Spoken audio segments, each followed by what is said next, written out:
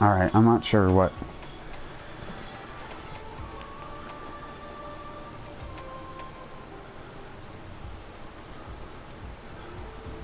build I want to go for when it comes to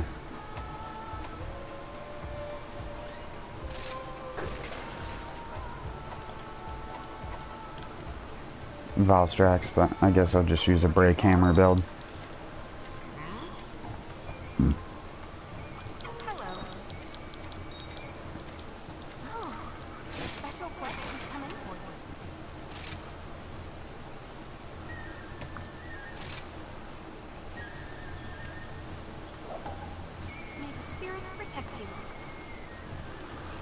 I never even fucking made the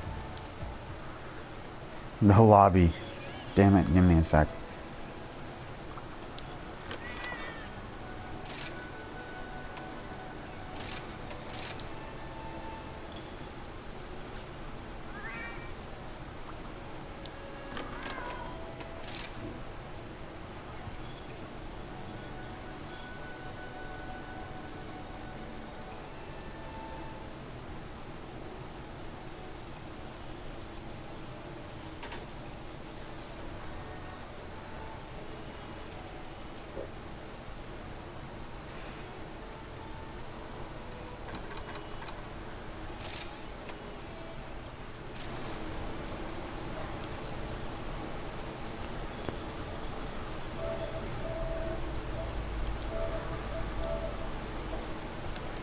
Alright, here we go.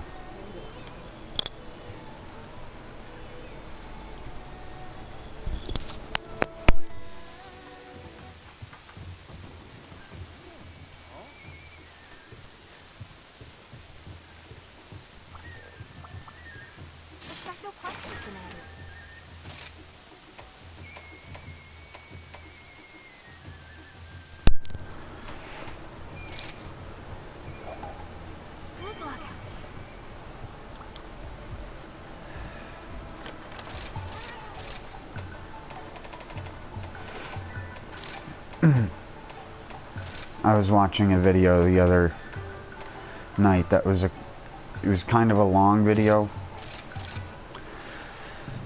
but the dude kept repeating this like one statement where he's like he felt that the game was really arcadey and it was quick to beat monsters, and I'm like, are you serious? Are you playing in the hub mode? Like what? If you're doing like 3 to 4 minute hunts in the hub mode, you're literally speed killing and are cracked. And if you're just casually doing that,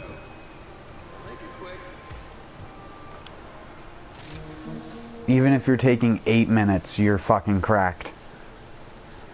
It took me 22 minutes to kill the double Volvodon thing when I was helping someone else, and it was just 4 players that were just, and we were like pretty good together. We were just wailing on him the entire freaking time, both of them, and it took 22 minutes, and I was using my crit boost like longsword build.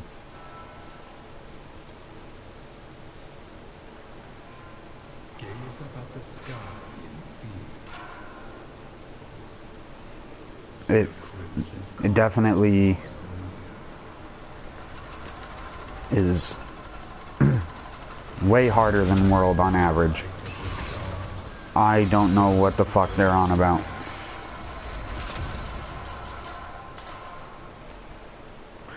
That little bridge thing is where you find the rare animal. That exact post. At night, if you go there on an expedition, you'll find the snow-faced fox, I think it's called.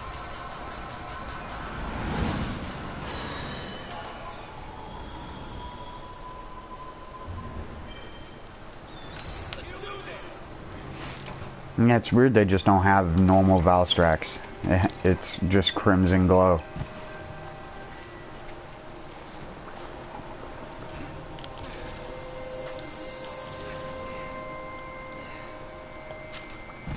Where is he? Oh, he's in the upper right hand corner. I'm just gonna go to the sub camp. I don't use dog anymore. I use my cat. almost exclusively, so I've had to learn how to better traverse the map with wire bugs, and it's not that much slower than running.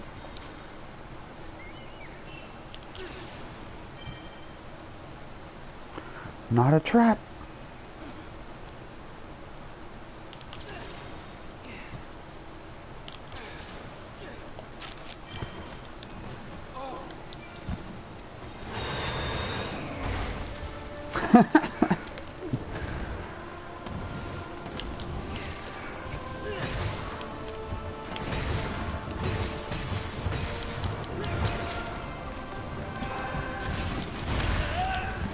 Ow. I can already feel that I'm going to get wrecked. Because I didn't collect any burbs. That's one thing I did agree with the guy on, though, is that the mandatory... Did no one else go to the sub camp? Is everybody else just running here?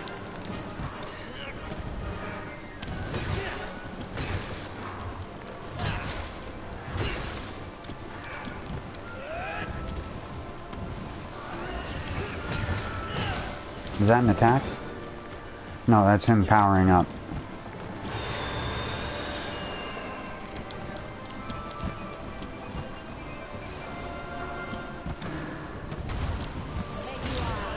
Oh, geez, that hits deceptively far.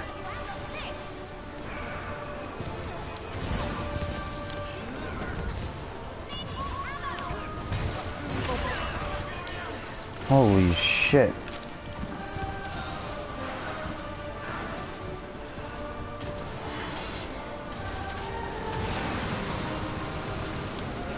How does that look so much better than Ray Zhang's beam? What the fuck? What is the fucking design team doing? Oh yeah, that's right. That shit hurts.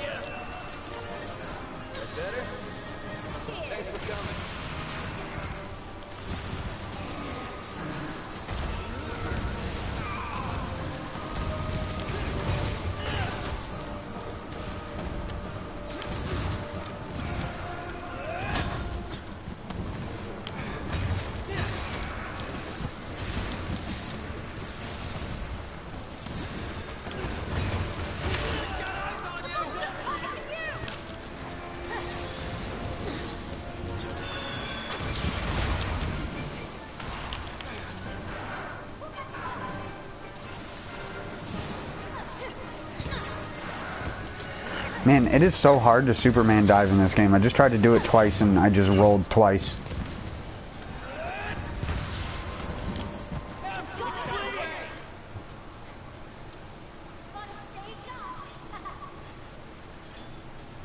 Does he not, like, dive bomb back?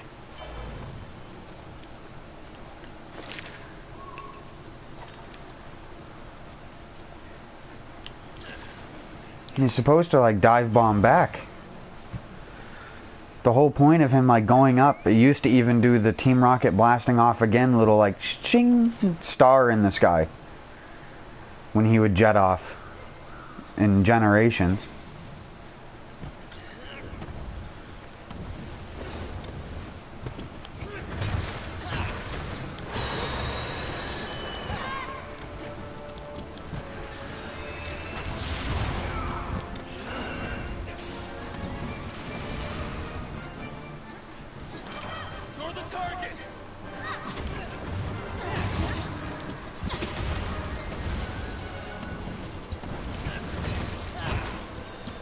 What fucking gun lance is that? Probably won't get to look.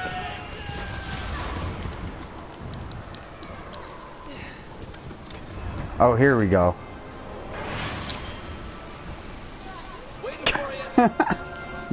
Well, is this gonna be one I'm gonna have to basically solo again? Are people just gonna fucking keep carding? Because they don't know how to fucking fight Valstrax. I mean, fucking in Generations, you couldn't even dive if you weren't playing guild style.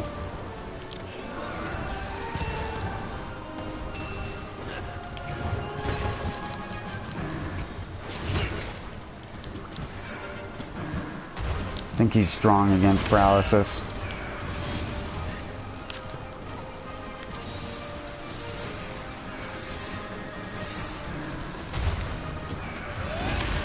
Bro, stop.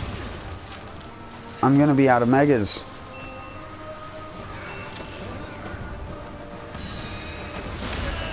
Okay.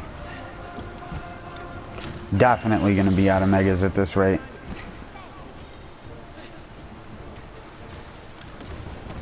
Should have brought honey.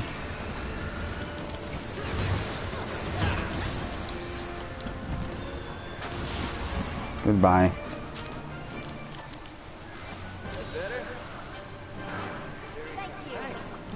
You know what? I'm just gonna take the tail right now because I have a feeling this is gonna be Cart City. I can't, yeah. Damn it.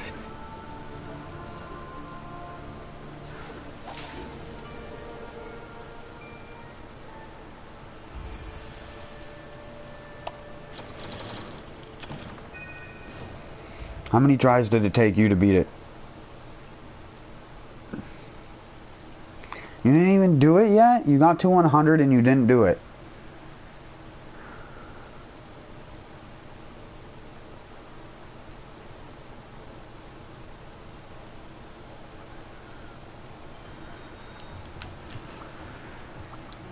Special quest has come in for you. Here's the quest list. May the spirits protect you.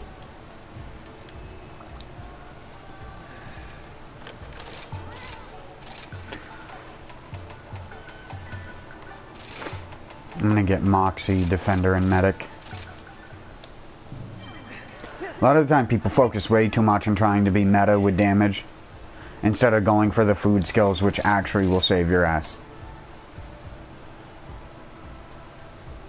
That's just like a huge fucking... It's a mentality problem with people. Just go for the weaker thing. Be slightly weaker to survive. Or else you just cart non-stop. Put fucking defense in your gear.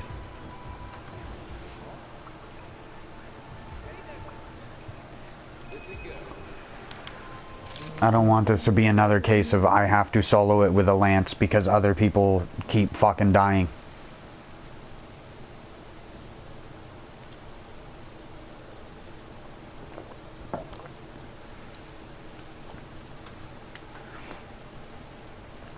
The problem also just stems from, again, needing to collect spirit birds to have full HP, because no one who joins the quest does that. They just automatically go towards the boss. Like I did, but again, I run defense, so it's different for me. If someone dies in 2 hits, I probably take a third one to take me out.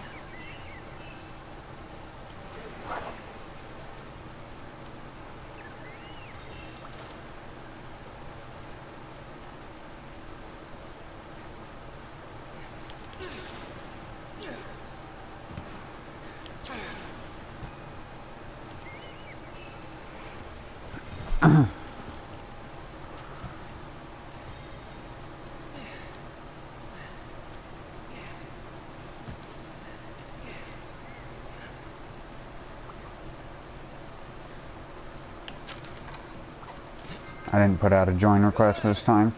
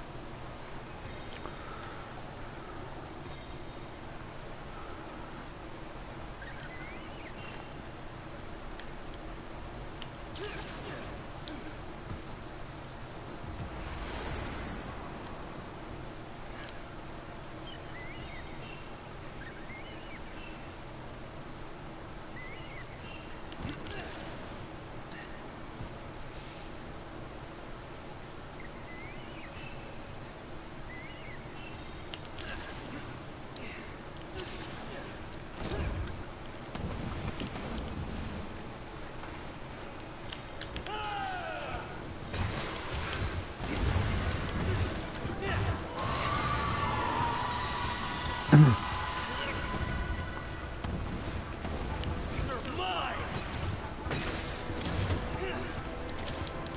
on, Mizu, don't be this difficult to get a ride with. Be careful!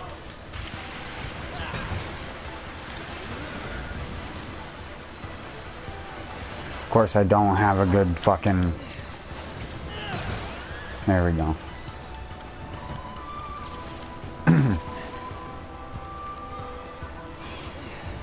Let's go!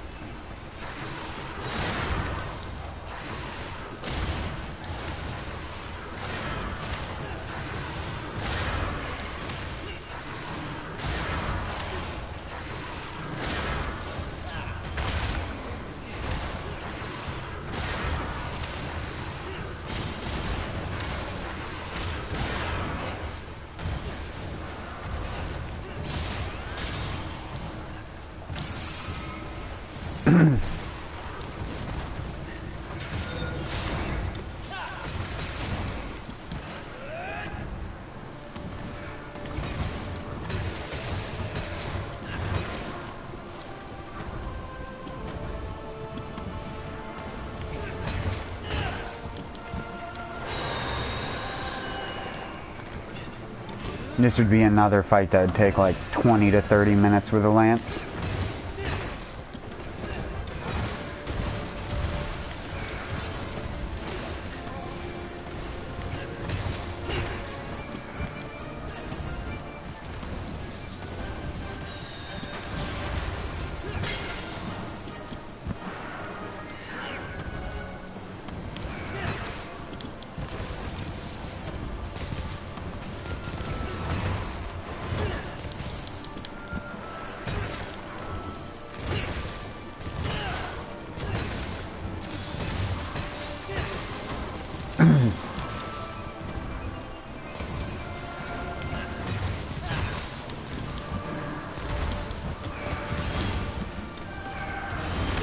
Oh, that's a triple.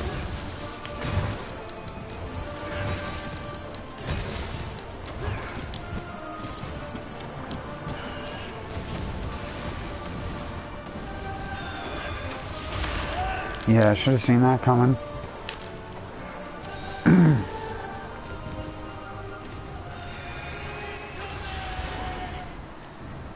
Oh, it's the ambush attack.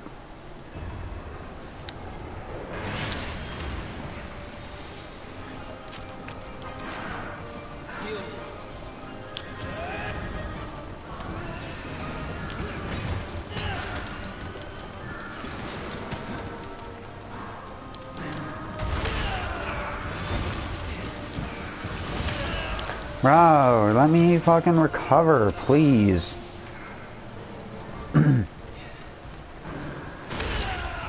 Oh my god. The forward hitbox on that.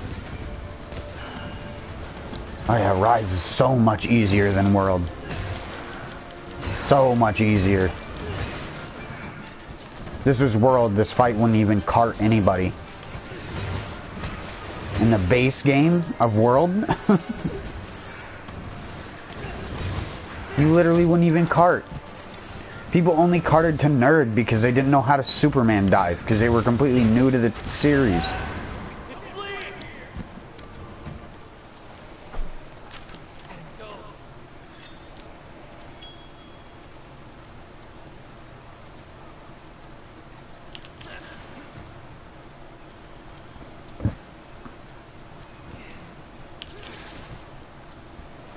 Where is that thing of bushes over here? It must be down this way. Oh yeah, it's right here.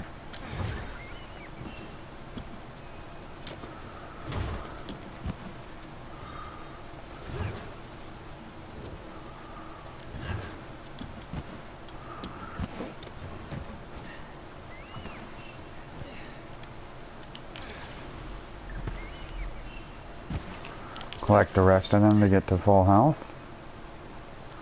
Feel like I'm gonna need it.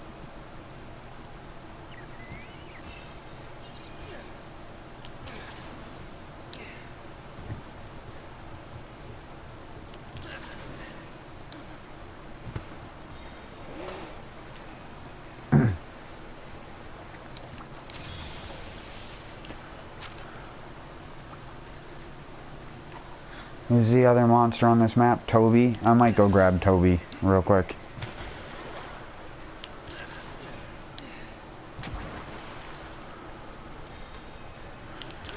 It can take me a minute to get them out because I don't have spinning bludgeon. I have the other move, which is much harder to get mounts with because it only hits once. But if I can sneak up on Toby and land the L2 circle, I might be able to get him in one. But he's probably going to jump back. Or do that.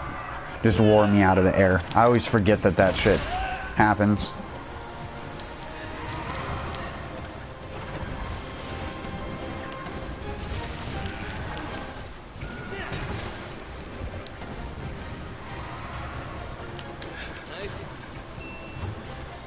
Missed him.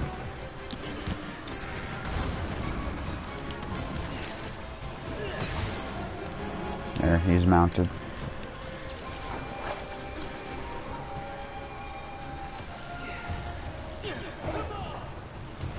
This is what I did to beat the Magnum Mallow.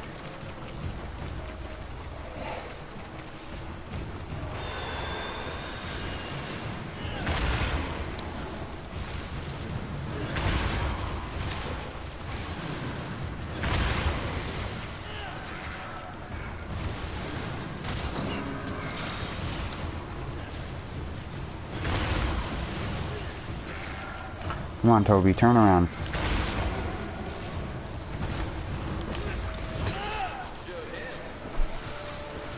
And this guy, I'm just gonna run into the wall. Wow, he just fell over after one. They really don't want you cheesing that.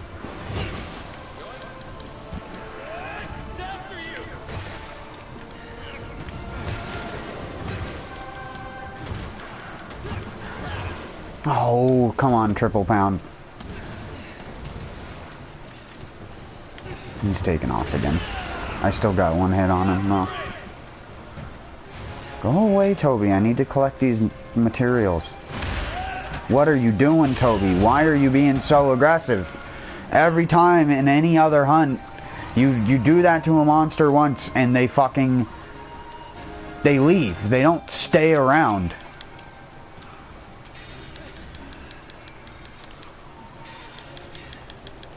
Hold on, I need to use a first aid med.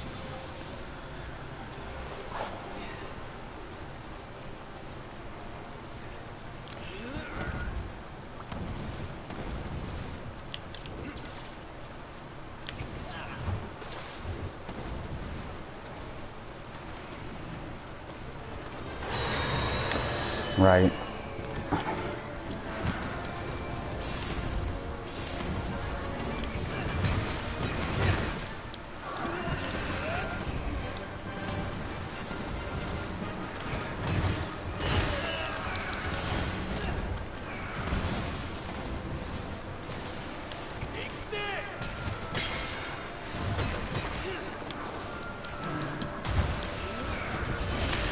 Oh, he's already unblinded.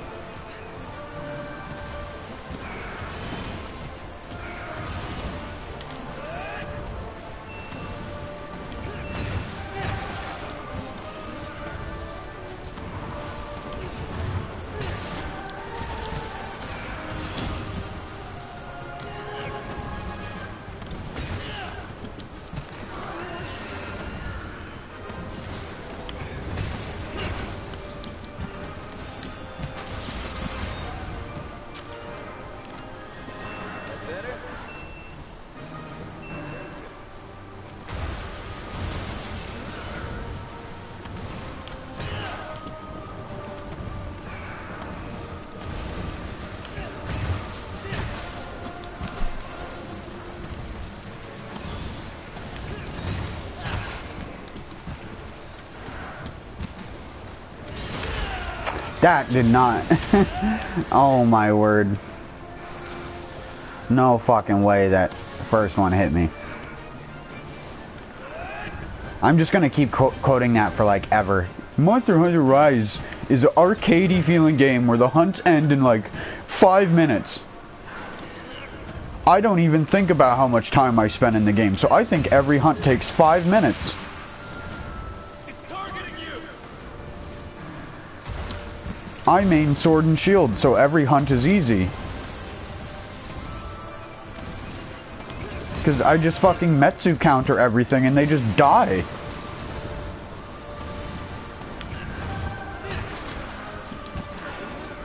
I'm just like, I don't even recognize the game as having difficulty, dude. I have to like play Sunbreak with low rank armor to even feel something.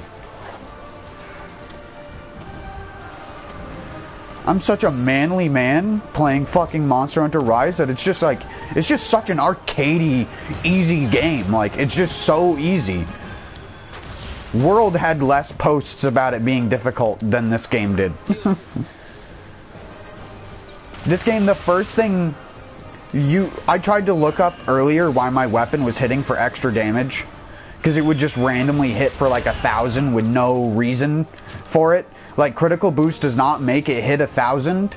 And I couldn't find any answers. And instead what I found was a entire subsection of Google that's just dedicated to Monster Hunter Rise is too difficult. The monsters hit too hard. Not even... my fucking Google search was, why does my weapon sometimes hit really hard? And that's what came up, because Google literally thought I was talking about the monsters killing me.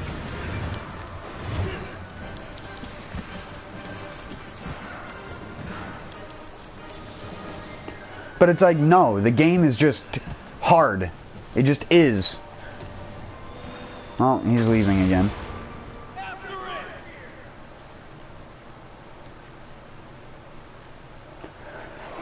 It's just funny to me because how self-convinced of your own bullshit do you have to be not to recognize that even with a veteran player, I've spent thousands of hours in Monster Hunter, literally, and I think that this game is easily one of the hardest games because everything is so much faster. The dude was saying how wire bugs give the player an advantage unlike any other game, and I'm like, I don't know what the fuck you're talking about. A lot of the time you try and wire bug recover, you're just going to get womboed because the thing tracks you and hits you anyways. Like, what are you actually on about? Be careful!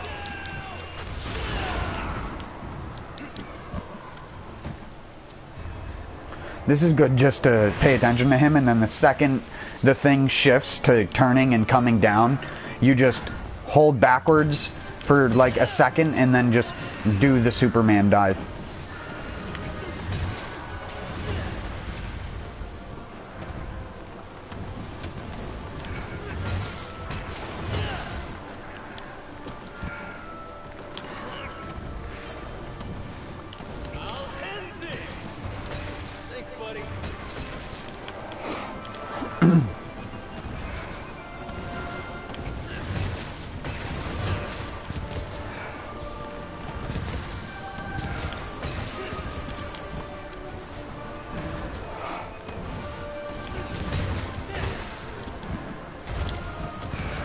Wing attack. Another wing attack. Big barrel Bombay. Here we go. Explodo. I love the Bombardier cat. He literally is such a lifesaver. He's so good. Well, with the skills I have anyways. And say, just stay knocked down there. And just heal. I'll try and keep him up here. Is he leaving? What is he doing? Where are you going, dude? Yeah, he's leaving.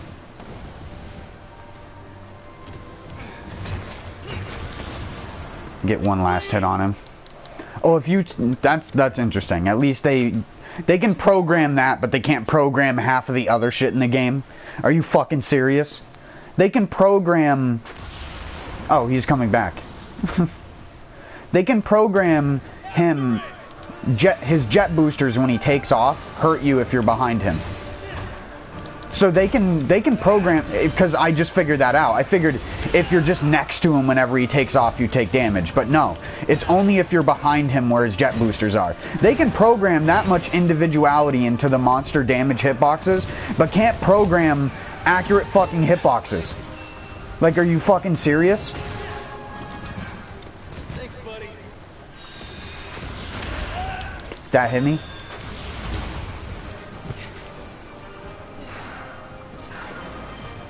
No, I wanted the healing bubble. Oh, I really hope this fucking person does not join this mission.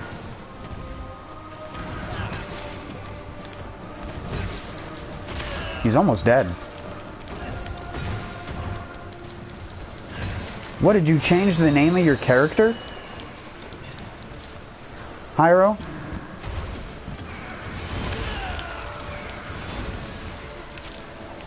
Daddy question mark just joined our session. Was that you? Are you there, Hyro?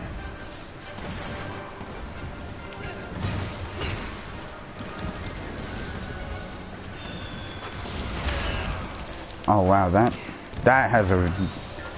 is hard to avoid. Are you gonna need?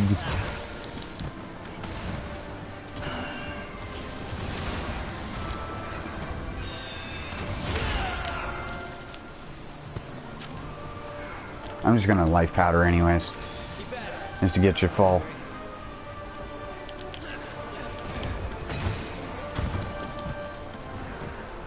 Stagged. Call me Stagnum PI.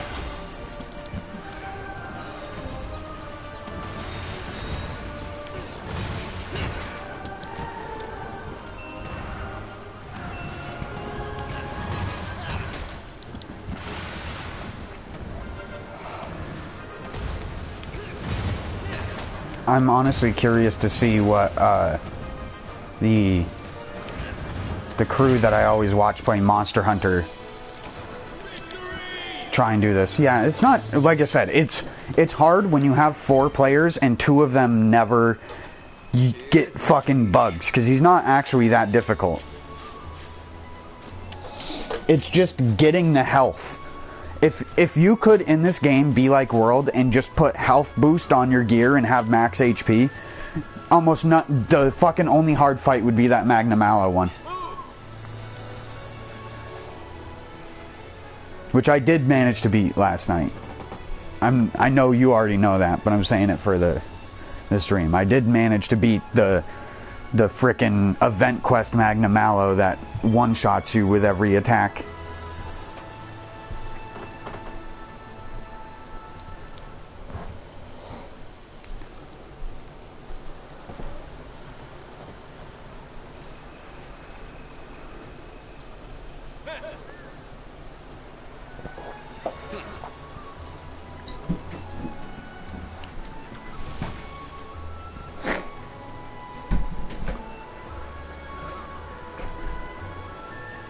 I got his gem first try. Red Dragon Orb, yep. And the other thing about having cats that's good is they always plunder and gather other items too.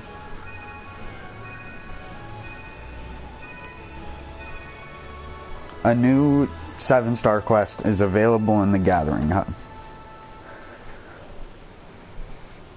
You should have unlocked that too, because you didn't do it through a join request. You did it in the same lobby as me, but I don't know if you have to pick the quest.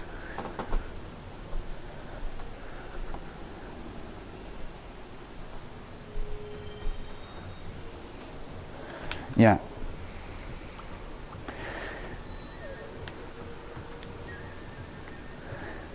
Yeah. New Monster Hunter, because he's HR1. He's got the Guild Cross stuff, Azuchi Hammer too.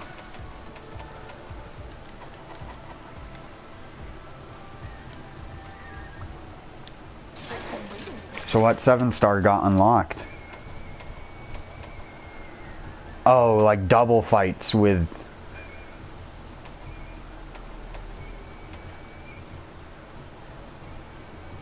advanced dual calamities. Magna Mallow and Basil, Gosharag, Tigrex and Mizu, Kushala Daora and Teostra, Chameleos and Rajang, which is easy. You just go for Rajang first. Get him into a mountable state. Please take your time. Never do today what you can do tomorrow, is what Hinoa always says. Rajang is like an easy 3,000 damage on any monster. What's up, Hyro?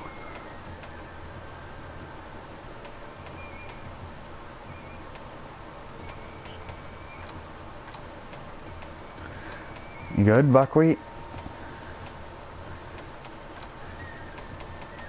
What mission were you talking about? Is it an event quest? No, not you. Ricky was trying to beat a mission that has Rajang, Basil, and Magna Mallow. Is it an event quest?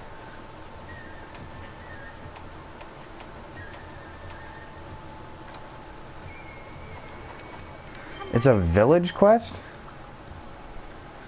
Isn't that low rank? Oh, hello. What star is it? I don't have it.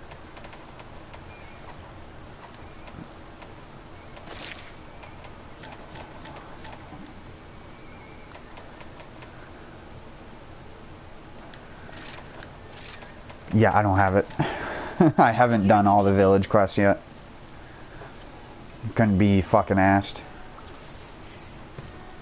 Can't be fucked. Hold on, I want to change to my crit that boy build.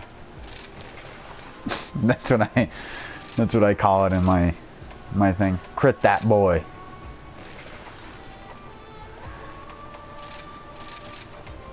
It's got critical boost level 3, weakness exploit level 3, and it's made for the Nargacuga weapons. So you always get a ton. In that fight though with Valstrax, I didn't even use Slugger or anything like that. I went for 3 defensive skills. I went Moxie, Defender High, and Medic. Because Medic makes your first aid med about as good as a Monster Hunter World Mega Potion.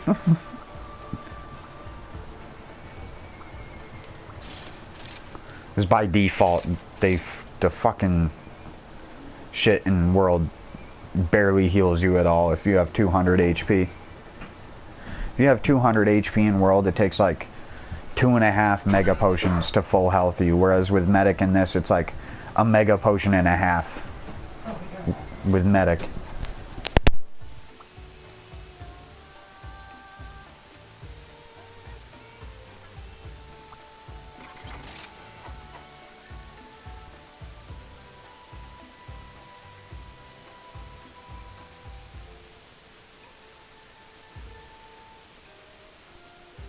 Ricky, you need to use the bathroom? No. He's good. Sorry, that might sound weird.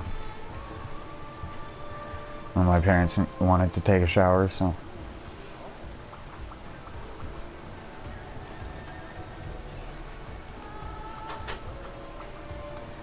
Waiting on you, Ricky.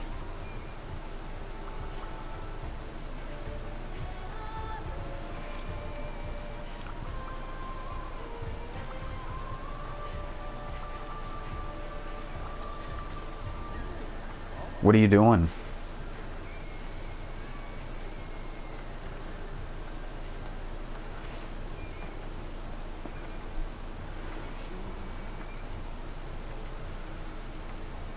I think Diablos is not the best thing to start trying Lance on, but more power to you.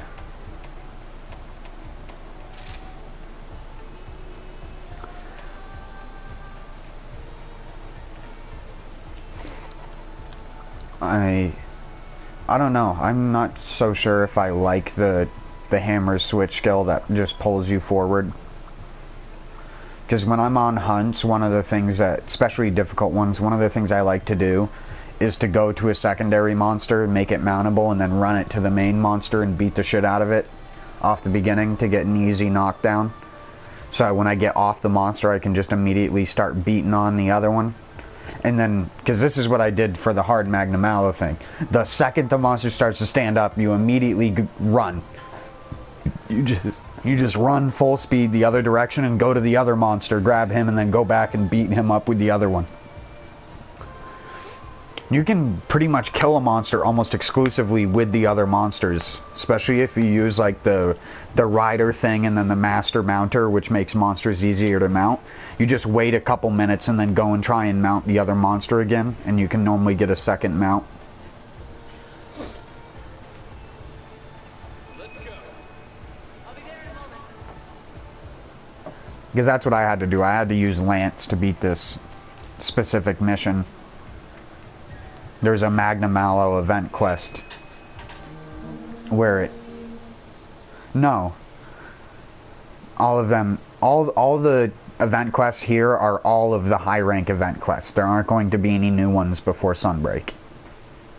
This is literally all of the base content in one.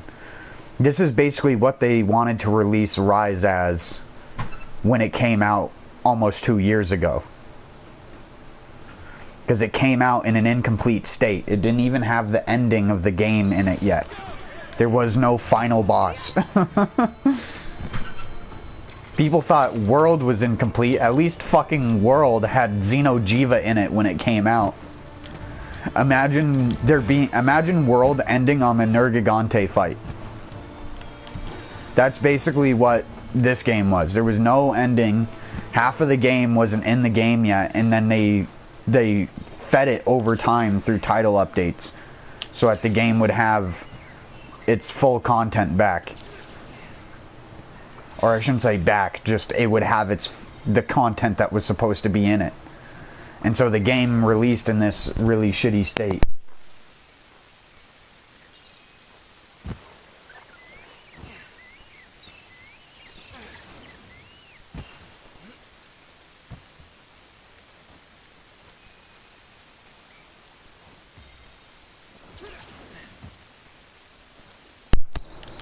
And so people have this like bad perception of Rise because of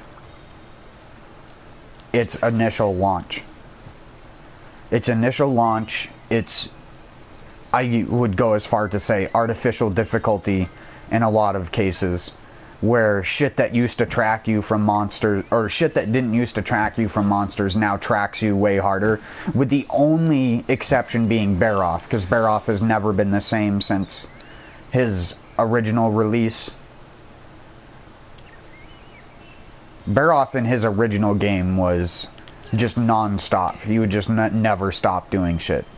And he was one of the only monsters that was like that. Because every other monster in the games would always do a thing, stop, do another thing, stop, do another thing, kind of stop for a second again, do another thing. And it wasn't like, there weren't really like combo attacks.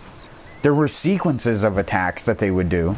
Like Diablos would dig up at you, and then normally if you were behind them or in front of them, you'd get the double head swipe or the double tail swipe.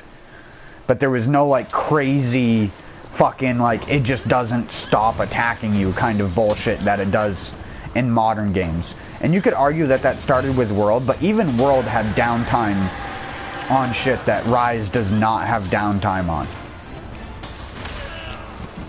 Where the game refuses to give you like a breath of air to do anything. You gotta be like playing this as if you're playing like fucking DMC or some shit now. And that's the part of like where the guy said that it was arcadey. I do agree with that in a sense, but I don't agree with it in the sense that the game is not easier. I don't know who the fuck thinks, unless you are literally a god at playing these games, there's nothing easier about the game at all. There's nothing. Zero things easier about the game.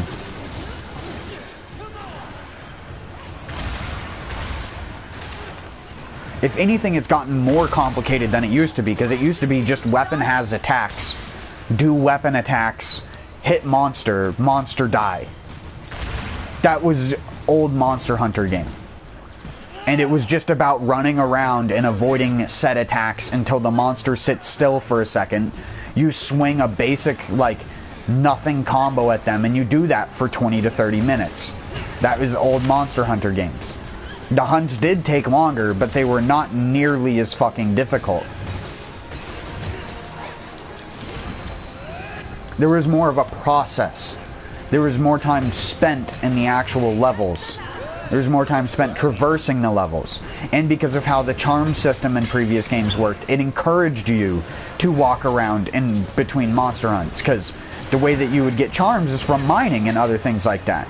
You'd get a random little item that then at the end of the hunt you would appraise, kind of like Deco's in World. You would appraise it and it would give you a charm.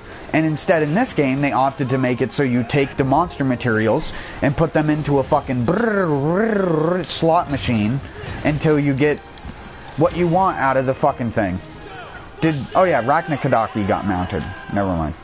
I was gonna sit there and try and mount it, but that's pointless. Is there a wire bug thing down here? Oh yes, it's up here. Sorry, I'm using a cat, so I have to grate wire bug. I stopped using dog when I was doing the Magna Mallow thing, because the cats are just so much better for support, even though they do less damage. In a lot of cases, the support aspect of them, especially with the little mines and the suicide bombing that the bombardiers do, the staggers and all that other shit help you survive so much more. Even though the dogs technically do more damage in the long run, it's why speedrunners use the dogs. Certain cases they will use a cat, but very rarely. Most of the time the dog is just better.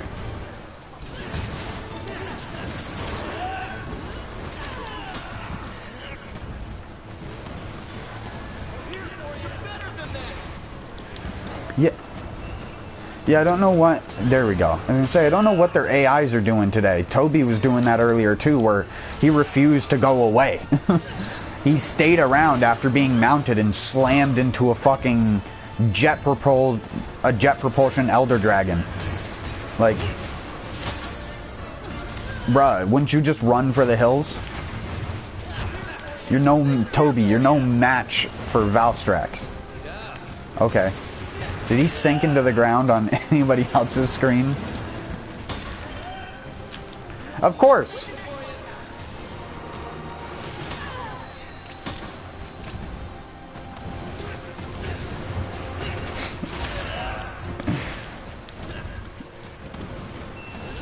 Don't get mad, get good.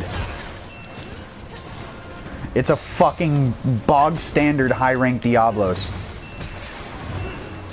It's one of the few fights that has barely changed over the years. Also, my cat puts up healing bubbles. Feel free to pop them if you need health. He's gonna jump.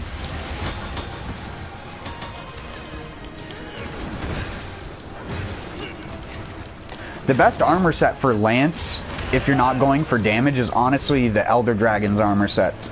Because I had no idea that there was a secondary mechanic to those armors, and it's one of the reasons why they have a lot of bullshit random skills on them. Because when you combine pieces of either one together, so Narwa and Ibushi's pieces can be combined together. Not like combined as in literal combination armor pieces, but they have both a set bonus that is shared in between both of them. And you only get access to the set bonus when you upgrade the gear to maximum. And what that set bonus does is when you're wearing 4 or more pieces, it boosts all your equipped skills by 1 on the armor. So if you pick like the 3 guard ones and then you get 5 pieces of armor, you now have guard level 5. Even though you only have guard 3, the armor set at 5 pieces of armor together gives you guard 5, evade extender 3, And basically almost all these skills maxed out, which are insane. And the armor's really tanky too. Its only negative downside is your only deco slots will come from your necklace and your weapon.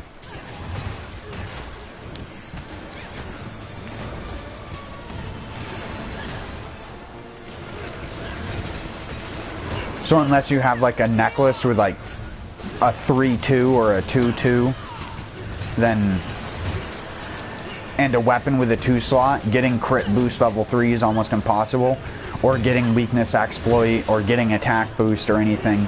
So those sets are not really good at doing a lot of damage, but they are good at having almost every other supporting skill for that in the game. You get guard up, you get full guard 5, I think you even get offensive guard. It's really good for it. At least for dealing with hard shit, in my opinion. Did he just run while he was still... Oh, someone used the silk bind thing. Was that you, Hyro? Or is that... No, the silk bind thing is just so you can move yourself to them faster. With L2X, if you didn't know. Yeah, so you put the spike into them, and then L2X will send you flying at them in the air. And you can press the R2 to do the dash attack in the air. The, like, running poke one. Or you can just press triangle to do a normal attack. The launch towards with the guard dash, if you have the guard, or not guard dash, if you have the charge attack with the shield instead of the charge attack with the lance, it can really help do a lot of damage. Slug damage anyways. Like, that's where I was saying. That's where Slugger Hammer comes from. Or, sorry, Slugger Lance. Which I can't even believe is an actual build now. Did it get knocked down? Oh yeah, someone hit it with a... It must have got hit by a dog or my cat or something in the head because it got freaking stunned. I'm not the one who hit it. Oh, this guy's using a charge blade.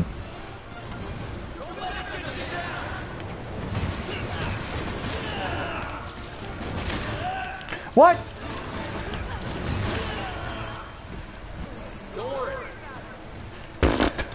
Dude's bad, dude. Dude's bad. He's ass, dude. Like, go upgrade your fucking armor, bro. Thanks, buddy. Using the cutesy stickers don't help. I'd still kick you from a group.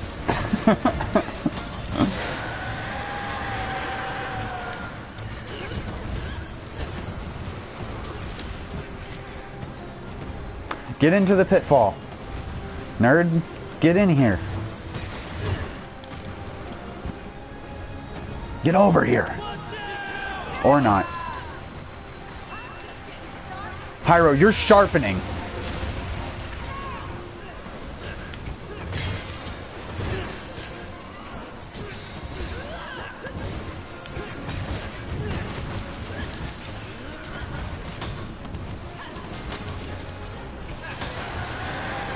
That's one of the only good things about that hammer move, is that you can use it to tank through roars and shit like that during the pull, because it gives you super armor. Is it like watered or iced or something? No, it shouldn't be thunder. Is it thunder? Did someone throw a beetle at it? Yeah. My cat don't use beetles. Not as far as I know. He just places down bombs and throws barrel bombs at them. And puts out healing bubbles. He's a bubble-blowing bubble buddy. See? Here, have a healing bubble. There you go.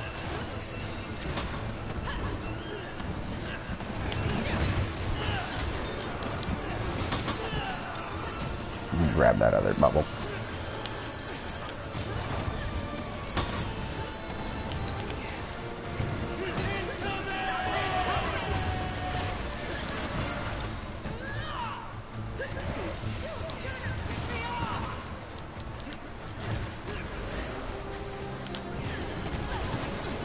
You have your dog equipped with the shield. You know you can equip them with scrolls.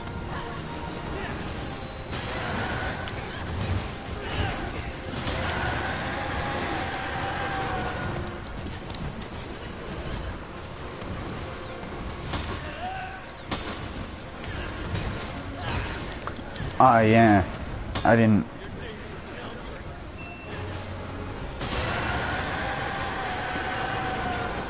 Yeah, but the healing scroll is ass. The healing you get from it is almost not even noticeable. Because they clearly didn't want people to just heal waiting for their dog to attack. Here comes the message. Let's see.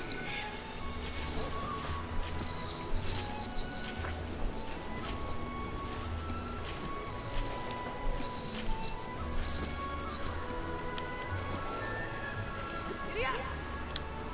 Weapons getting dull! What's this?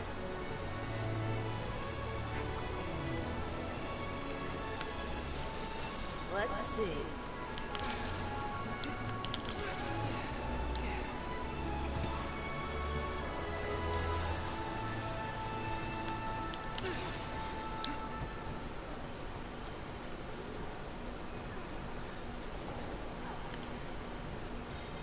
Haro, don't forget to, when you do wire bugs, don't forget to press X in the air.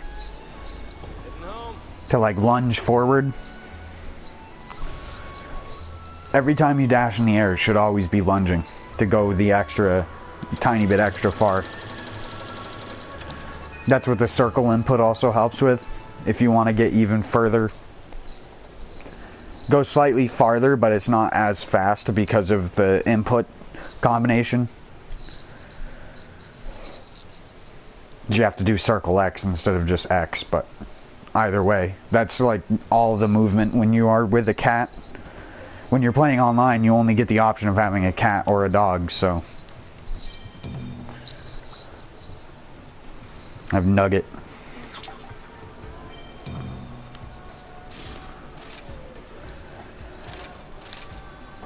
Oh, this is gonna be fun. 1 second though, I need to use the bathroom. Time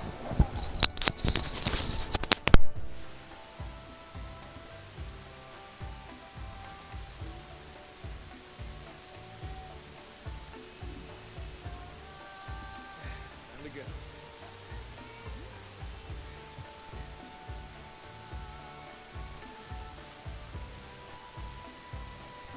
Never mind, that'll have to wait. Make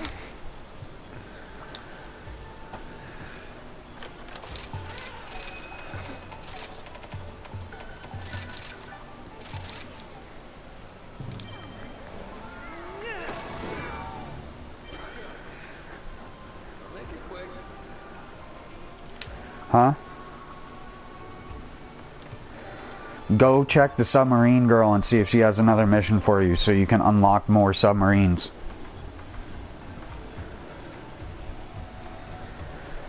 The last one is the most annoying one. Because you have... So you have the second one? Yeah, the third one is... From each different environment you have to collect a specific thing, basically. Well, from 3 different ones. One is... I can't remember what the ingredients are, but I'm pretty sure one is the Frost Islands, one is the Shrine Ruins, and then the other one is the Lava Caverns. I'm pretty sure the Flooded Forest is not used for that. Neither is the Sandy Plains, but I could be wrong. I'd have to see what the mission says. Like, when we're in here, tell me what the thing says. Because we can grab it while we're here.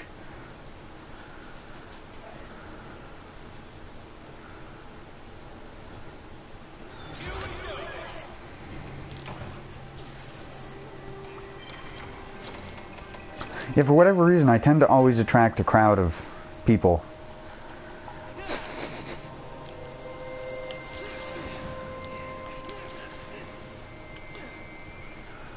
So what does the request say?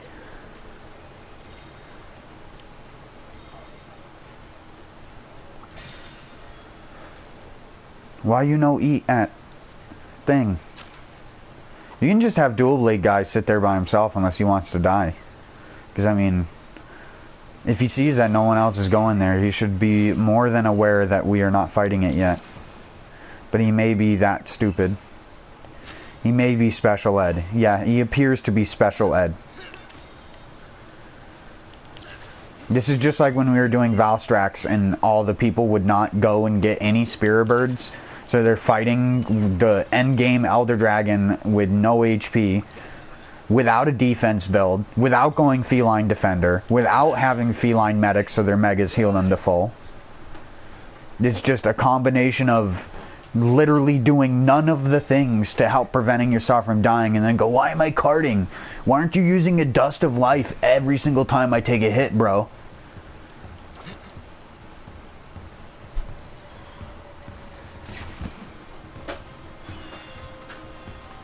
Rock roses are from... Okay, so that's a different one than I was thinking. So that... None of them are in this zone. Go figure.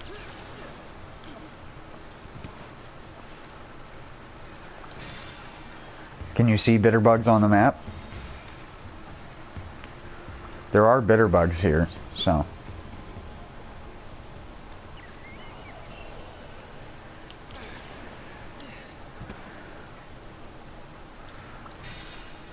Blue boys. He's just sitting there. He's just literally fighting 4-player Magnum Mallow by himself. Fucking special. Real special.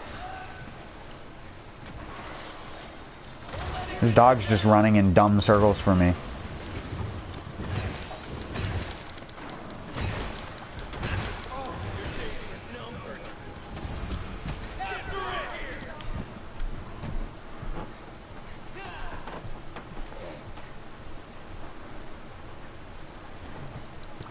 What did you need those for?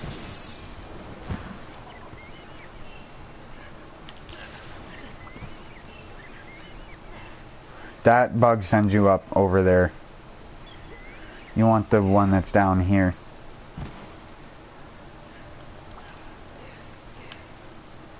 Oh, I haven't put a bug down at this one yet.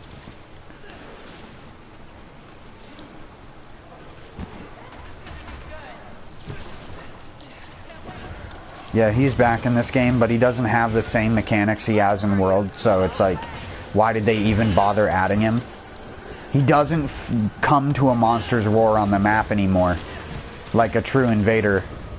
That's why Devil Joe isn't in this game, because they don't have the programming for invaders to work correctly. The code is all fucked up, so... It's there, but 90% of it's like deactivated and gouged out, so they can't... Like, Reijang is meant to be an invader too, and half of the time what will happen is he'll join a map and just immediately go to sleep. Which goes to show you just how intimidating the new system for that kind of shit is. When one of the most intimidating beast monsters literally joins the map to go to sleep instantly, because it's not being told to do anything. It's not being told to move zones. It's not being told to go on a loop. It's not like World where Anjanath will go drink from water and then we'll go and stare at the beach in the ancient forest and stuff like that. It's not like that. The monsters don't have personality in this game. It's fucking soulless. Magnum Mallow, for example, doesn't do anything. He doesn't go and kill monsters. You don't find monsters with purple Hellblight on them or something indicating that he's in the area. No, it's literally soulless. It's more soulless than the fucking older games. Even the older games had monsters that would have fucking character and personality. Devil Joe digging up out of the ground at you because of frickin' yeah, or anything like that. Even Devil Joe invading in that game was still more intimidating than anything that's in this game currently. Basil being the Bomber Wyvern doesn't fucking matter because he doesn't ever bomb you unless you're directly fighting him. So what the fuck is the point? Why was he added in, like, Devil Joe isn't in this game. He's not even in Sunbreak.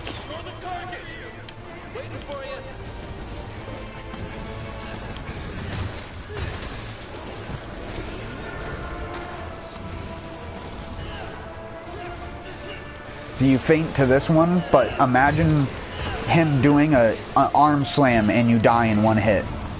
That's the one I was doing last night. Which, if they made a version of, like, his event quest that's basically... Because he's meant to be a similar thing to Nurg. He even uses the same skeleton. He uses the Gora Magala Nergigante skeleton. And the way that you can always tell is when they do their little head shake roar thing. Because it's always the same. When they go to, like, to shake off, like, an attack, it's always the same fucking animation for all of them. And his, like, purple shit on his limbs was meant to be like an equivalent to Nerd regrowing his spikes and everything back, but it don't feel the same. It also doesn't feel as good to fight because unlike Nerd, where it was like all you had to do was break one section of spikes to knock him down, Magna Mallow you have to break 3 different sections of it or do a certain amount of damage to the purple in order for it to actually go away. And the tail one doesn't count. Oh my god, his fucking hitboxes, bro. If I had a lance right now, he would be ended. But he is also moving around way too much to punish consistently, so I'd just be sitting there, walking around doing almost nothing.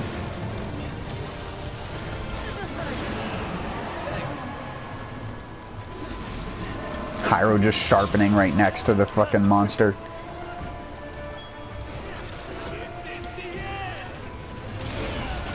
Bro, can you let me get a single tier 3 charge going?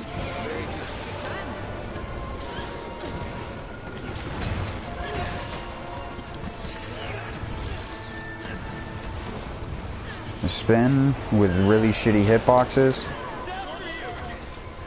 Yeah, he combos you with that move. And then if you backsplat against a wall, you can't recover with the wire bug. Here comes the finisher. Somebody's fainting. Yeah. It's every time. Every time I've hunted him online last night, that attack. Because if you don't damage him enough, because he's a DPS test, don't damage him enough, he does that attack guaranteed. Every time. You have to break the purple off. Meaning, people have to do a certain amount of damage to the purple parts. And if the only purple part available is his back, you're just fucked. Because that means you also have to get a knockdown, which you're more than likely not going to get.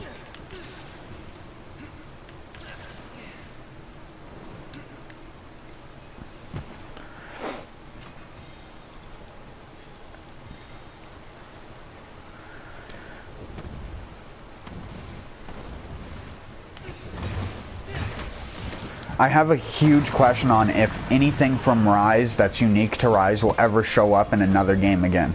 Like, I have a feeling that Nergigante will appear again. I mean, Velkhana is in fucking Sunbreak, I know that much. Which is just fucking stupid to me. Like, Velkhana, really, not fucking Nergigante, the actual fun-to-fight flagship monster. No, fucking Velkhana.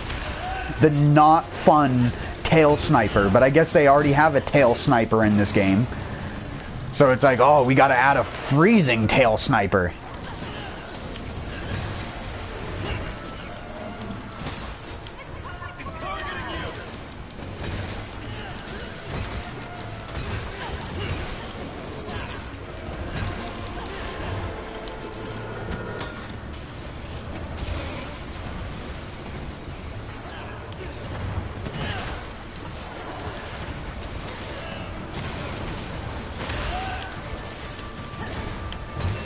Man, his purple really don't want to fucking break. His tail broke, but his frickin' purple shit don't want to go anywhere.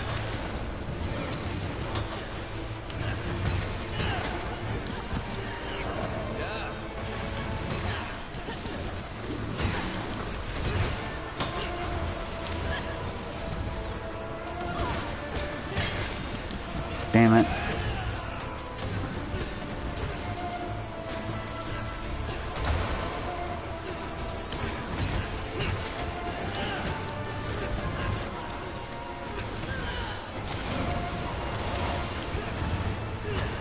It can hit you from behind without guard up. It's the worst hitbox in the game, probably. Like, hands down. Besides Volvidon rolling around, that circle attack he does has the worst hitbox in the game. It's one of the most infuriating fucking things, because it will almost always hit you for no apparent reason. It'll be like 20 feet over you or completely below you because you're in the air and it'll still hit you. It's fucking garbage.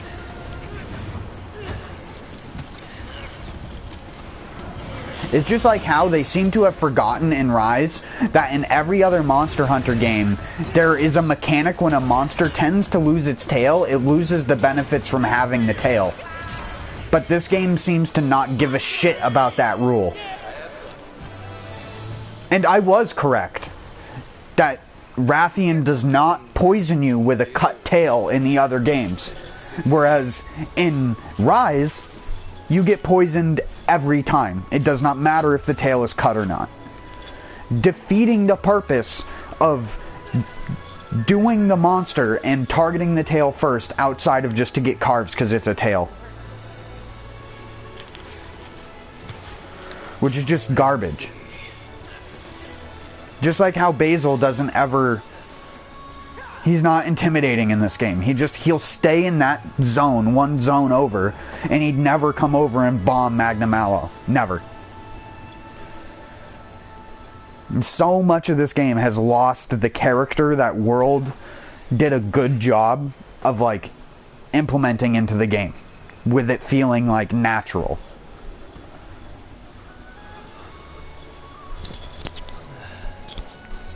Hold on, I should be able to use the bathroom now, though.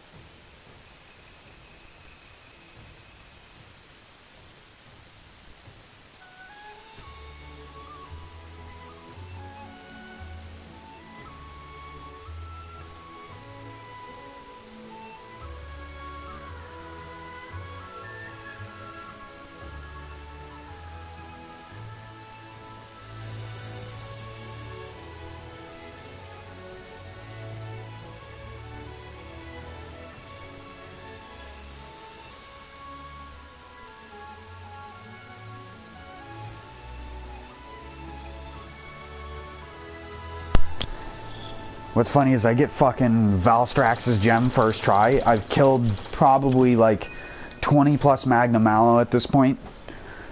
Don't have a single fucking gem from him. I've gotten one plate. One plate, 0 gems. So I can't even make a handicraft gem. Because in order to make a handicraft decoration, I need a fucking Magna Mallow gem, which means I have to get 5 1%, because it's 1% per fucking run of a carve. And I think it's 3% reward, or maybe even less.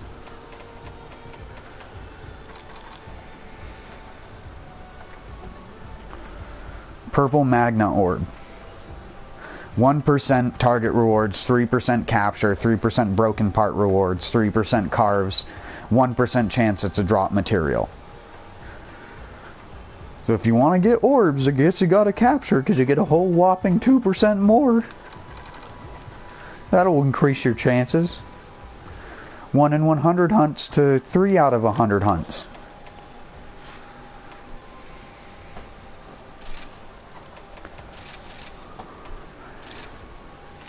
I must have gotten an orb last night, because I actually did have an orb. Never mind.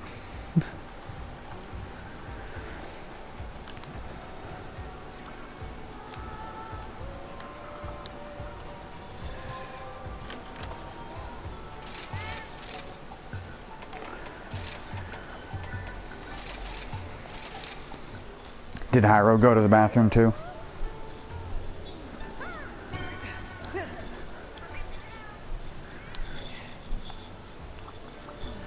Oh, you're waiting on me. You should have told me.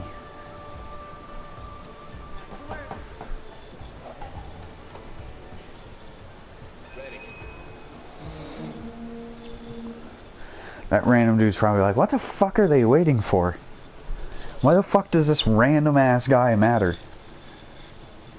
He's the host of the lobby. I walk in a suit and tie and a cigar in my mouth and I'm like, are you talking to me?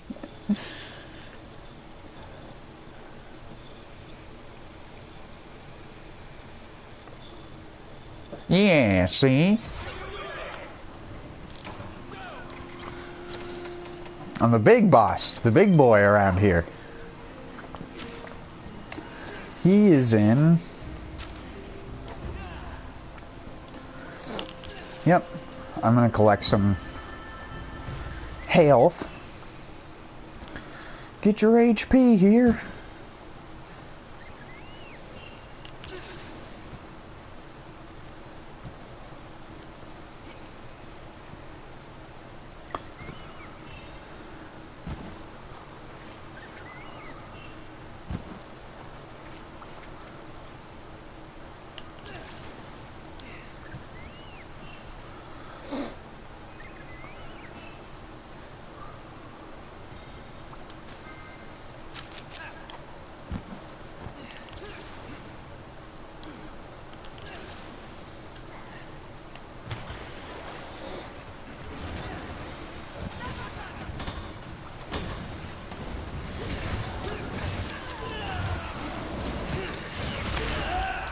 I don't like the Switch Axe's new element finisher that you can get. It's like this circle swing that knocks everybody back like they got exploded with a barrel bomb. Only to do like half the damage that the normal discharge can do. Ah, but you get to keep more sharpness and it's more efficient for combos. Yeah, but it fucking doesn't do any damage. You could have swung the axe 3 times and done as much damage and not lost your sword mode.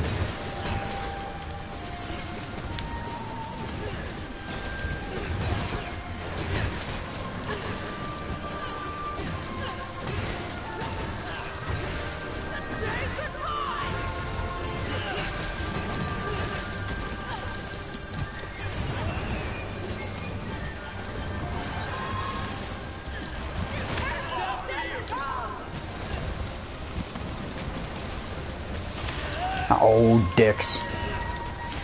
I wish you could tell what direction he was going to do that beam in before he starts doing it.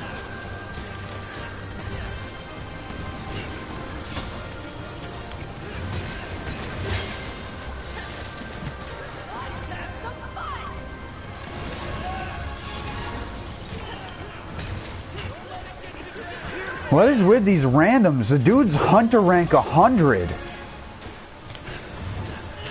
How did you even get there if you're going to be fainting to these basic high rank enemies? I get it, Gosharag is a little hard.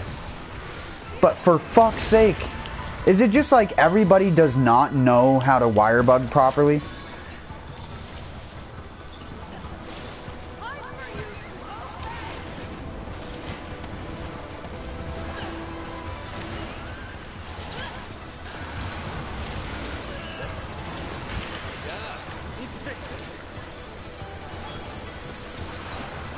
No, Mizu is stronger than the abominable snowman. Mizu's squirrely. Don't forget to... Yeah. There you go. Fucking, of course, the fucking random guy would get it. I need to start putting passwords on my lobbies. Because now we're stuck with this random guy. We can't trade him out for a different one every hunt. This budget helper.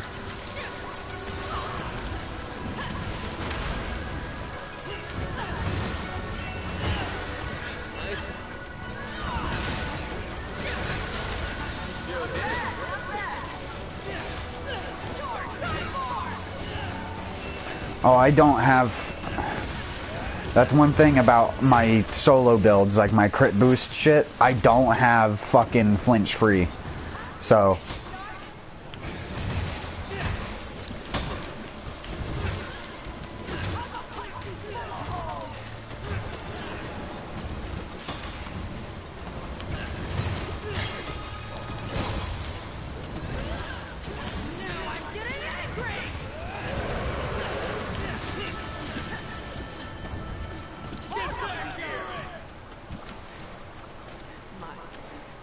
Because that dude didn't even, like, try to fight the Mizu, or he didn't even try to fight Gossarag with the Mizu barely at all. Which is just, like, I want to slap the dude. I wasn't even, like, Hunter rank 8 or 6 before I understood the proper way to fight the monsters together. You always go for more materials. Always. Given the chance, you always go for more materials. You could get a fucking gem drop. For fuck's sake. Everything on the ground is a 1 in 100 chance that it's going to be a gem. Is he gonna really... is he really gonna faint again?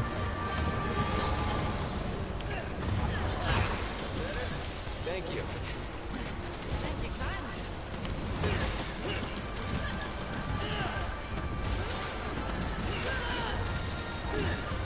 Yeah, because he's fucking retarded. Sadly, this seems to be the case for a lot of fucking things.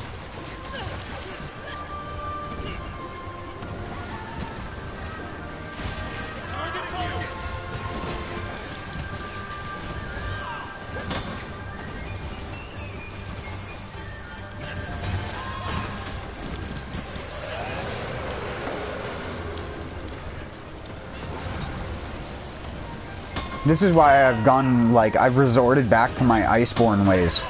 Oh, he fucking aerial comboed me. And then I landed on the ground and couldn't fucking dodge out of the fucking landing on the ground.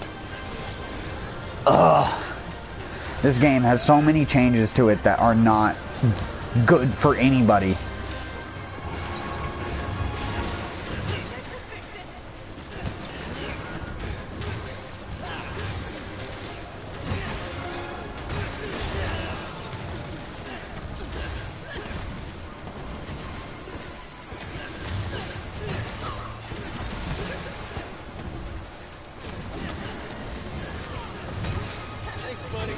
He's also a dual blade user, which makes me want to fucking rip his heart out from his back.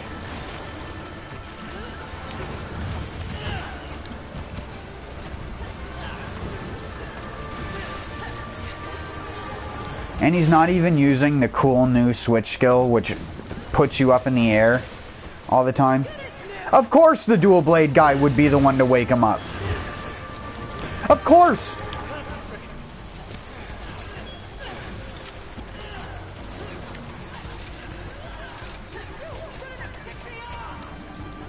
Yeah, I can't kick him.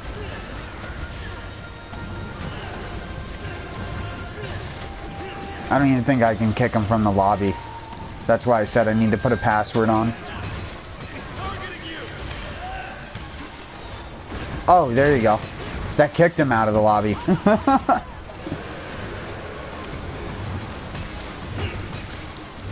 I can understand... Oh, I accidentally attacked the monster. I was already in an attack. But That wouldn't happen if you weren't using the fucking I press circle triangle weapon.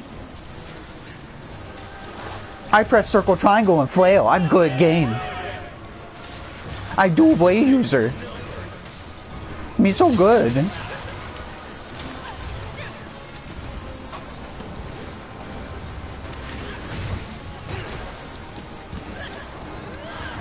You're hunter rank 100 and you fucking are wearing worse shit than a guy who's hunter rank 7 and hasn't even fought all the main bosses yet. And he's doing better and is better off than you are. Literal retard. No saving that. And I have no, like, I have no remorse. Oh, but fucking Rise is so arcadey and fast and just everything's so easy. Watched a 3-hour video last night of a guy's retrospective on Rise already, and him saying the game was arcadey and easy was probably uttered at least 20 times in the entire script of this video, where he felt he had to reinforce the fact this game is easy, this game is fucking lazy, it's lazy bones, it's like you don't even have to try because it's so easy. And it's just like, bro, you clearly are in a fucking 1 percentile of players. Especially considering whenever he kept showing his character's inventory and shit like that, it was always full of sword and shields. I didn't need your bombs. I'm crit boost hammer.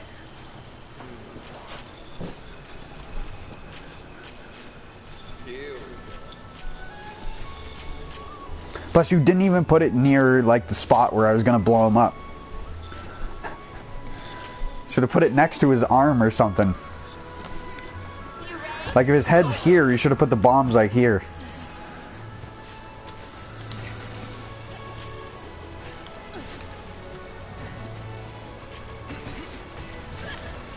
No, doesn't work, buddy.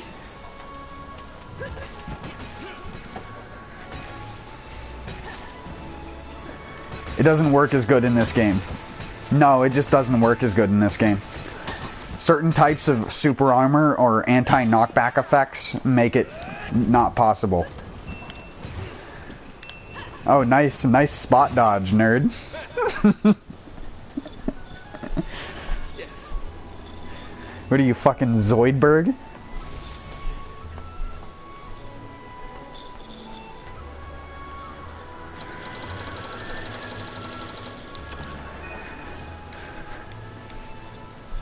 Yeah, and to leave the room. He's a crab squid thing.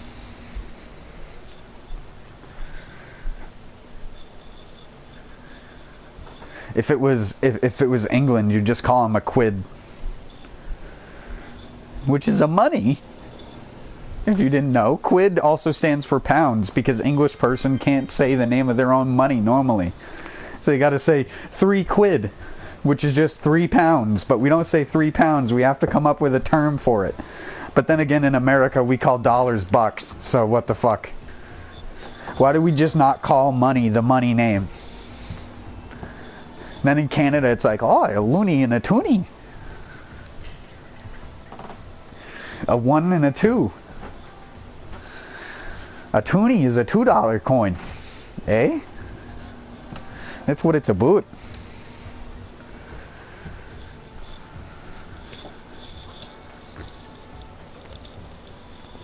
Is that a deer though?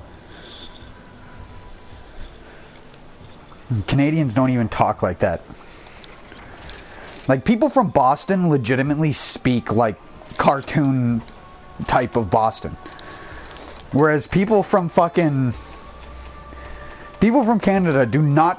I have met a ton of Canadians online in my life, and you would just guess that they are American. You would just guess that they are American, maybe from like Nebraska or something like that, if they do have an accent. The only couple things are like the way that they say specific words. They say bag, they always say bag. Or bagel instead of bagel.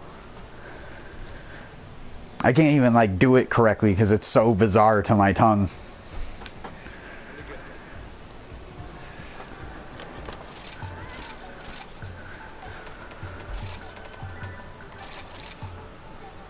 Saskatoon. Huh?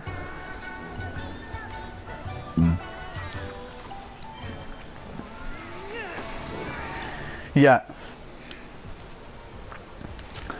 To give you an example of how much upgrade, remember when the other day when we got money and I was at almost 2 million zenny? I'm at 600,000 right now. I spent over 1,400,000 on upgrading shit in just a day.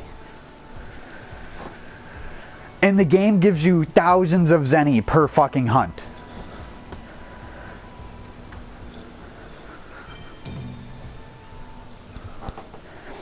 No, it's the endgame area. It's basically they really liked the idea of Coral Highlands, but didn't just want to make Coral Highlands 2. So instead they made the final boss area the Coral Highlands, basically. Yes, nobody would disagree with that either. It is easily the best designed game, like best designed thing in a Monster Hunter game, because again, it was because people hated swimming underwater in 3. So how do we make an underwater level? Well, just make an underwater level and just don't have water. There you go, Coral Highlands. It's that easy.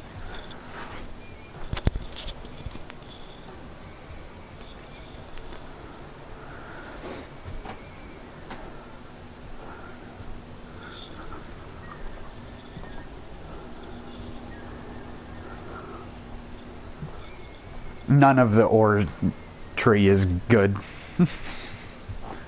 For you want to go for the one that's got dragon damage on it that looks like the one you're using. It also has the chainsaw aesthetic on it. Comes from the same tree. That one is good. That's the one that I used in my builds, because the dragon element on it helps a little bit with things to give it a little bit of extra damage. Plus, the ore tree is just bad until Sunbreak comes out and all weapons have a max upgrade rarity, which is probably the best thing that they ever did to the game. It's not like Iceborne where only some weapons upgrade to max. All weapons upgrade to maximum in Sunbreak. So even the shitty ore tree gets a rarity 10 upgrade that's actually usable. So you can actually, you know, use half of the weapons in the game with their unique cosmetic look. Like the Roggy hammer, which has this spinning wheel on it that's actually animated to spin around. And it's fucking useless for 99% of the game, because the second you get access to it, you get access to better hammers.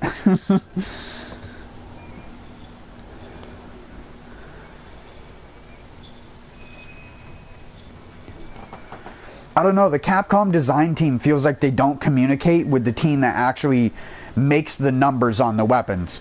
Like, the guy who draws the art and designs the weapons doesn't communicate with the guy that actually creates them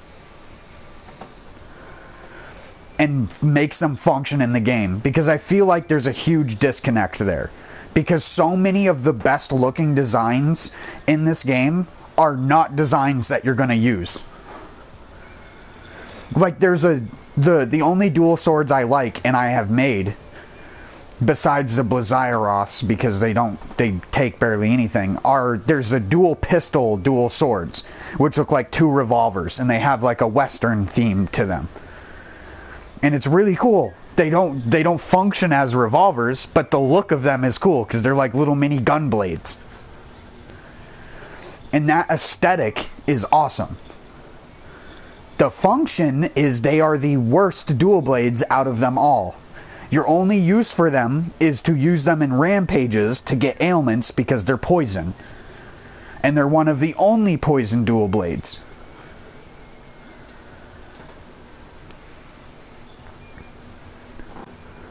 It's just funny to me how much of like base rise, and this is something that clearly they know is not the good option.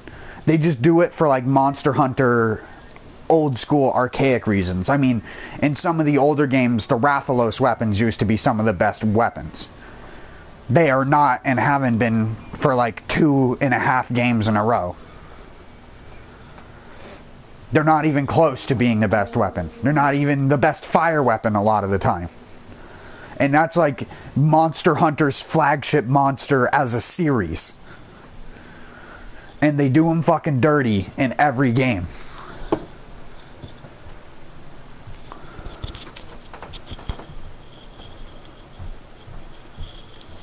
Well, every game since like the first 3. Because again, Rathalos weapons were really good in those games. I mean, in those games, having an element even on a greatsword was not even a bad choice. Because it was before they overbalanced that. Before, what was it? 4U was the first time they introduced diminishing returns in Monster Hunter. One of the reasons why it's funner to play 3 than 4 is that 3U, you can actually just like, if you run 2 dudes with paralysis dual blades, and then 1 or 2 dudes with hammers, basically, with slugger on both, and you basically infini stun the monster. They get constantly paralyzed, and then whenever they're not paralyzed, they're stunned, and then when they're stunned, they get re-paralyzed, and you just keep looping that. Because you used to be able to take advantage of that shit. Now it's like you get 1 paralysis, and it's like, okay, 5 minutes from now, I'll get a second paralysis.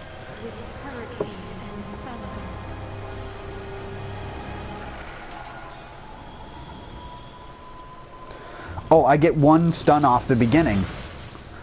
Now, I won't get another stun for 15 more minutes.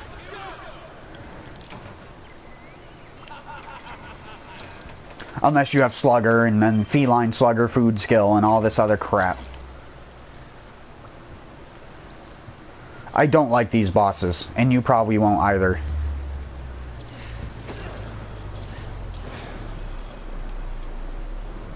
No, I wish it was. Xeno'jiiva is fun to actually fight. He takes long, but at least his fight is like engaging and has mechanics that are like, oh, he's glowing red and he's flying. Let me hit him with a fucking slinger pod to knock him down so I can do a lot of extra damage.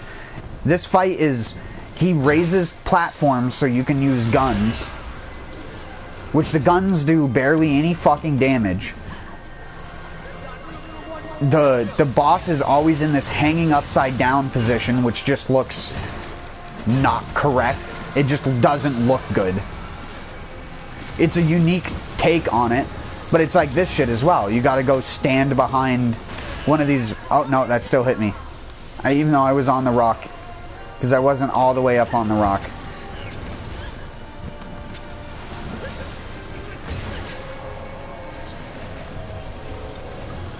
And then it does, and this isn't the only, this isn't, oh yeah, and this is the easy peasy mode version. There's another fight where you have to do, where you have to fight the combination of it and Ibushi, and it does like rings followed by these stupid pillars which encircle it all over the place. And it's obnoxious. I don't like the design of it. And apparently they remade it for Master Rank, even though rampages aren't a thing in Master Rank. They just completely scrapped that system in Sunbreak.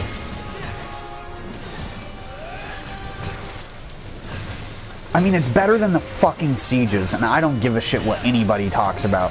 They have not played the older games if they think that Rampage is somehow worse than the Sieges were. The Sieges were actually fucking awful pieces of gameplay.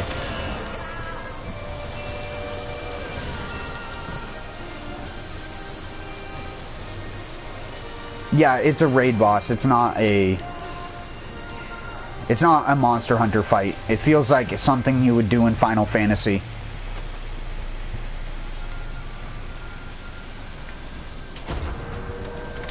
Get nuked. It doesn't even stun it either. I love it. You fire a gigantic fucking nuke at the monster and it doesn't even care.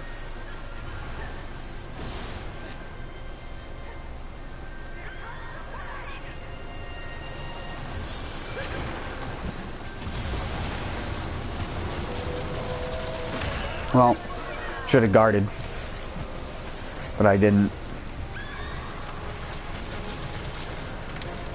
Okay.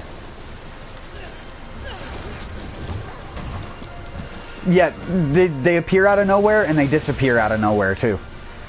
Just for the sake of this being a siege combined with fighting the boss. The whole design aspect of this thing is like, we had to do it because reasons.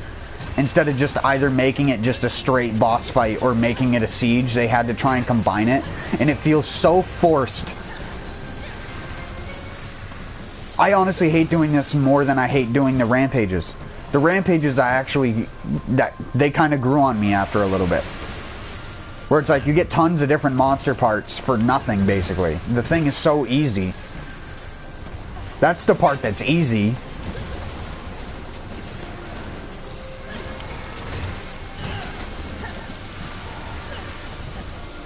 Oh, it's doing the 3 ring.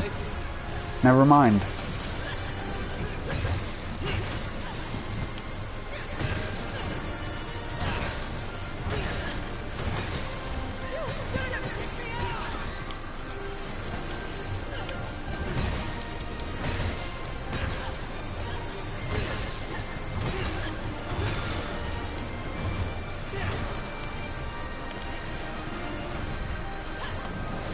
It's just like how they had to make this thing fly upside down so you could hit its head.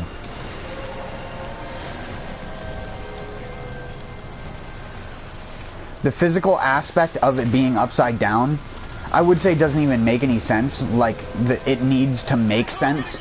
It's a Monster Hunter game. It just doesn't... It doesn't... Not only does it not look right, it just doesn't feel right as well. It ends up looking more scuffed than anything else. Oh, here's the Dragonator. It's unlocked. This will probably be another fight where it doesn't get used again.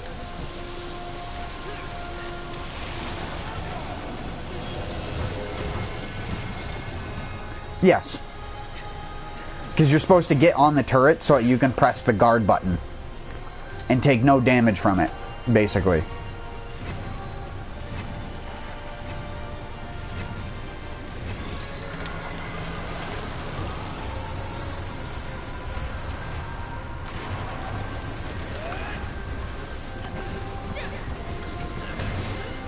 It's just like how they make these platforms for you to go up and attack its sack. But the thing, it barely stays down enough for you to do one hammer combo or a true charge slash with a greatsword. Like, you could have made it a 1,000, 2,000 HP tankier, if not more, if you just gave it a fucking 5 seconds more of downtime.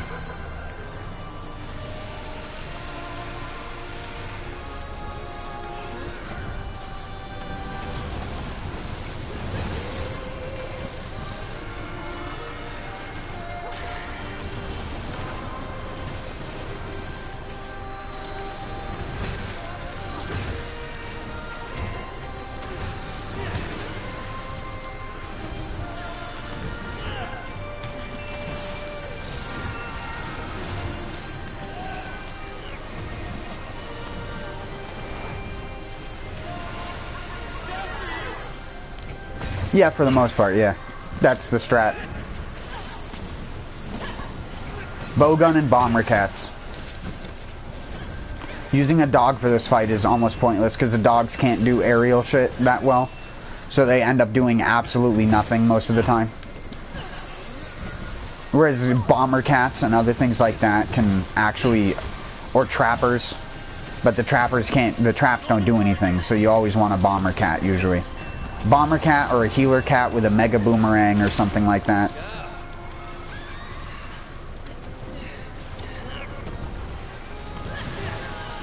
That's the only good thing about the dog is that the... Oh, never mind.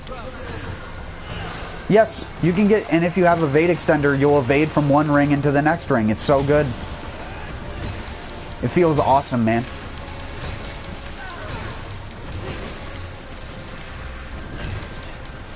Feels great.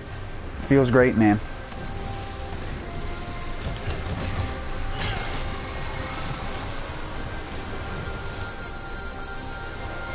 Is it ever going to get in front of the Dragonator? That seems to always be a thing that never happens. I try to, but it don't really follow, and when you want it to follow, it always goes to a fucking corner and not towards the Dragonator. Cool, nice rings. I'm just gonna stand here.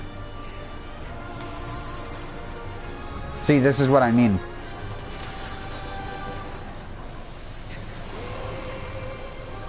You'd think so, but no, it has to be directly in front of it. Like now.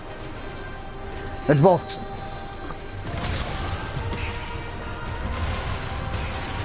It hits multiple times in this game. The reason why you want to do it is for the knockdown.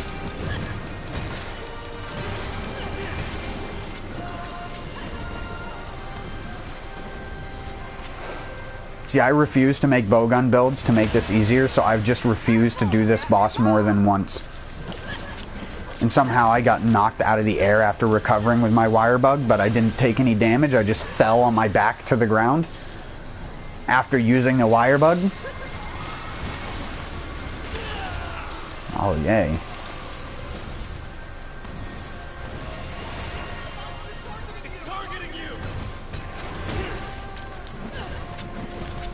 No, it's an Elder Dragon.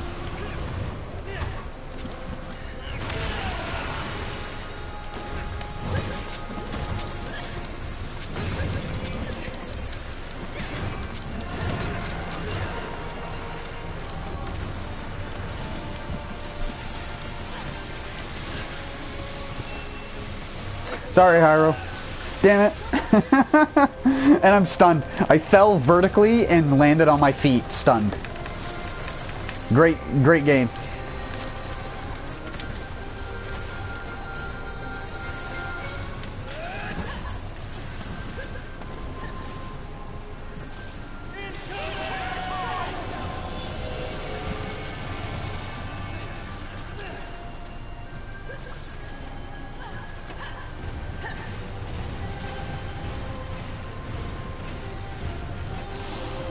There.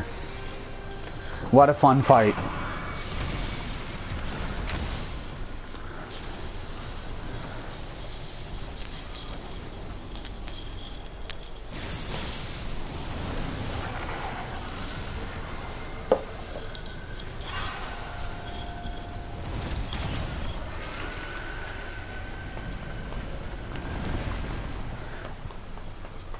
Yeah, you do. You see those little orange bits on the ground? That's your. That's how you skin this monster. Because even though in the cutscene the guy comes over and goes, "We can't even see to the bottom of this ditch," you come and fight this thing for the second time, and you fall to the bottom of the ditch, and it's not even that far. Here comes the message. And it's a completely big room that's full of like bugs and other things like that for you to pick up and throw at the monster. So it's like, what the fuck?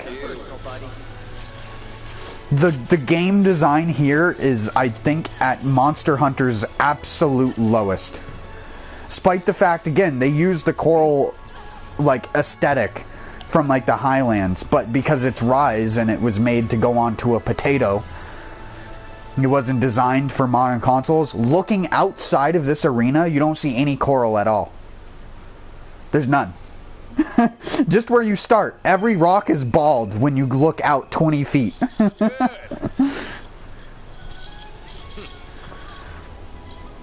What do you think? We can fucking put environment into the game? What do you think, after a year and a half of us porting it to a new console, we'd have upgraded the graphics a little bit? Fuck no. Hey, but at least it runs at 60 FPS on a fucking literal slice of potato chip. I'm gonna game on my Nintendo potato chip.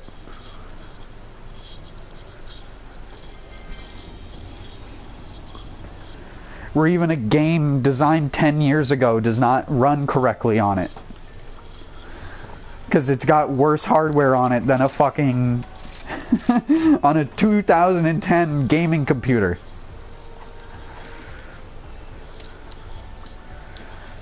Oh yeah, that old school 760 Ti. You know what it do, baby.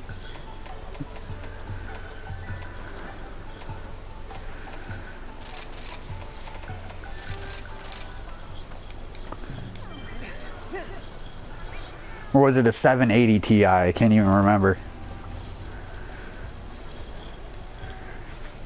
Or the GeForce 6500 series or something like that. Some old fucking bullshit.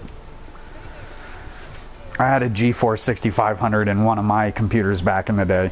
In like 2008 or 9. It's what I used for World of Warcraft. And then I realized that original World of Warcraft doesn't even use your GPU that much. It's all CPU. So I was like, fuck, dude, I have this fucking brick in my computer that costed me, like, at the time, fucking, I think it was like $150, $200 for that fucking graphics card. Which is like, imagine getting like a newer generation graphics card for that cheap nowadays and not paying like $1,000+ because of a bunch of fucking miners mining a fake currency done through a blockchain that if one day it just goes and goes like FTX or something like that and everybody gets called a fucking scammer because people are buying into scams. Like, I'm waiting for the day that Logan Paul gets fucking sued over CryptoZoo. Because that type of shit should be fucking illegal. It should be illegal at this point for people to make a cryptocurrency and just dump it. Just leave the idea of it or not complete what they say. If you're going to say something and do half of it and then not... So people, like, if you haven't heard the full story, people bought like hundreds of thousands, if not millions of dollars worth of these eggs to hatch for stock photos. Stock photos which have been photoshopped to have another animal's face on that animal. And that was CryptoZoo. And it was supposed to be a game.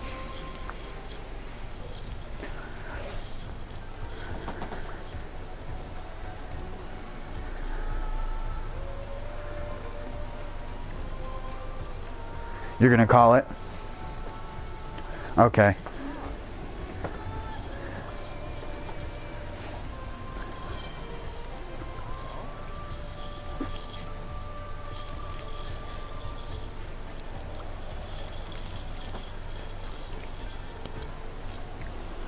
How much longer were you going to be on for, Hyro?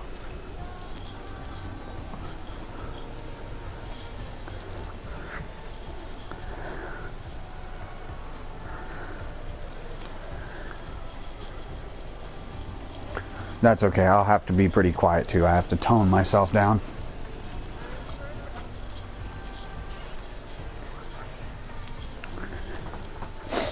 Ricky is normally sleeping behind me whenever I'm playing video games, so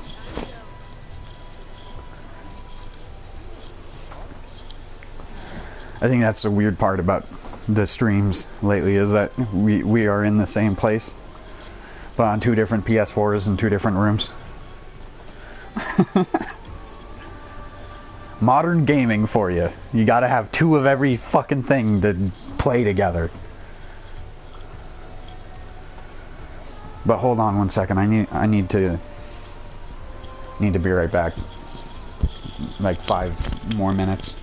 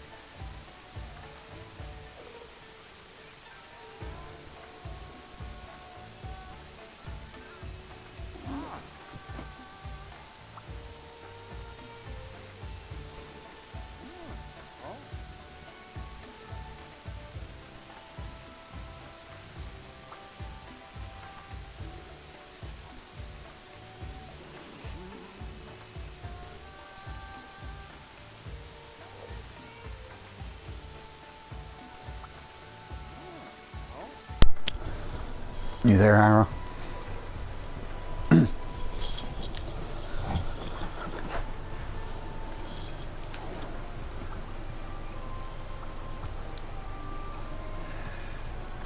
I already ate.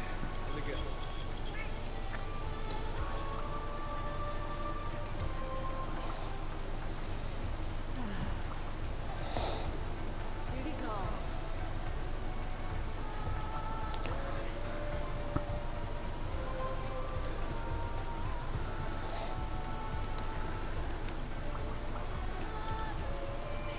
Oh, yeah, right, I gotta join.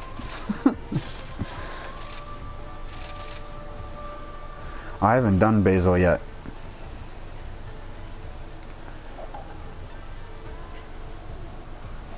Honestly, I should bring a great sword, but...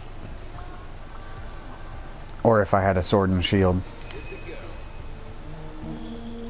Sword and shield is really good on him in this game because of the Metsu counter that you get with it. Metsu Shorigeki. Shorigeki, or whatever. It's basically a super guard point attack. If you land it right as a monster hits you, it does a ton of damage and sends you up into the sky. And you can use it like on Basil's dive bomb when he goes to dive bomb you and just knock him from the dive bomb right out. And the smoke of combat summons those who lust for blood and fiery violence and something to combust. It must be, it's such a weirdly different perspective that you're getting than me. Because you're getting like the guy in Japanese doing like a singing haiku type thing. And in fucking English is just a guy talking like this.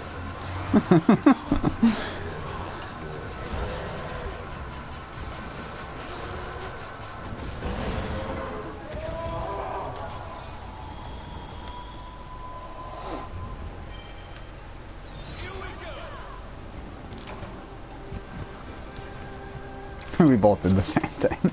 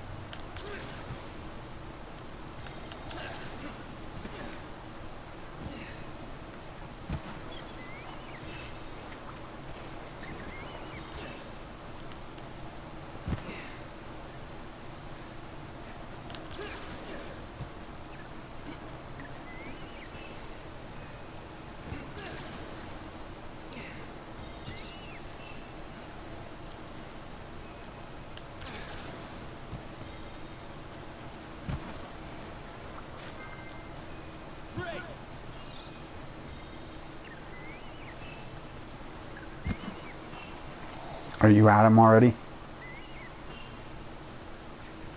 Sorry, I always go around collecting spirit birds first for a little bit. Oh, that's bad. I didn't have a second wire bug to help.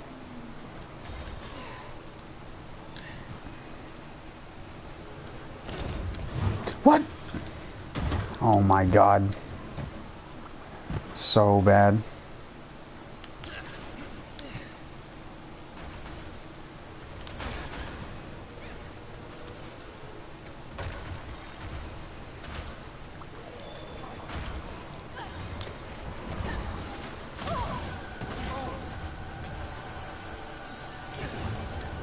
I also don't like how they changed his music.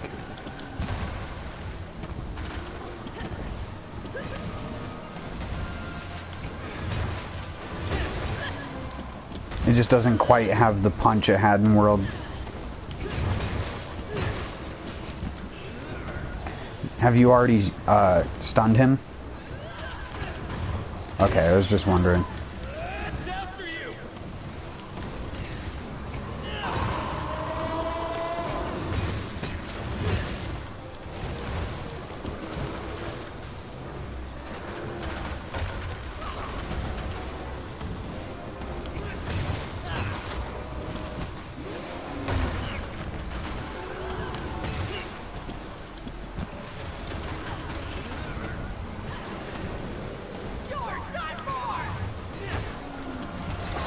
That is so risky to do. When you don't have 3 wire bugs. Oh, do the bombs not set you on fire anymore?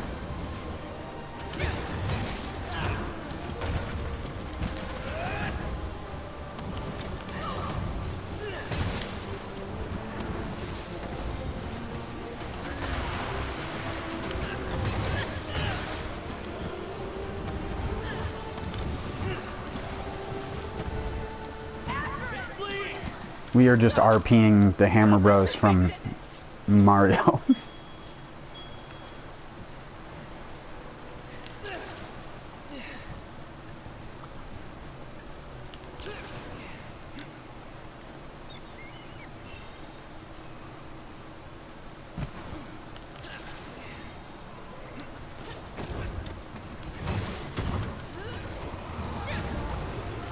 Nice.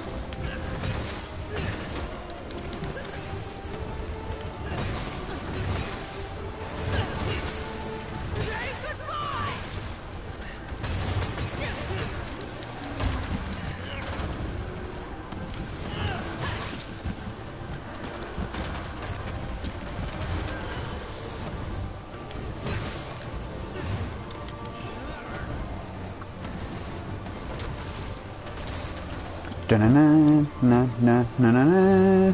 Where's the music? It's so faint.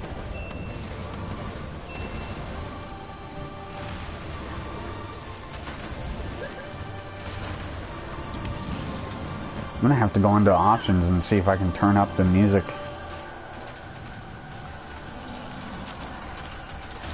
I'll do it right now.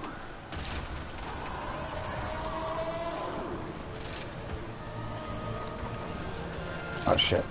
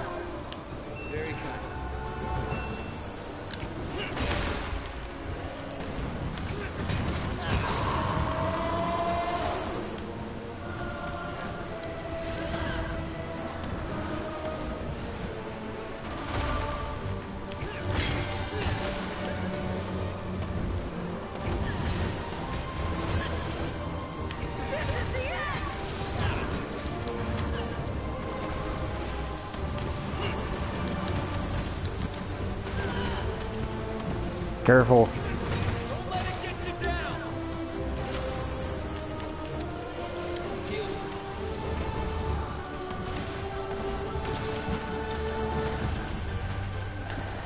See that little mine on the ground?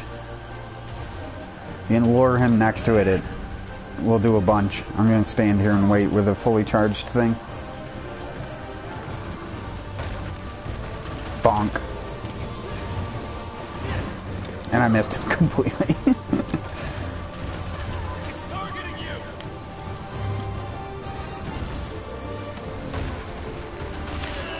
Whoa, that...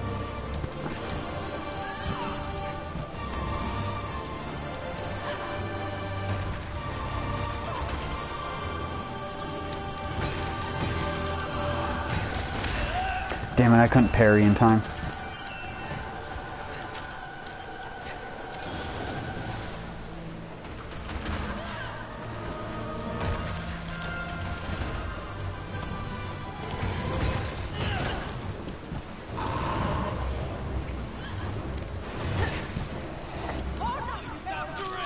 Nice. Just getting started.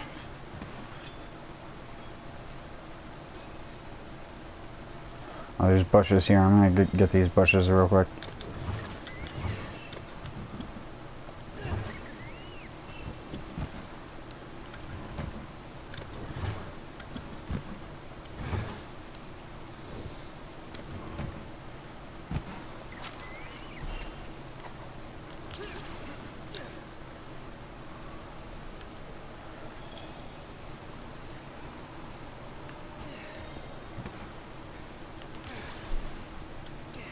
What?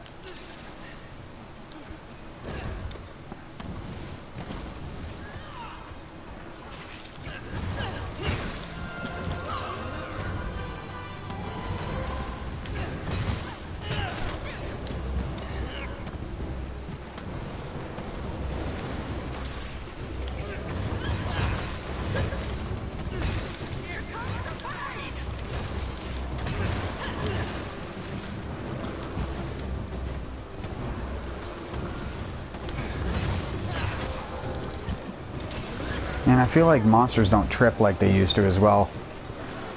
Oh, come over here near where this sand is falling into the ground. It acts like a pitfall trap.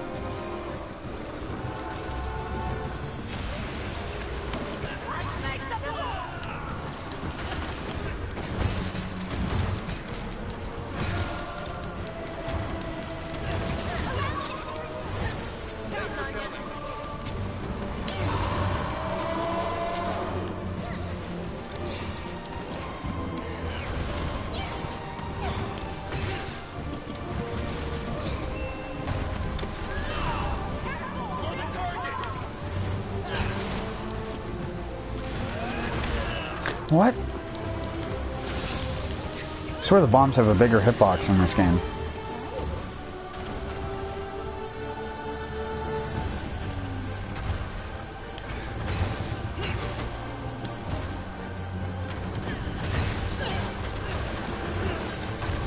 Ow. Yeah, he doesn't do the B-52 bomber thing enough. If at all.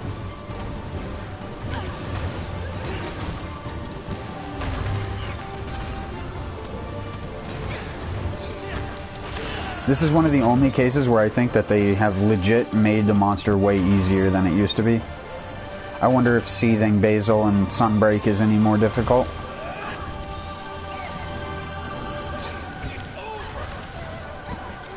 Well, flubbed that one.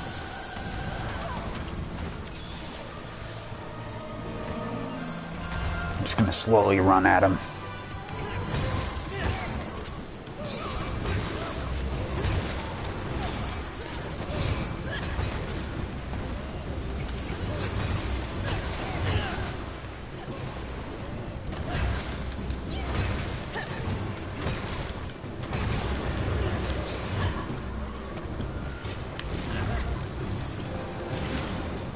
Oh, is this a dive bomb? Whoa! The first dive bomb.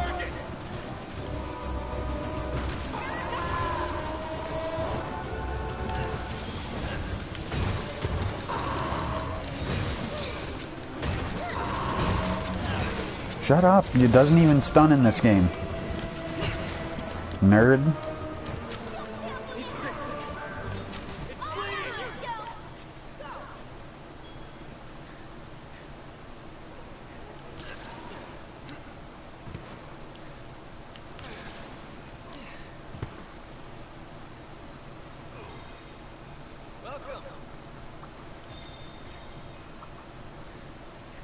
T-Rex is way down there.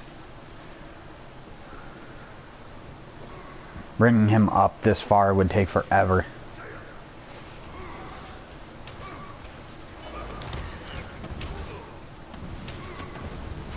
We got a bow gunner with the fucking cartoon character voice who has to grunt every time he fires the gun.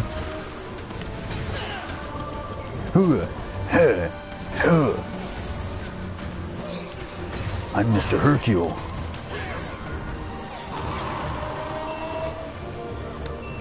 I think so. He looks like Akuma anyways.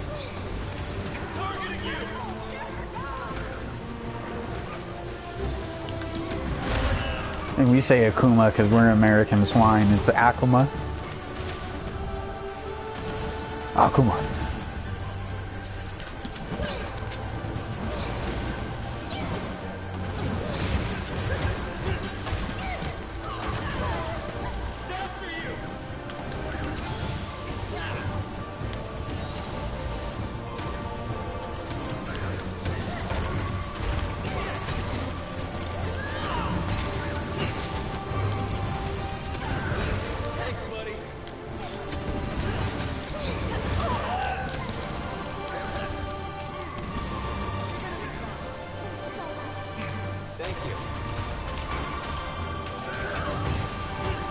Damn it.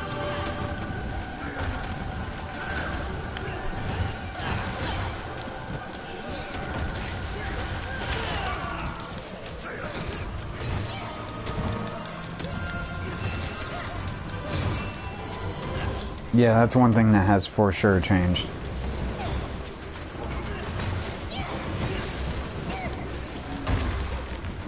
I just hit him for 500. I wonder how different our damage is.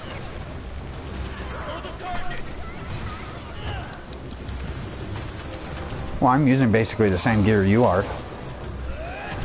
Rathalos helm, Anja gloves, Anja coil.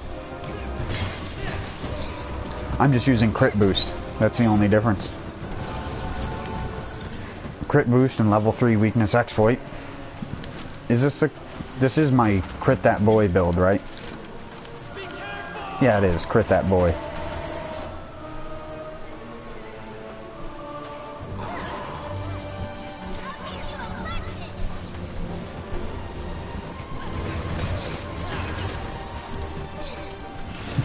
He's basically like immune to stun at this point. You know what? I think if we were just playing 2-player, he'd probably be dead already.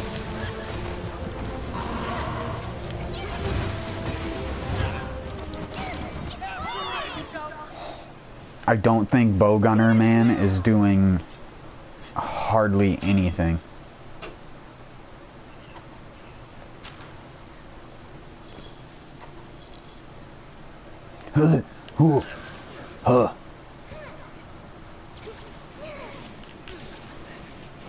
That and the, pick up the Felicia Crow. Why don't you just run by it? It gives you extra rewards. Do you not have it on your map? It's a blue crow. It just pinged the map. I'm getting it.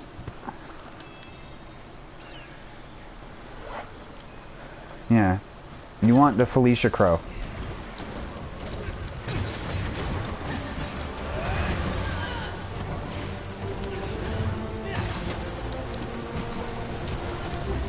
I think it's Felici, but I'm gonna keep calling it a Felicia Crow because it's a frickin' Felicia. It's just carrying around a twig so someone can steal it, basically.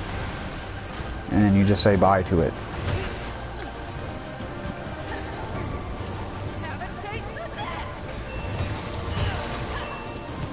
Of course.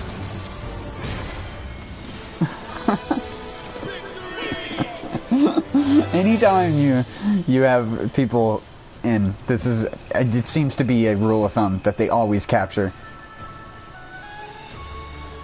I could have, but no.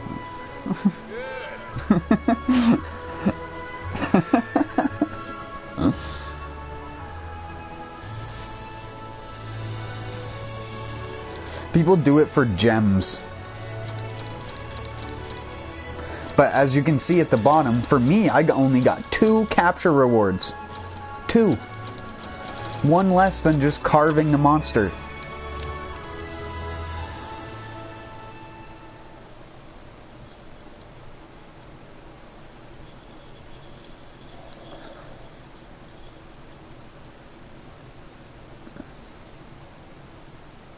I have to capture everything because I want the 3% chance to get a fucking gem.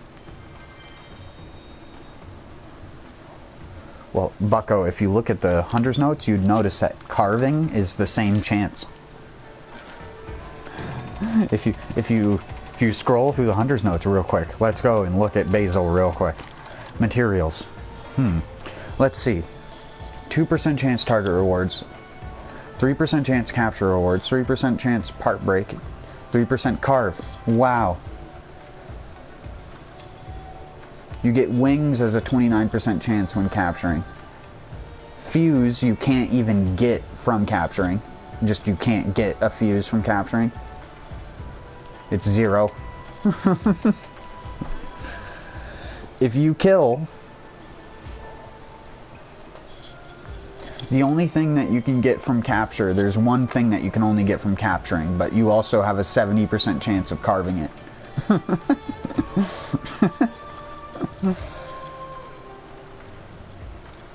Oh boy.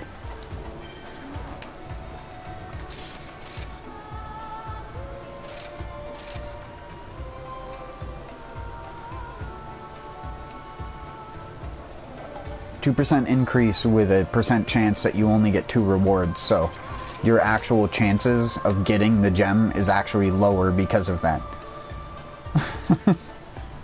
I don't know if people know how mathematics work, but yeah, that's not how that works.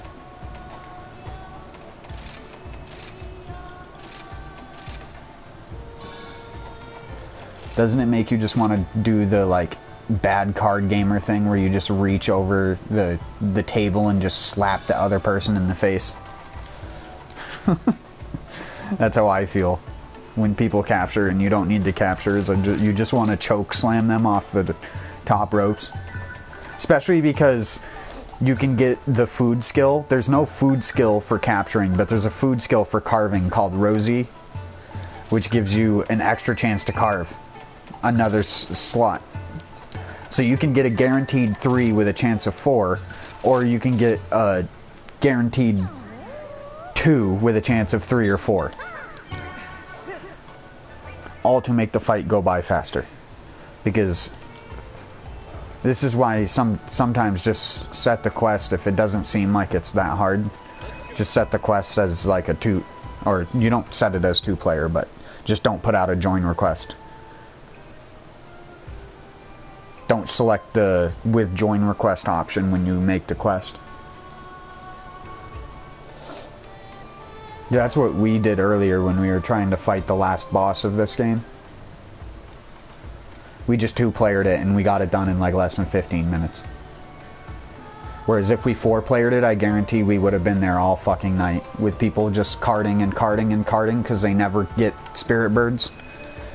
Whereas me and Ricky have like basically developed a thing where we'll take the first 2 to 3 minutes of the hunt to gather spirit birds so we can have full HP. Or close to. Because it's mandatory in this game.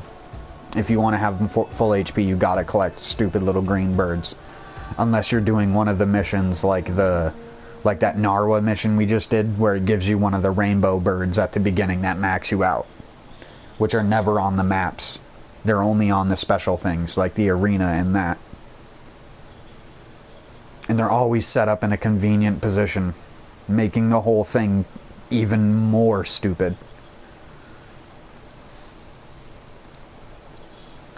Why not just hide a rainbow spirit bird on every map so that people can just make a speed run, go to get the spirit bird and then go to combat? But no, you gotta run around and collect all these little green birds to get your HP.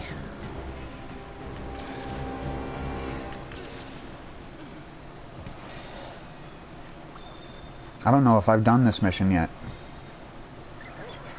So I recommend, like, once you don't need gathering stuff that much, or you've learned where most of the gathering spots are on the map, just change your map over to spirit birds so that birds are always showing up on your map. That way you're not missing any.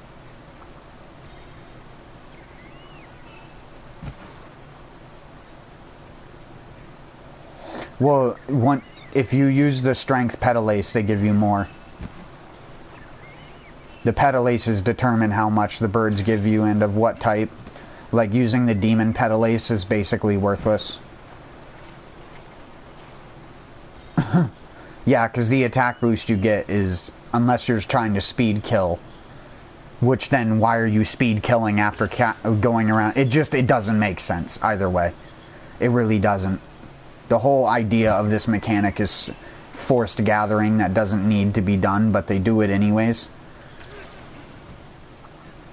Like, especially for Rachna Kadaki, I really would have recommended you collect a little bit more birds. Yeah, I know. I am aware. So I'm going to be a little lagged behind, but I'll be there in a sec.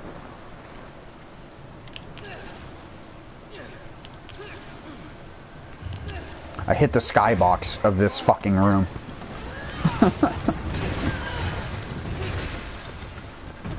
Oh, hammer does good damage to the legs on this.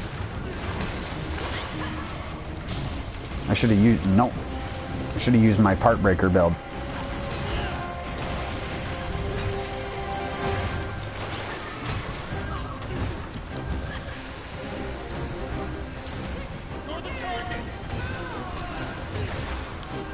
There's one leg busted.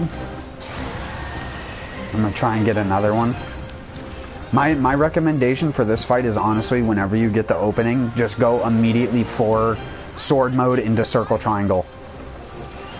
Even if you don't stick into them, just try and blow up one of the legs with the discharge. Probably not right now while I'm beating on it with Anjanath, but...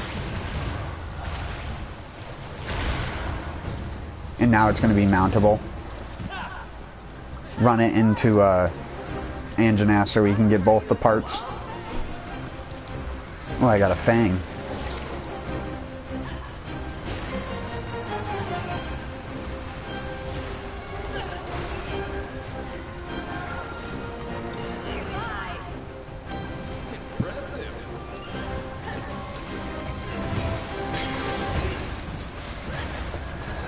Yeah, switch axe and hammer combined on Rachna Kadaki is disgusting. I didn't realize hammer did yellow damage to the legs and webs, because that makes no sense to me, but that makes me further question even more. The guy I was with the other day who was using hammer was struggling with beating this thing. And I'm just like, how? Were you just not even attacking it? Like, were you not using your weapon? Were you just throwing daggers at it? Like, how? Yeah, that's why I was saying, because Rachna Kadak... Oh, are you dead? Oh, jeez. It went over you, yeah.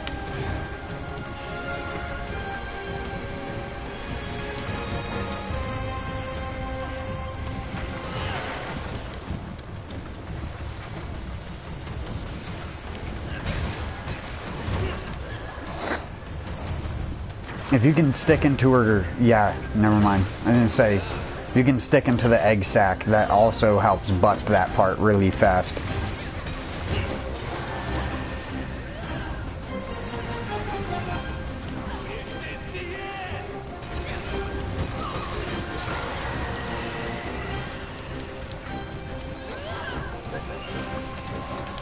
He's gonna put web back on.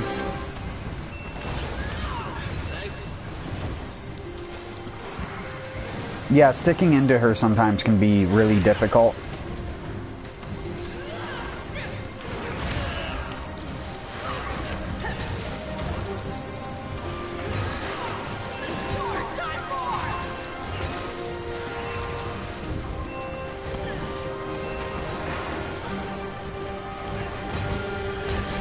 I'll try and target the same legs.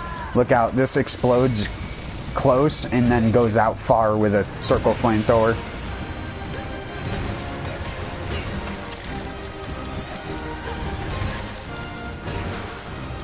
One leg down, and it's running.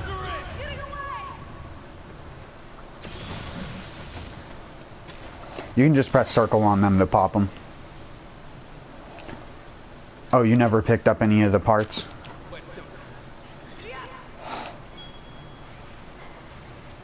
There isn't a Narga switch axe, is there? There's like a Narga on... Yeah, I don't think there is one. Not, with switch axe, you ideally just want really high raw with power file, or high element with elemental file for whatever you're fighting, which means then you gotta have like fucking 4 different switch axes, which then makes the... And don't forget, if you want to charge your sword mode faster, or not faster, but if you want to make it easier to power up the file, don't forget to do the wide swing into triangle combo. You just need to do wide swing twice, and then press triangle, and you'll do the overhead flip with the axe, and you'll see 2 little orange up arrows next to the blade under the the stamina bar, and that will make it so that the file charges faster. Yeah, it doesn't need to connect to give you the buff. As long as you see the little orange arrows.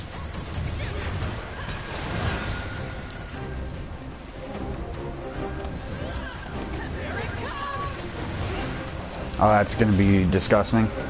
It does such a good chunk of damage, no matter the switch axe. Like, it always does, like, I'm guessing yours is doing like 300 or something. 200 to 300. Oh, green sharpness doesn't really matter. When I use my switch axe, I go down to yellow all the time. Because it's the combined damage is what I'm talking about. Like, with all the little slaps, too. It's like, yeah, it's like 300 to 400 damage, yeah. That's what makes it so good at breaking the parts. That and the explosion ignores armor values, so it always does a set amount of damage. That's why when it's got the webs on, just doing the explosion, if you can just poke and do the explosion into one of the parts, is so good. Because it... Yeah, exactly. It's really fucking good. Switch axe is actually my favorite thing to use against Raknakadaki. Because of how good it is. Yeah, I have a hard time recognizing its sleep if it wasn't for the music. Because it just basically just falls onto the ground into the same position it is when it's stunned.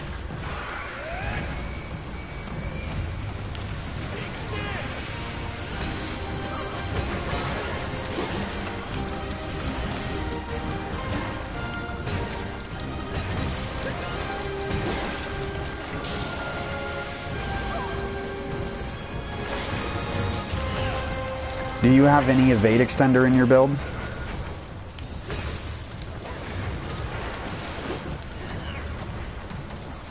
Yeah.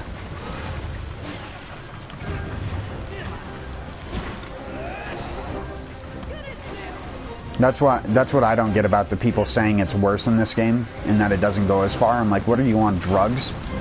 The tier 1 one feels like it goes as far as the tier 2 one in World. Like, in World, you needed tier 3 evade extender to make switch axe work well. In this, you can have one and your hops go, honestly, a little bit too far sometimes. You'll hop out of the area you want to have the hitbox in.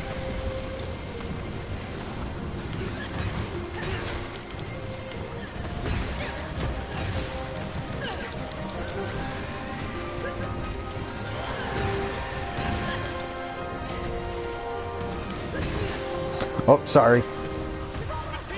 You didn't have to wire bug recover. You could have just pressed R2. I think you can do that out of the air.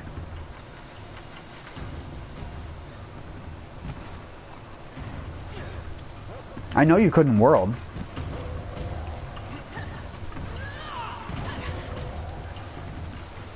Oh, no, you have to be in the air with your weapon out. So if you have your weapon out and fall, then you can press circle triangle in the air.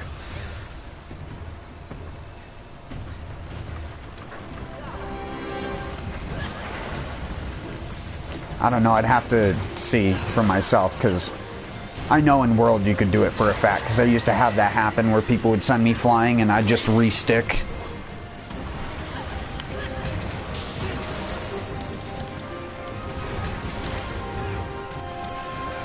I'm working on this hind leg, but I can't get it. There we go.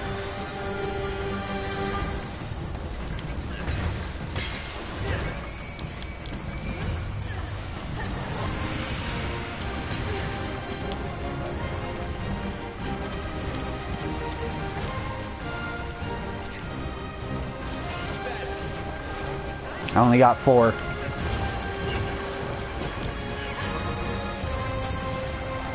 But if I'll let you know if there's a vigor wasp up there as well on the top of this little hill. Oh shit, that did a lot of damage.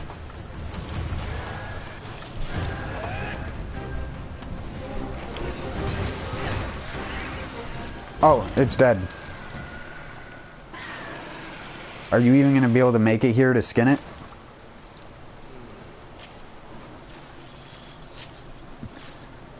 Because I don't think you have the sub camp, right?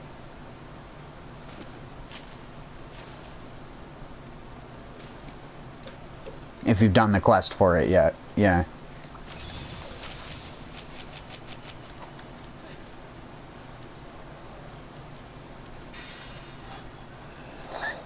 I'm still here next to it just to make it easier for you to find it. Because Kezu's going to be a bit more annoying, especially for Switch Axe. Because Kezu's kind of like the anti-DPS monster. And he's also the only monster you can farm to get Mega Demon Drug materials in this game. He's the only one that gives pale extract or whatever it is.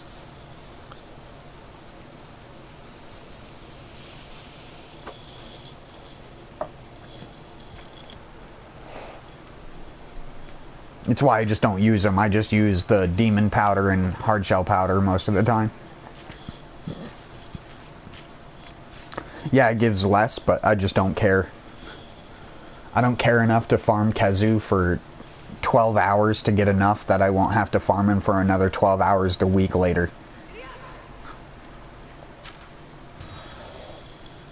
And then he's this way. Yeah, you're going the right way. I wasn't. He's sharpen.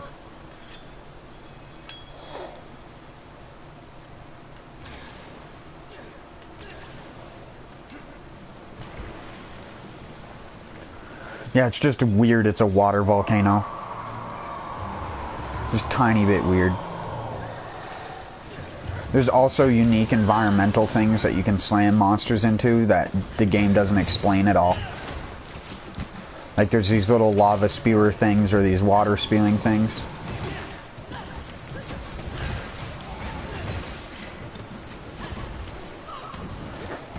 Did you restock on potions? Okay.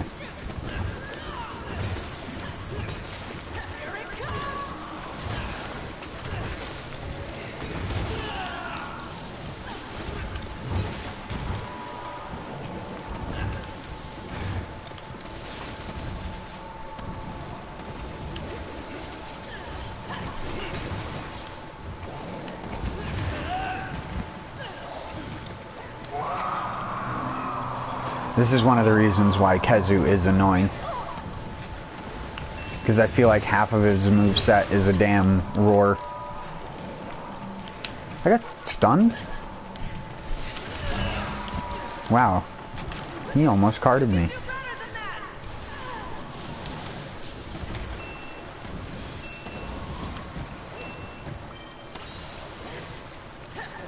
You do?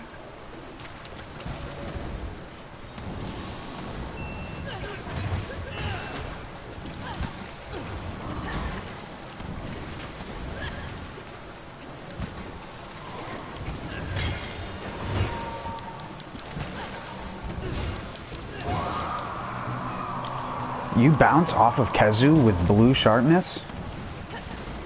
What the heck? I'm bouncing off of him with my hammer.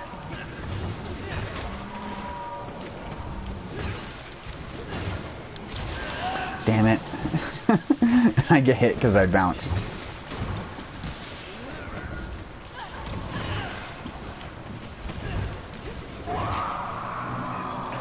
Yeah.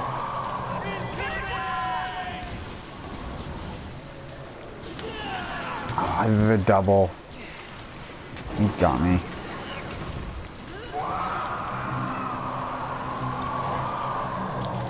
The only monster where you legitimately want earplugs.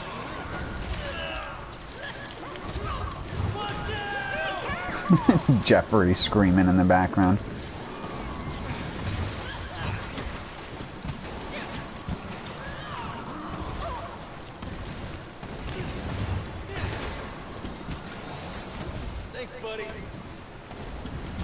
My cat doing the flash bomb missile doesn't really do anything against Kezu.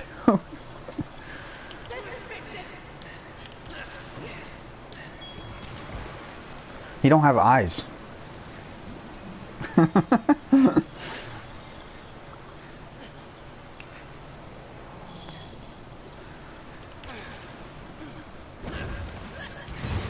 I don't know what's worse, Kezu screaming or Jeffrey screaming.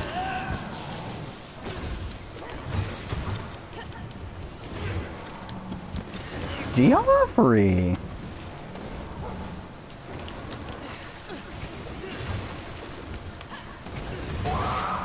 Stop! If you want to tank the roar and you see it coming, remember your L2 triangle tanks roars.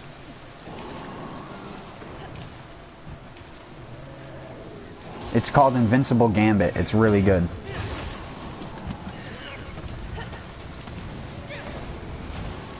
It has full-on super armor, so you can just go straight through enemy attacks. Of course you take damage, like elemental discharge, but it lets you just go through attacks. And especially roars.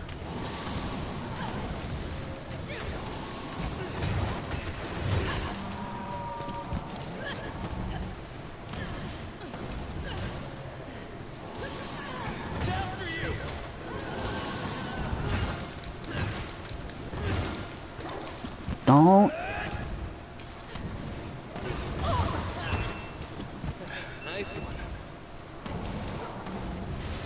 I should have life powdered instead of trying to run up to him. I was going to try and scoop you off the ground.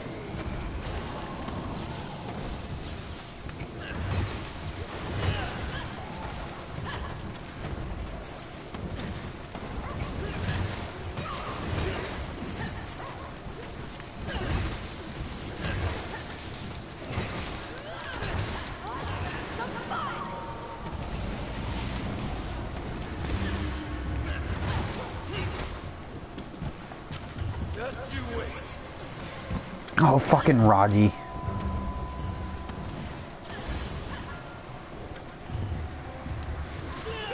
Roggy! You fucking little assholes. It's alright, I got it. I got the wake up.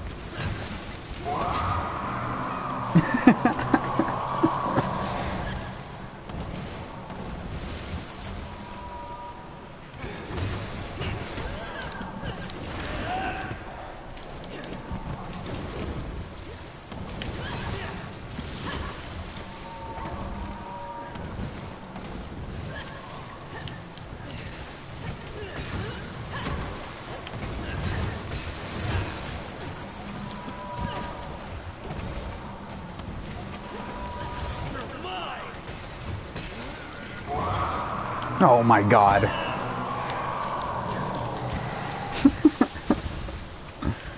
He's almost dead though.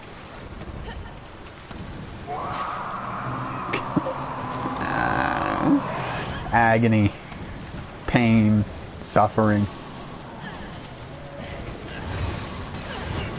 Yeah, it's from the earlier games.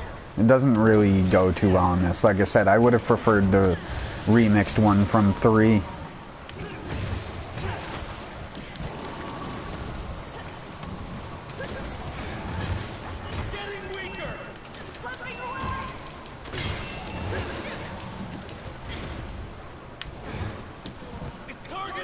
Where's he going? He's going this way? From the Roggies. If you come up here, you can get a free cure to poison.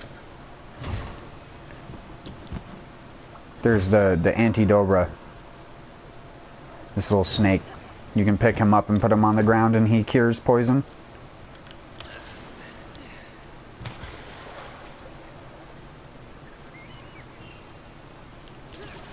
He's actually one of my favorite hunting helpers, just because he's a little cobra. There's a rare cobra in one of the maps that you need to take a picture of for the oh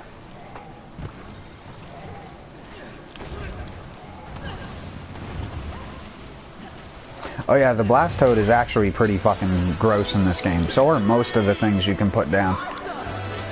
The only one that's kind of annoying is the poison toad, because if you put it down in a group and people step into the poison toad's cloud, you get poisoned as well. Just like the same thing with the Paratoad or the Blastoad. If you're near the blast, you blow up.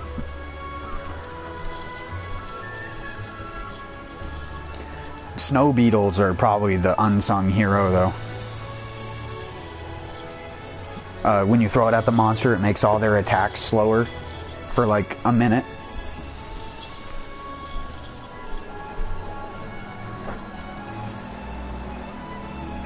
It's really, really solid. Or the Thunder Beetle, because Thunder Beetle makes it so any attack stuns. So you don't even need a hammer or anything to stun. You could be using Longsword, throw a Thunder Beetle, and stun the monster with a KO.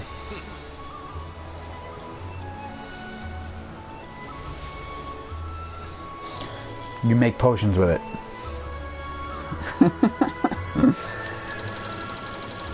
Those don't count as hunting helpers. Those just count as a gathering item. All of the ones that are useful are specific, and you use them from your inventory, like you just did with the Toad. Same thing with the Antidobra. The only ones that don't are the what's it called? The lantern bug or whatever. You pick that up off of a wall, and it acts like a mini vitality mantle that explodes. Or the Aurortal. Damn, Joffrey really going loud tonight. He's just screaming. I only hear him screaming. That's all I've heard.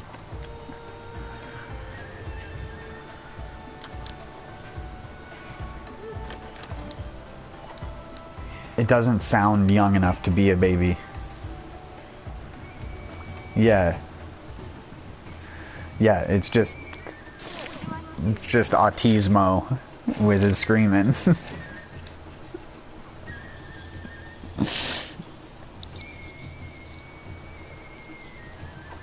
you later then.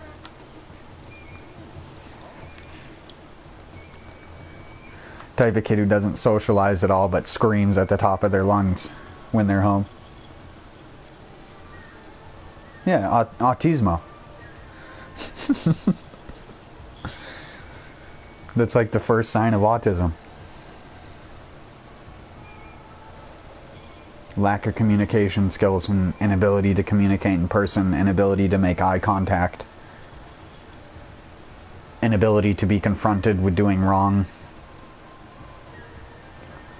There's a lot of like golden signs of autism. And some people will qualify for it but not be like enough autism for them to call you autistic, but you still have the traits. So, because it's like an umbrella term. It's a spectrum. You gotta imagine SpongeBob with the rainbow in between his fucking hands.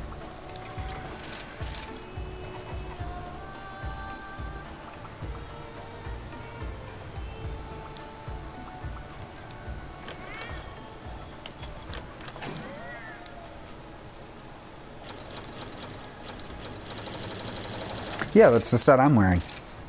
I'm not wearing the actual armor, I'm wearing the layered armor of it, but yeah.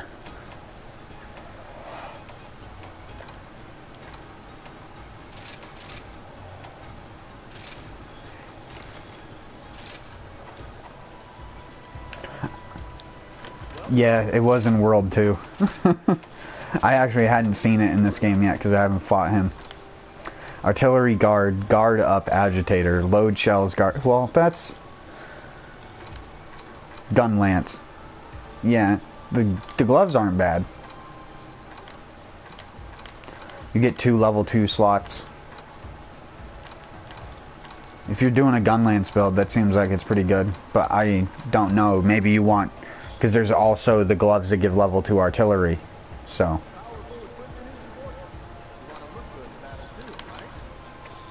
Well, you need artillery to make gun lance viable, for the most part. Because now it's like about using wide gun lance charge shelling builds are gone. The Monster Hunter World long charge shelling build is dead in this game because of Blast Dash. Why would you ever use charge shelling when you can use Blast Dash? Because it replaces charge shelling. Anytime you go to do a charge shelling, you'll do a Blast Dash.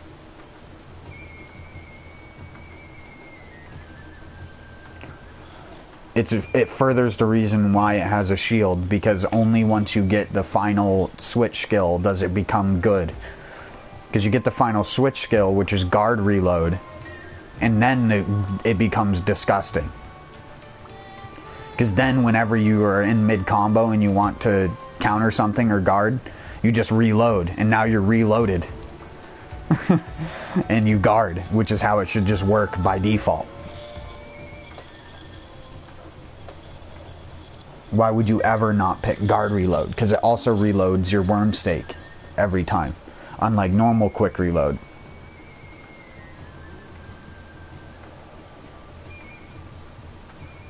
Yeah, but with a wide gun lance, it puts a bomb on them that explodes. It doesn't do the slicing, it just sticks a bomb on them and then it explodes after a set amount of time. Yeah, the bigger one. No. In Iceborne, you would load your gun with slinger ammo, and then it would stick a thing onto them that would stay for a long period of time, and whenever you used a shelling, it would explode. It was really, really good when you had multiple gun lancers. Really good. You had like 3 or 4 people playing gun lance, and they all stuck those things onto 1 or 2 parts.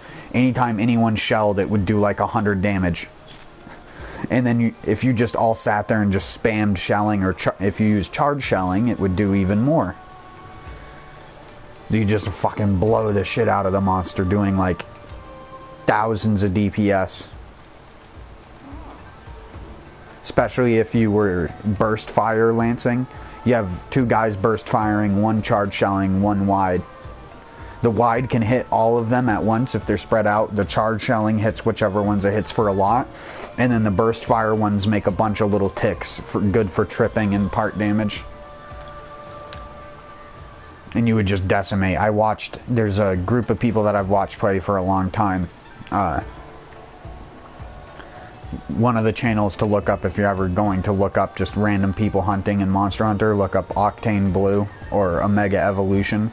Omega Evolution doesn't have a fucking playlist for Rise though, because he apparently didn't want to play with the friends at the time or some shit. So I go to Octane Blue to watch Rise stuff lately and been seeing their opinions, because if Kyle had his own channel and streamed, I would just watch Kyle because he's fucking hilarious. Kyle's one of the guys that they always play with that has the like New Yorker Northeast accent. At least I think he does. He just has like a harshness to his voice that's hilarious to watch. Wide or long?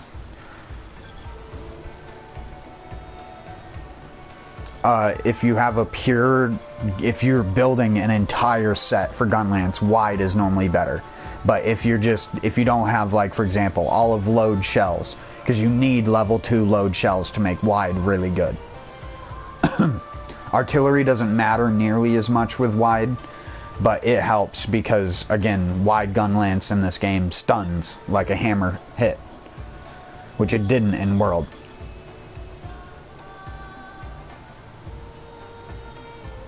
What? Is it a...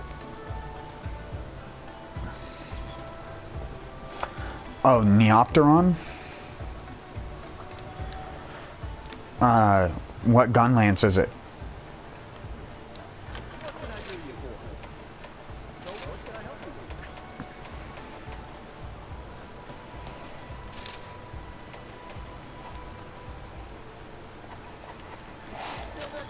What is the Neopteron in this?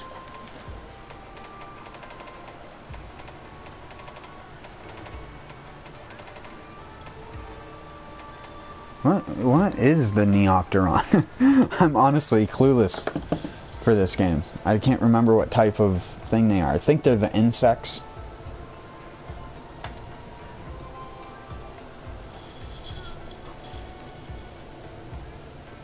Yeah, it's harvested from insects. So the little bugs and the Vespoid things. That aren't Vespoids in this game, they're Bonobras or whatever.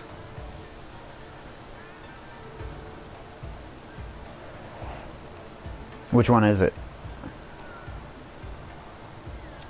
Oh, the Raknakadaki one? That one's actually not that bad. That one's actually probably the best normal shelling gun lance. Just low base damage it suffers from. But because it gets white sharpness, and you can use protective polish or the L2 circle to recharge the sharpness, that can actually be very good. But elemental doesn't matter anything. So as far as I know, and it'll change when Sunbreak comes out, I'm sure, the best gun lances are the ones that have level 5 of a shelling. So like the best long would be either Kushala Daora's, and then the best normal would be Raknakadaki or Rathians. And then the best wide is what's the name of it? It's near the Pookie Pookie one. At least I thought it was. Oh yeah, it's the Almadron one. Doombringer gun lance. Just starts out as Almadron gun lance. It has level 5 wide and water. Pookie. Have you... Oh yeah, you probably haven't fought a high rank or low rank Almadron, have you? It's below the Acnosom tree. Almadron is... Yeah, Almadron is long, lanky boy. He's like Mizu, but mud. Oh, yeah, there's a fucking Nargacuga gun lance, but it's only got shelling level 4. And affinity doesn't really matter with gun lance. It's good, don't get me wrong, because a lot of gun lance now revolves around poking more than burst firing. So it's like poke, shoot, poke, shoot, poke, poke, shoot. Because shooting resets your combo. If you shoot twice in a row, and then the third one will worm stake, so sometimes that's good to get a worm stake in.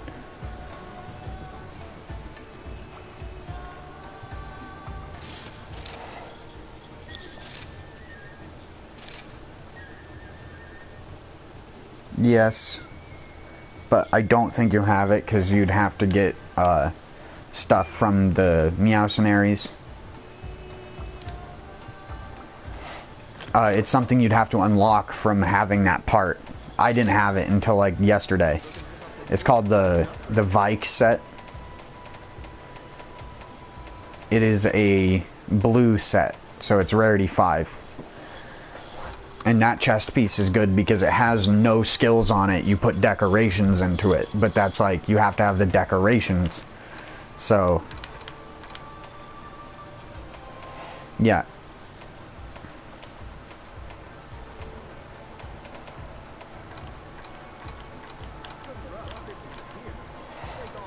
Armored Bream, Spear Tuna, Quality Fin, Dragonite Ore.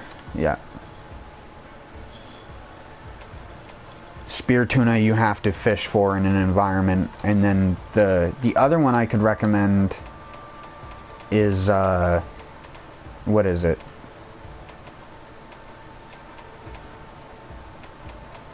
I'm gonna have to look for a second.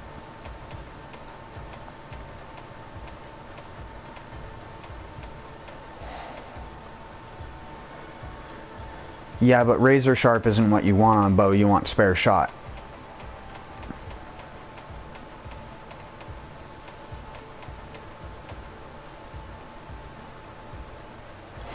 Yeah. It's just because that's meant to be like gunner shit. So, either one. I don't like armor that has both at once because they tend to cancel each other out. There's one good chest piece, that's the Pookie chest piece, which gives you special ammo boost and Constitution level 2, which really helps with bow. Or, there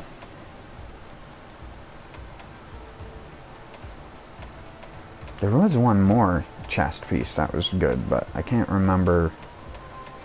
Is it really that far up the tree?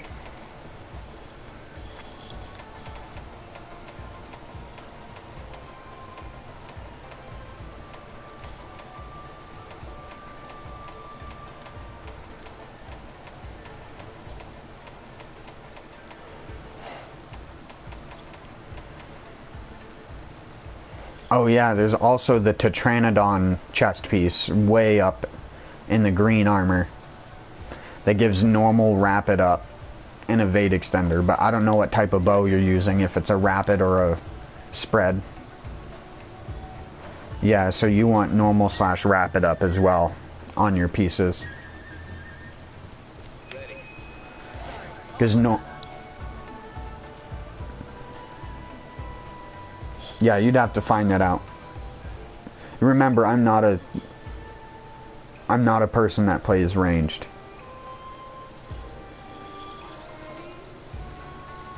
I never quite liked how it felt in these games. Monster Hunter World did the best job of making it feel good, with the minimal amount of investment to make it feel good. This game requires so much to make the ranged weapons feel good. You have to have every fucking skill in the world to make it feel good.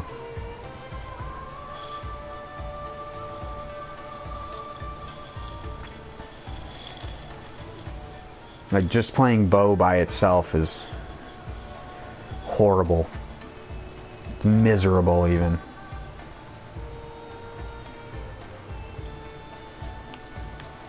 Yeah, Dongo Fighter.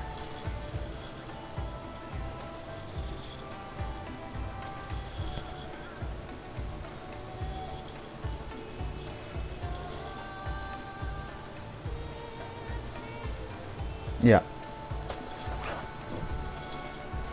Dongo Fighter, Defender, and Medic would probably be the best. Marksman's good too. But I always try to tell people, don't min-max damage if you're not good at using something, because then it probably won't help you at all.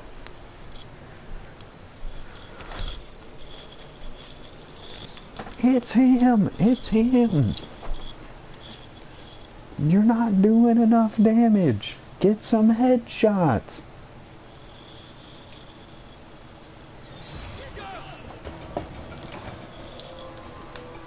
Have you watched any of the stuff on Choo Choo Charles?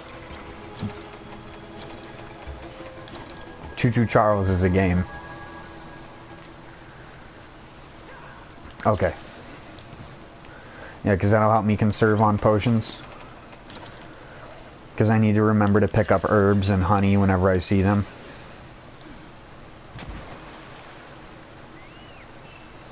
I do, but you make less than you use on most hunts. That's kind of the name of the game with Rise. You gotta, like, try to build up resources. That's why I like using a cat, because a cat helps you get extra from every gathering point. Yep. Yeah, but when you're doing the mining runs, you ideally are going solo. You're not with another person. If you do them solo in no lobby, you'll always have a cat and a dog, so you can use both. I'm full. I fucking have honey on me. God damn it. I can't pick up that honey. Cat, pick up the honey.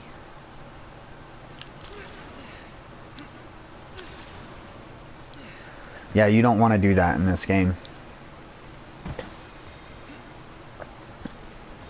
At least not until you have, like, hundreds and hundreds of potions stocked.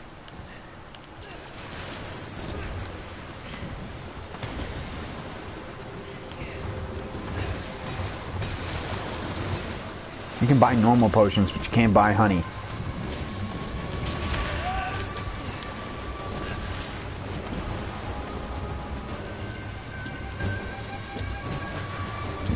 Yeah, that's what I did with my first Argosies.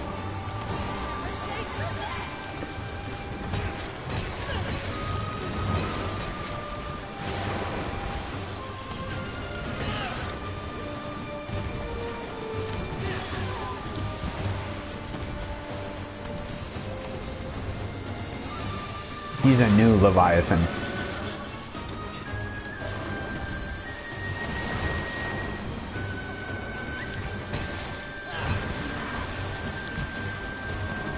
Get spanked, son.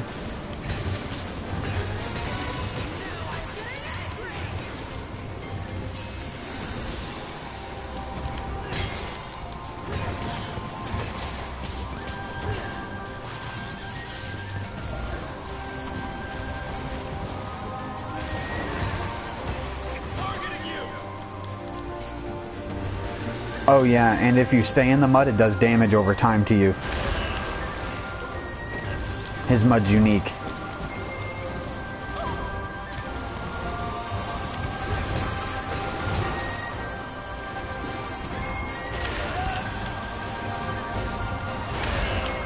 I haven't fought this guy enough to even understand half of his moves.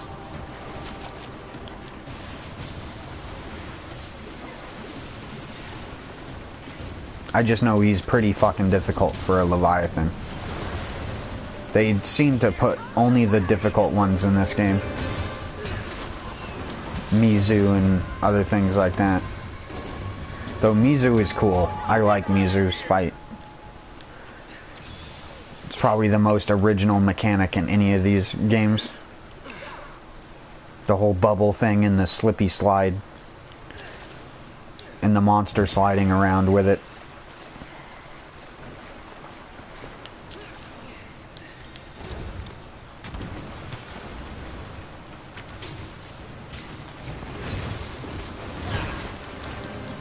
How did that miss me?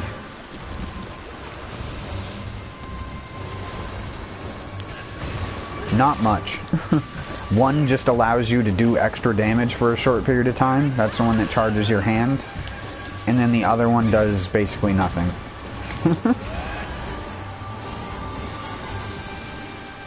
The bow kind of has the lamest ones because you can't do mount damage with the bow. So if you were just a bow main, you pretty much didn't even know about monster mounting without there being a secondary monster on the hunt to attack the monster for you, because that's basically how bow works in this game.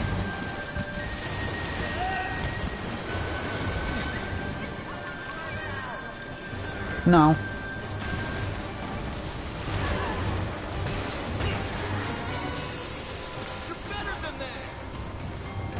They just have had a different idea for bow in every game since 4.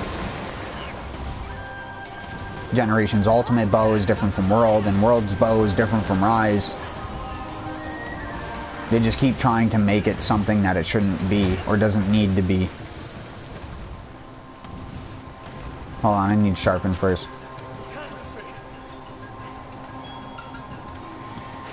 Ludroth, fuck off!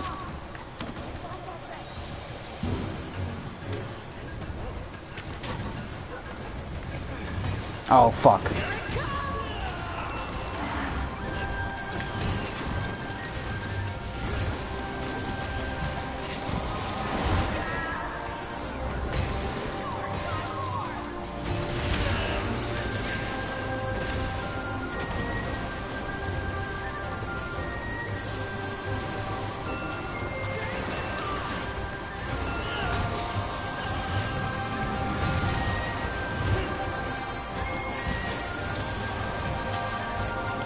He actually does a surprisingly high amount of damage.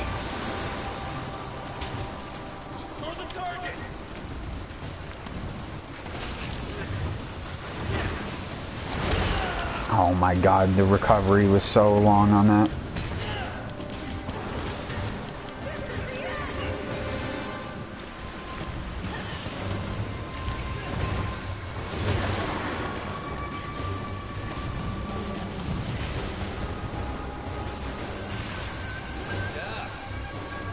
What the fuck? That looks funny.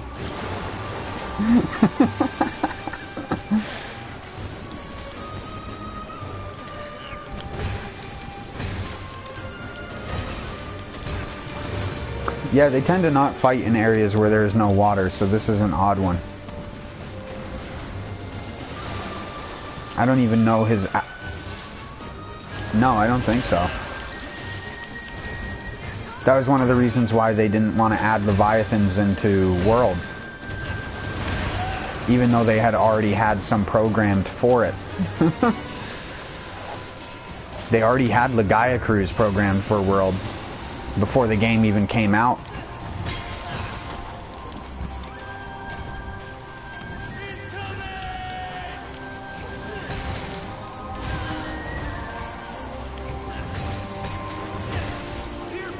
Look at me. I'm Mr. Meeseeks. Look at me.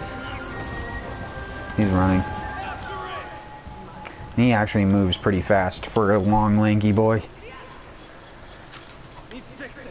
I should use the meat bait. I keep forgetting about that. If you haven't seen what that does, I'll show. Need to get up. I need to get up to him first. You'll see what it do. What it do. What it be. How it be. Here you go. Meat. Look out. Don't run there. Get him, piranhas.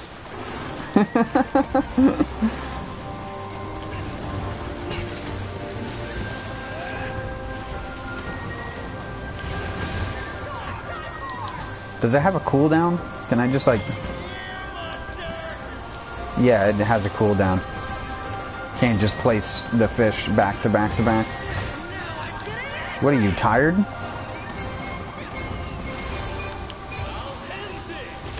Oh.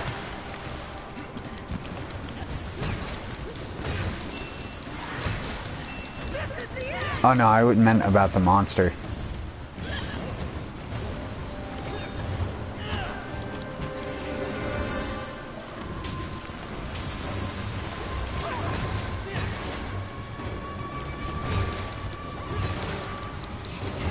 What would also help, like I said, if you would collect some spirit birds so you can have more stamina.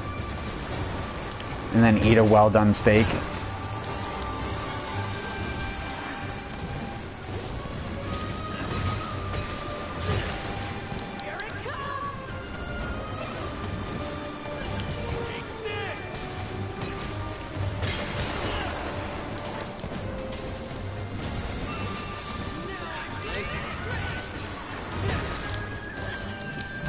How about bait now? Will bait work now?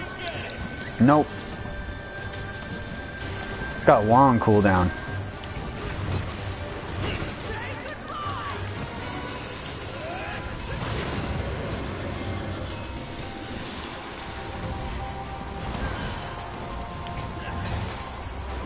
If you shoot at that, you see that little like orange cloud coming off of him?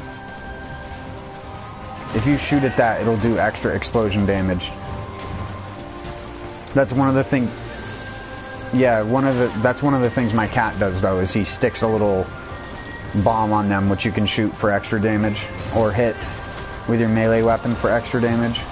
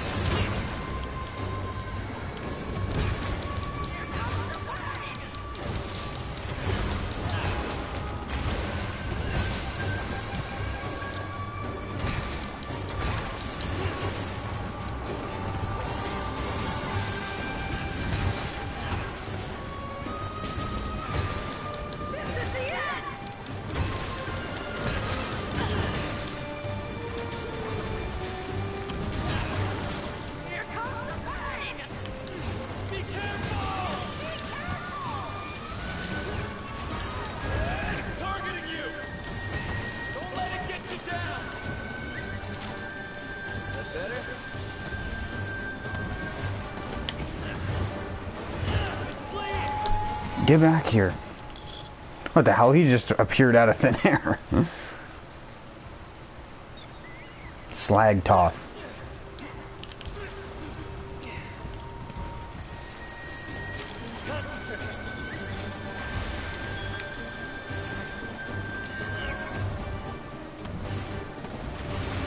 Oh yeah, this. Yeah, you can climb and you can climb on them too. They let you do slide moves. Damn it.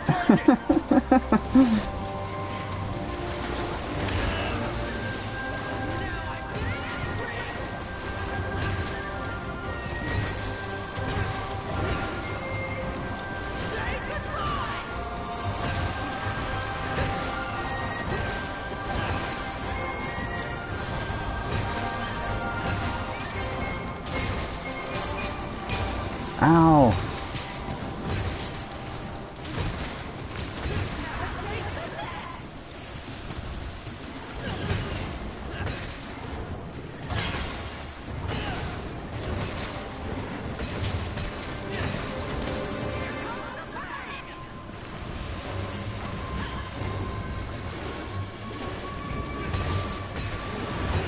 What coding are you using?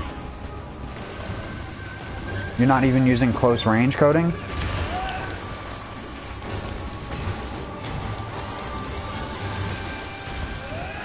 It's actually farther than you think. Like, you don't want to be point blank with close range coding. You still want to be like 5 to 10 feet away. It's just closer, whereas power works from like 20 feet. Because you said you're using a rapid bow anyways.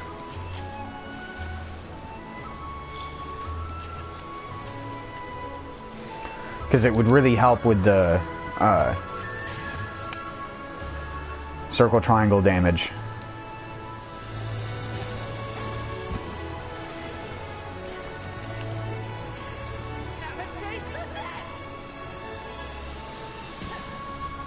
And also, this game doesn't work entirely like World. I don't think, like, because your bow should be red if your dragon thing maintains its combo. I think so anyways, but I don't remember. I don't know how this game's charges work. It used to be yellow, orange, red, but now it seems like it goes red, orange, yellow.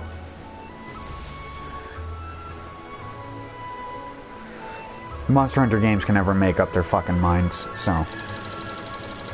That and this was all made in a new game engine.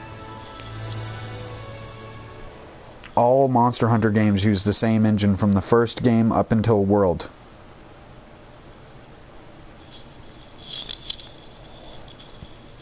Yeah, called MT Framework. Whereas, this game was built on the Resident Evil engine. Ooh, ninja sword. Required materials gathered. I wonder if I actually have the materials for that. Because the ninja sword is actually kind of... Well, considering it's got like almost an entire full bar of green sharpness and 100% affinity.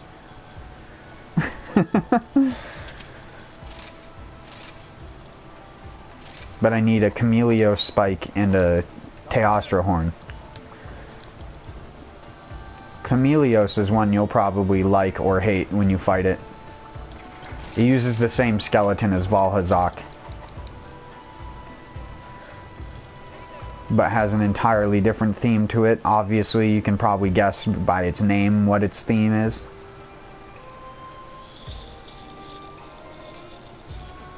Chameleos.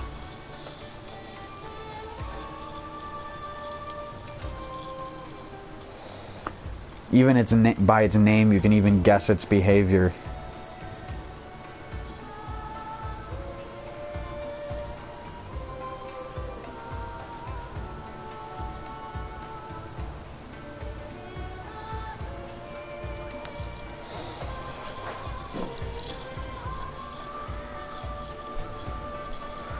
honestly, with PS4 Rise, they should have just released the game with the DLC. Just skipped the whole base game. Because they're going to farm the base game a ton for it to not literally matter at all. Besides just having fun.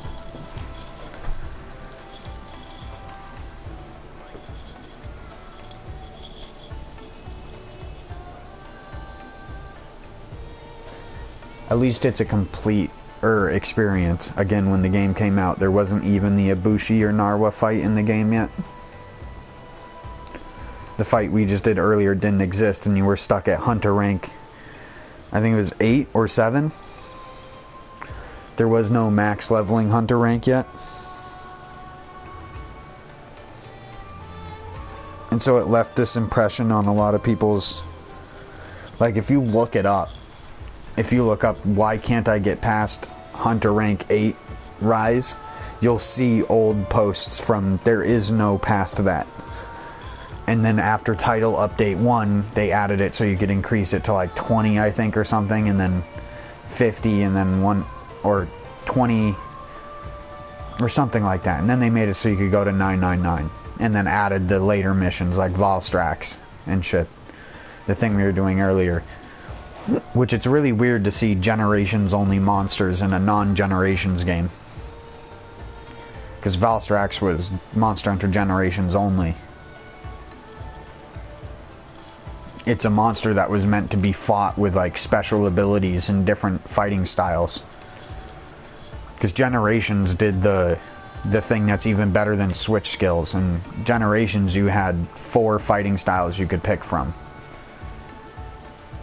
One of them being aerial, the other one being guild. Guild style is how normal Monster Hunter games work. You have the Superman dive and all that other shit with a basic moveset, which was in Generations. And then you had aerial, like Valor, if I remember correctly, and can't remember the 4th one.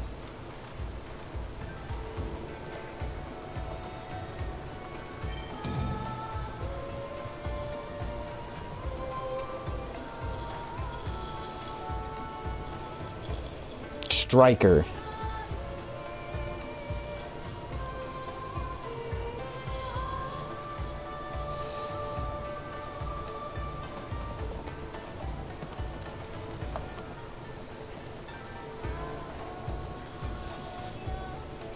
Adept. That's the other one, not Valor.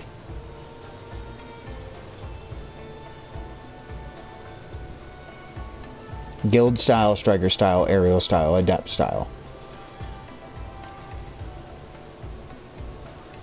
We're in the base Generations. And then there is Valor because of Generations Ultimate.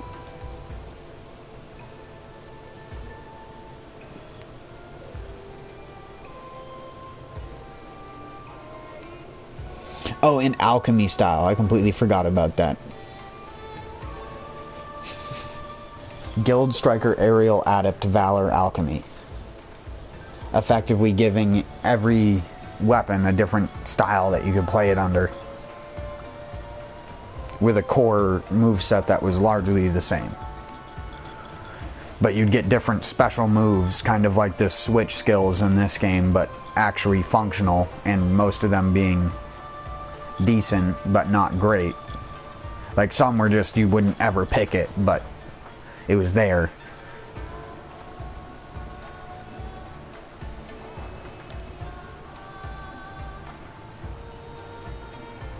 Generations Ultimate. You need a Switch. You have a Switch? Oh, I don't have Generations Ultimate.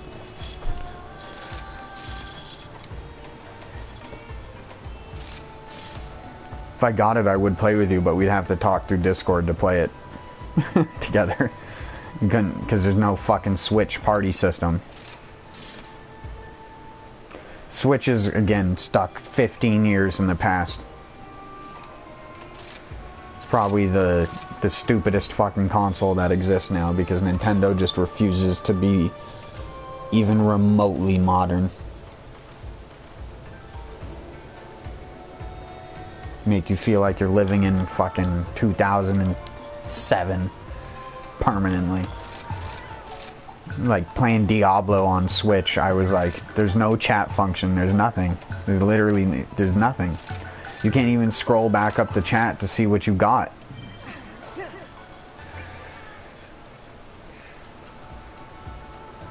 Because I was playing Diablo 3 before this. I played a little bit of World, and then for like the last week before this came out, to like give my brain a little time to space out, I played Diablo 3, because that's just like a mindless, well, for me it's mindless. It's fucking play Barbarian, do ranged, get Thunder Fury or one of the broken weapons, and you just are, you throw a throwing weapon and it chains and kills everything in one hit, and you just are running through all the enemies basically.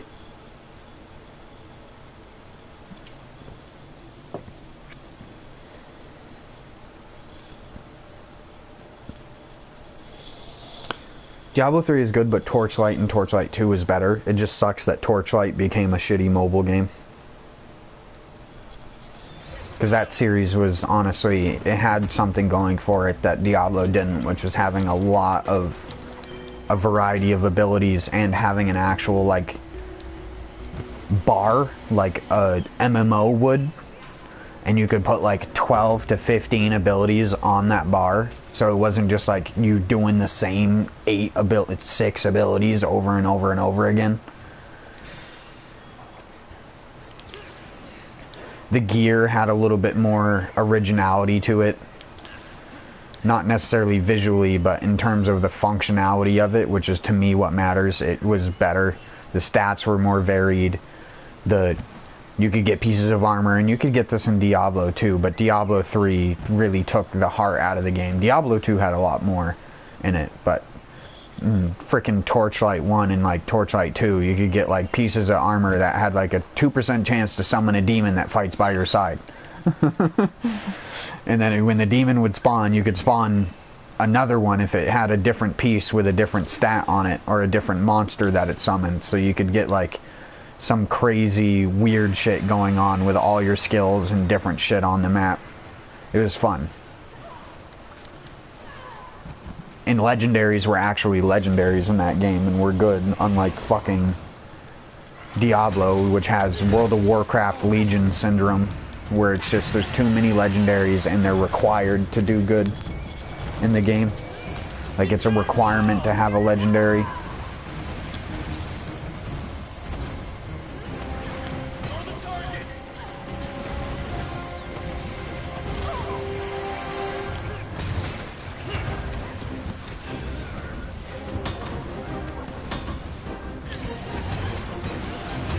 If you want to do the missions to unlock your Switch skills, just let me know. What?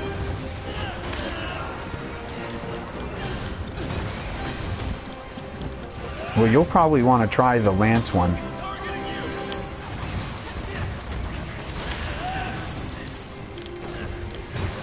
Just because of the mobility it gives Lance to dash back and forth.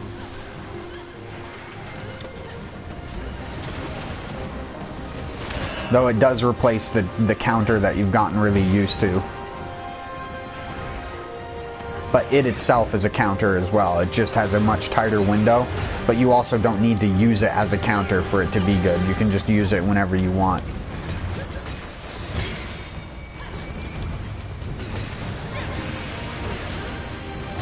Sorry.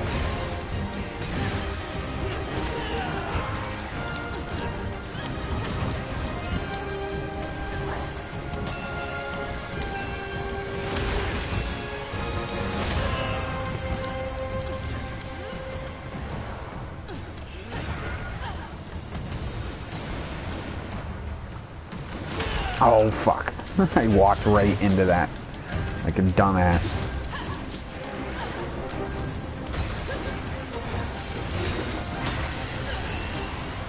Get him with the bomb!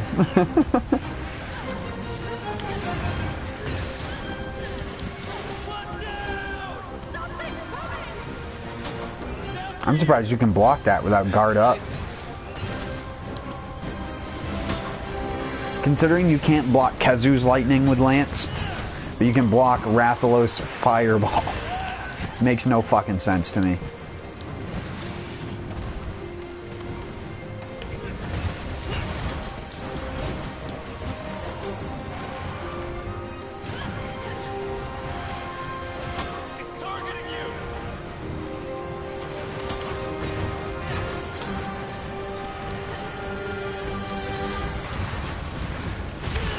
Damn it, I parried too early.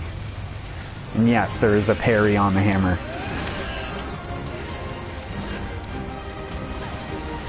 It's kind of ass because you have to basically be standing there to do it, but it's better than the little side shove that you get by default.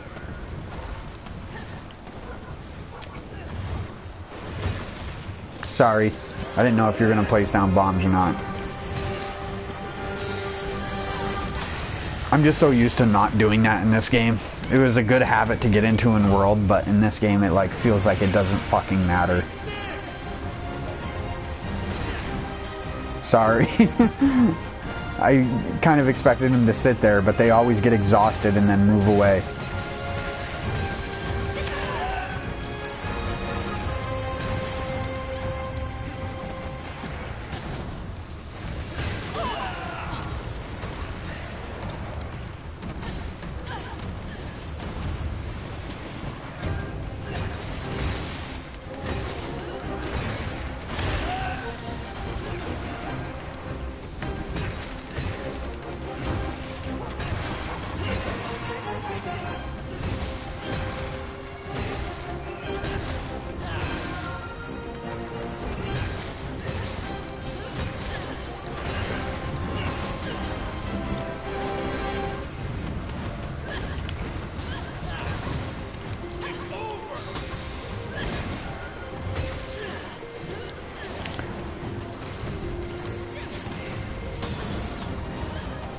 Oh. Concentrate. I'm just getting started.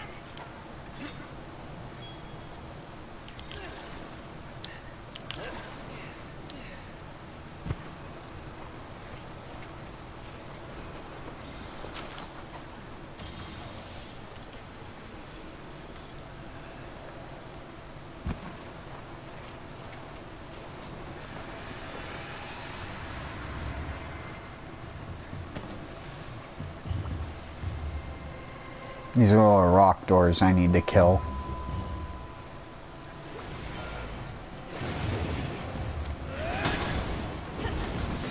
I'm surprised I did not send you flying.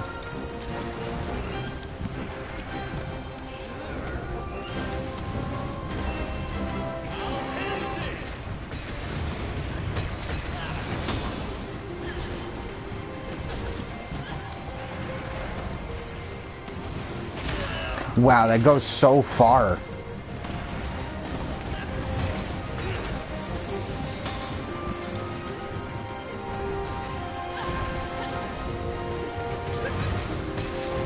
You should be trying to go for the tail.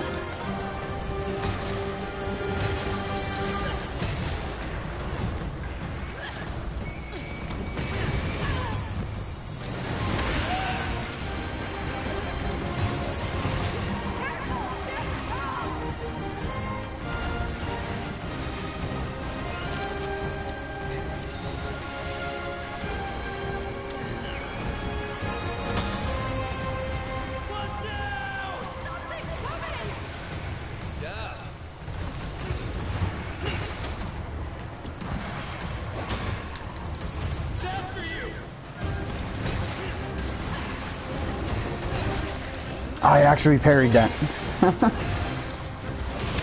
Didn't do that one, though.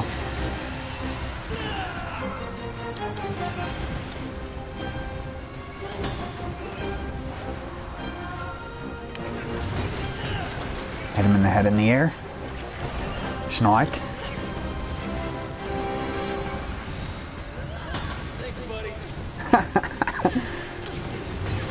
My cat actually flat... Oh, sorry.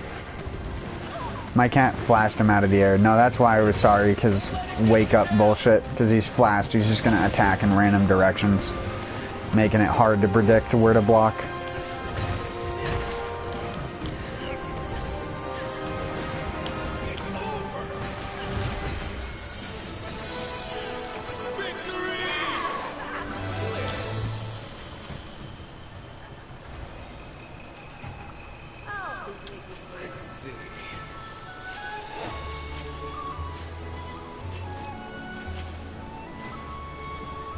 Hammer and anything melts monsters, because if you have something that can be the interim damage in between the hammer coming up and slugging it with a hard hit every now and then, it's like the better thing about hammer than greatsword in this game is greatsword used to be like the only thing that hit really, really high numbers.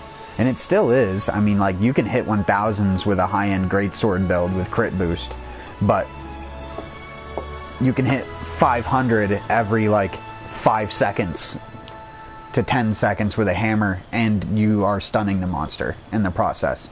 And you're not spending half of the game repositioning to do one strong attack. Like that attack I was showing you last night, Rage Slash. Imagine trying to get that on Rathalos, who's moving around all the time. Lance is literally better for that, because guard dashing, the counters when he comes towards you, all that other shit makes it so much better. What are you going to do, tackle through a Rathalos when you can't turn? Tackle so he's on the other side of you. You can't turn. Now you have to Rage Slash in the opposite direction. Oh, but Rage Slash only hits like 3 feet in front of you.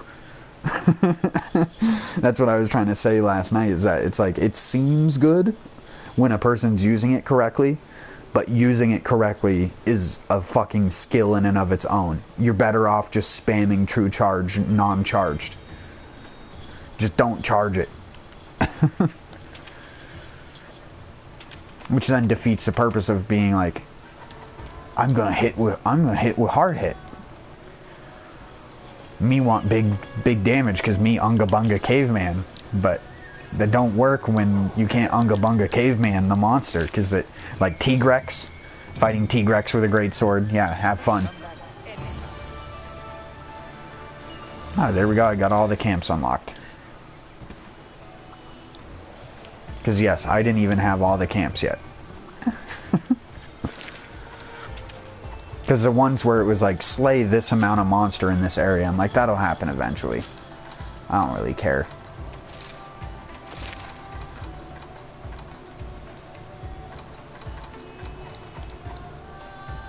Yeah, to make Palico gear and shit. You didn't know that yet?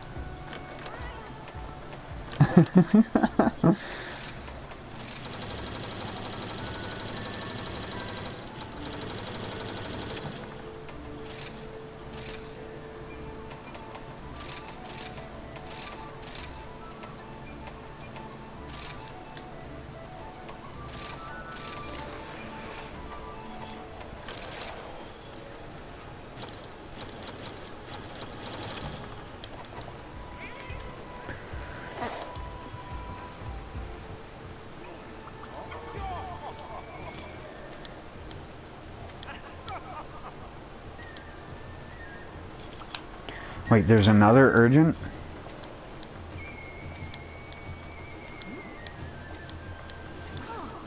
Come back anytime. Oh, no. How can I help you? I beat the story of the game. Good. And all the Apex monsters that don't matter, because Apex monsters don't give you any unique weapon trees or upgrades. Which Apex monsters are, again, they're the... What the hell are they called? Not tyrants. Oh.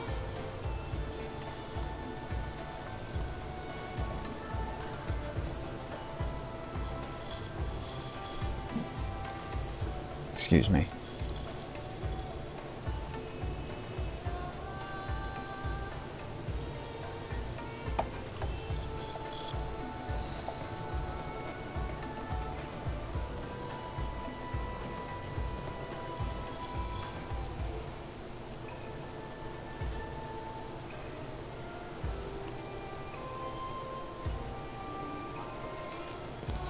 Try Generations Ultimate.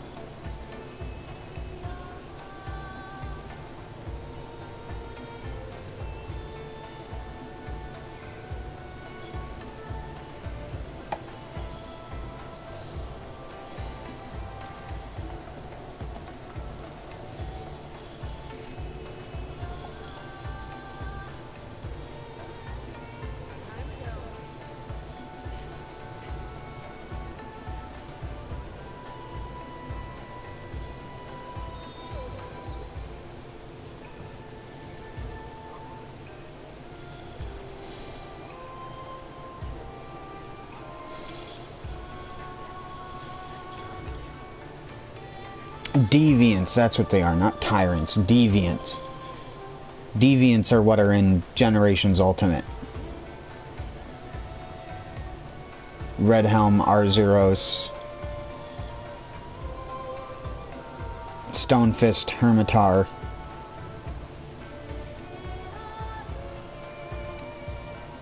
Hellblade, Glavenus, Snow Baron, Lagombi. You're probably noticing a theme here. That almost all of these monsters are monsters in this game.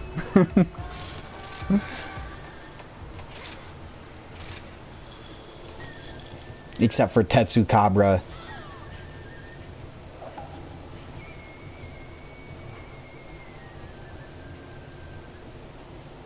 Yon Garuga. Thunderlord, Zinogre. Oh yeah, Astalos. He's in Sunbreak. Gammoth. Malfestio.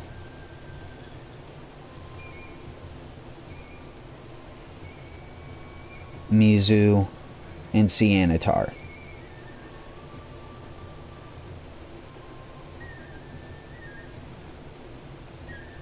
Which uses a Glavenus skull?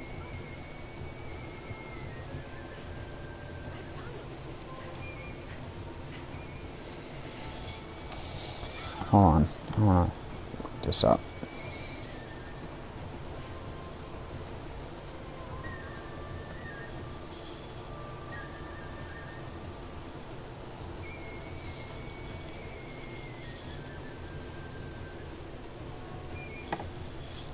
Okay.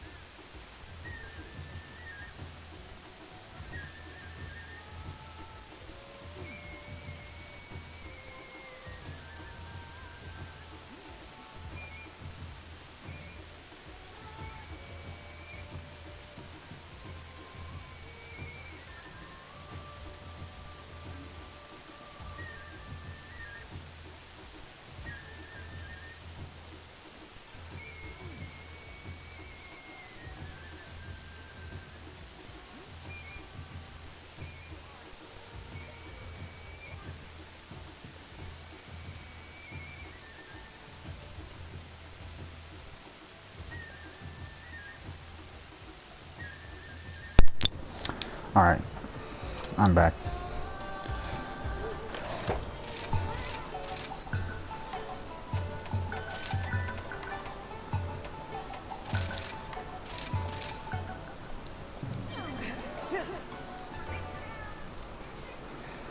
I probably didn't need that, it's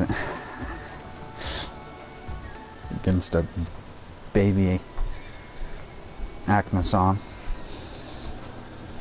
Acnosome. Correction, nerd. Look, I know, I like saying it the other way.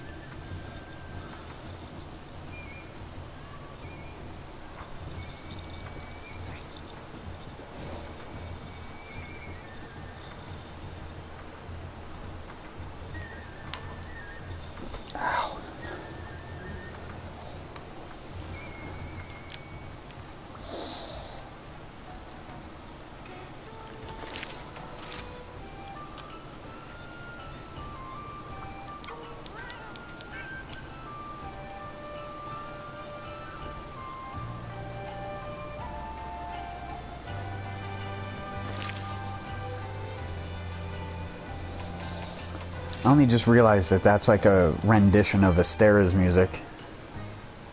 Or is that Selenia?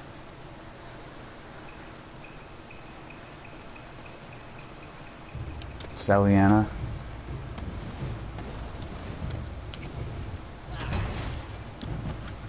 The vertical hitbox on that is ridiculous, dude.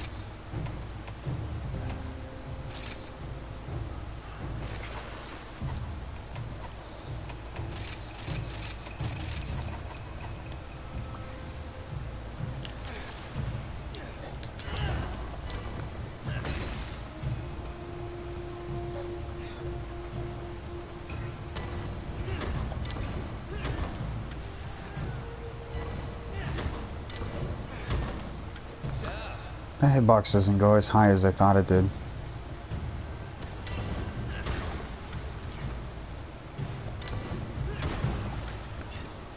Thanks, buddy.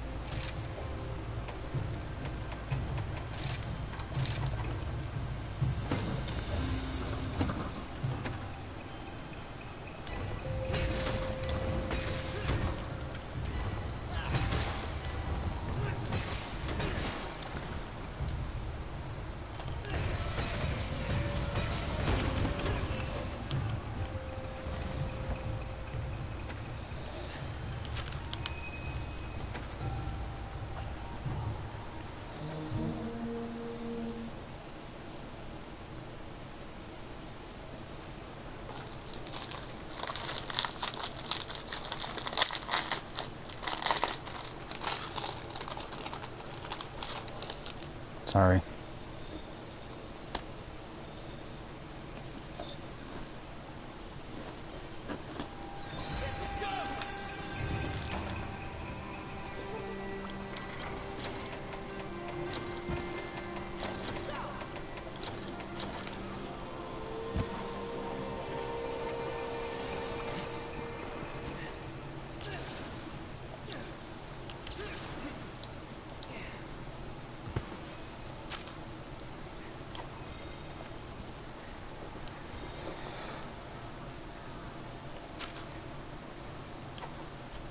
I should have just gone to the sub camp and jumped down. I would have been faster than me wasting my time doing that.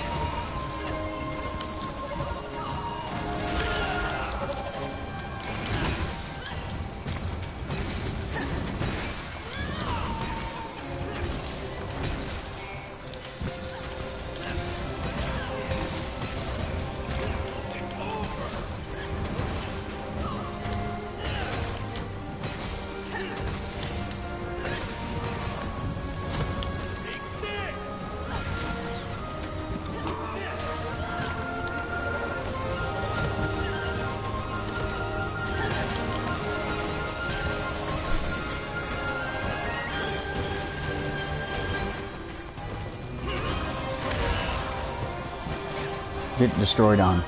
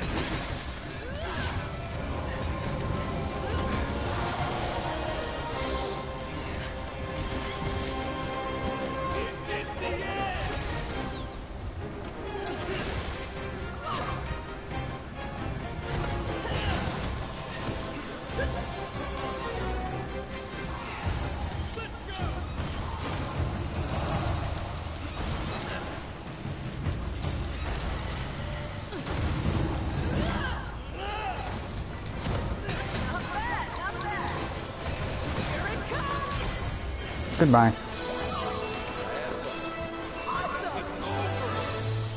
Here comes the messy part.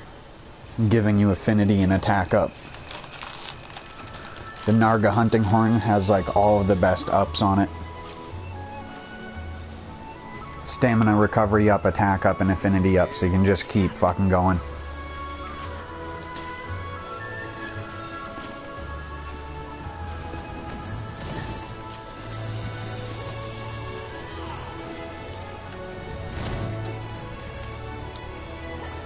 Oh, I didn't run into the mine.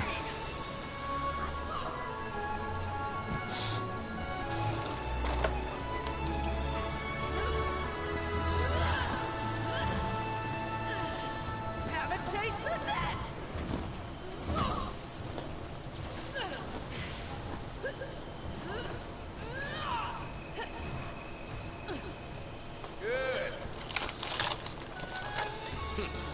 I found out how to use the L2 triangle on that a lot better.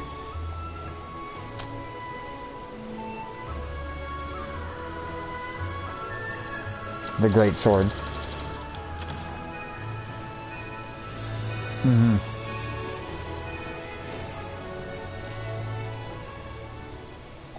The one that launches you up in the air doing a flip. The trick is to not do it next to the monster.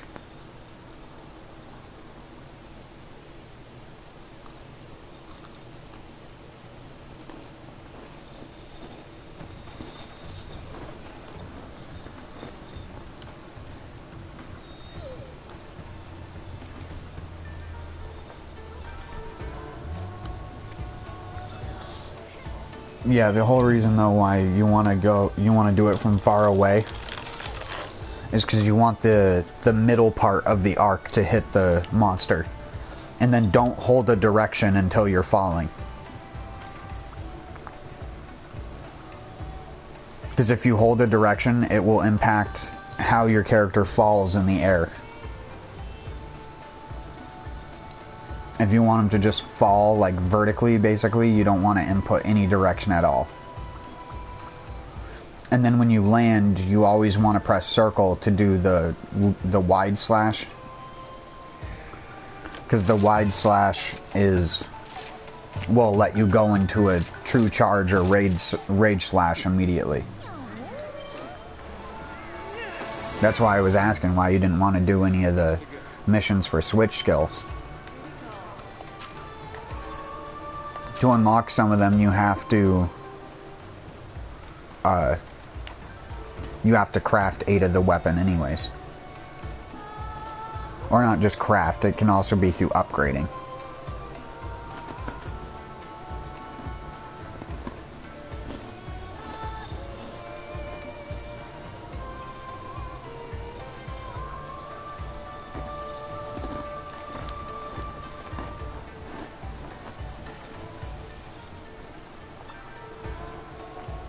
Oh shit, sorry.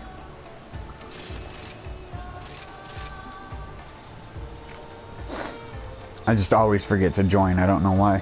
My brain not good. He got the Dane Bramage.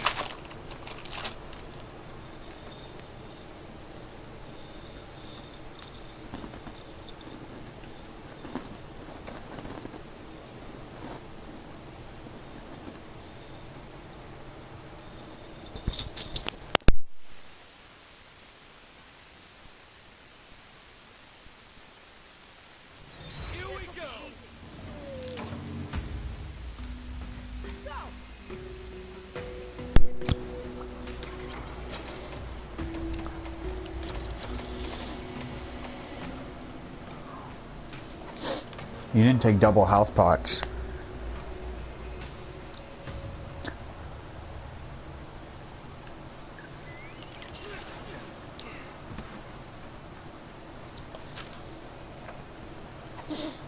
I'll slowly make my way there. I'm coming.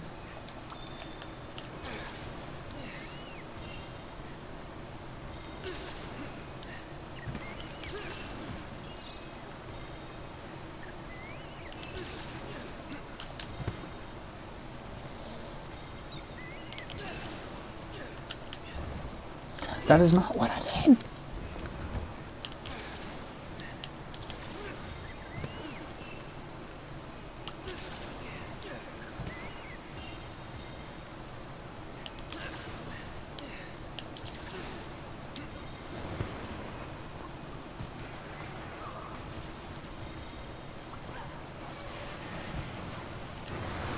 One of the hardest things about Generations for you is it's going to be a trip back in time for the series to what the series used to be. So one of the weirdest things for you will probably be no monster icons on the map.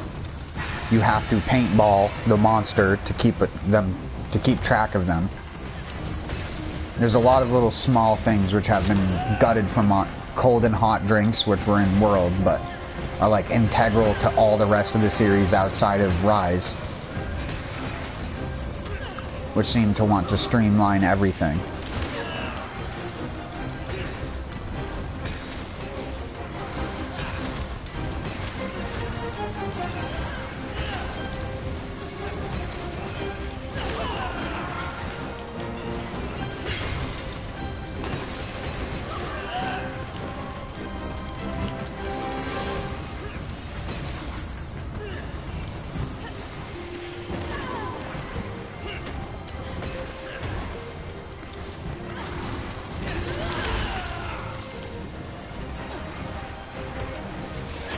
You see what I meant about using Greatsword on this Rathalos in this game?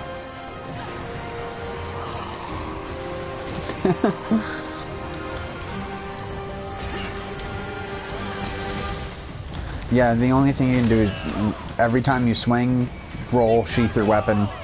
Swing, roll, sheath your weapon. And just try to wait for an opportunity.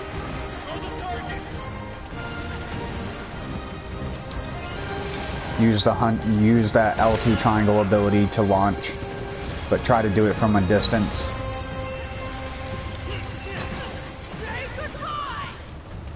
Remember, you can charge an attack after that too. Like when you're in the air, if you hold triangle, you'll charge the attack for when you land. And you can also press and hold R2 to do a like helm breaker type move.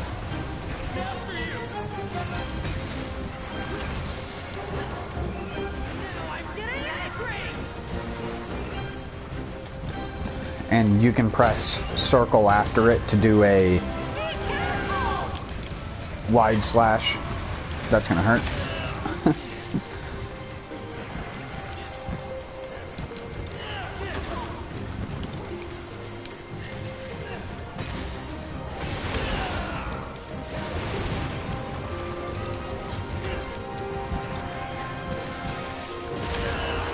Bro, that's so fast. He wasn't even doing that in the high rank one, but I'm using a hunting horn, not a hammer. Just part of the problem.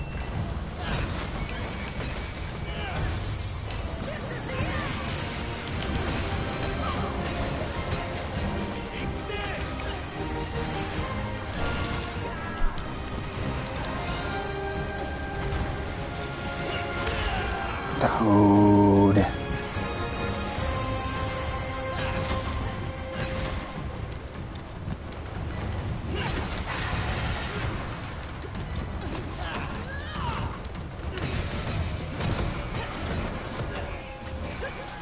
Oh, hello. Magna-Malo. I'm gonna try to ride Rathian to get some parts off of Magna. I still need low rank scoots. You suck, Rathalos.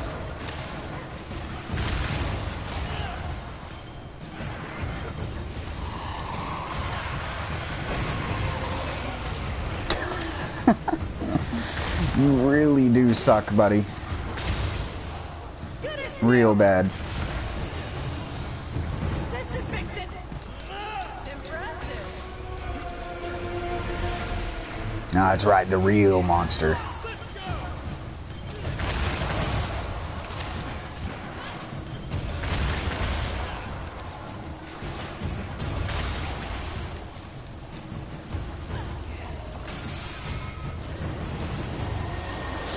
Time to dive bomb. Now I get to do the overpowered attack. Wow, he really pushed Rathalos really far. Don't forget to grab all these materials back here if you didn't already. Yes, I got a scoot.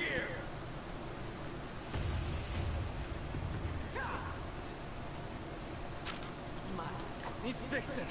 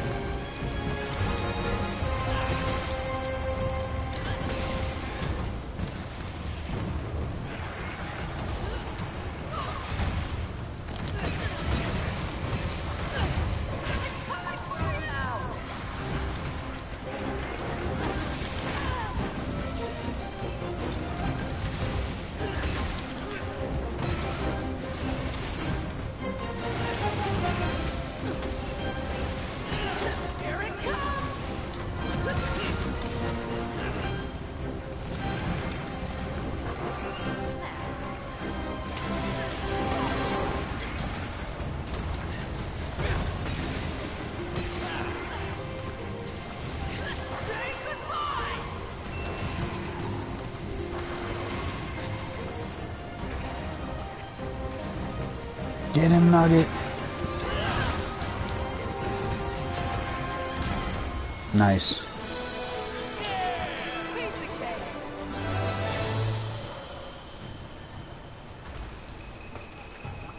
Nothing personal, buddy.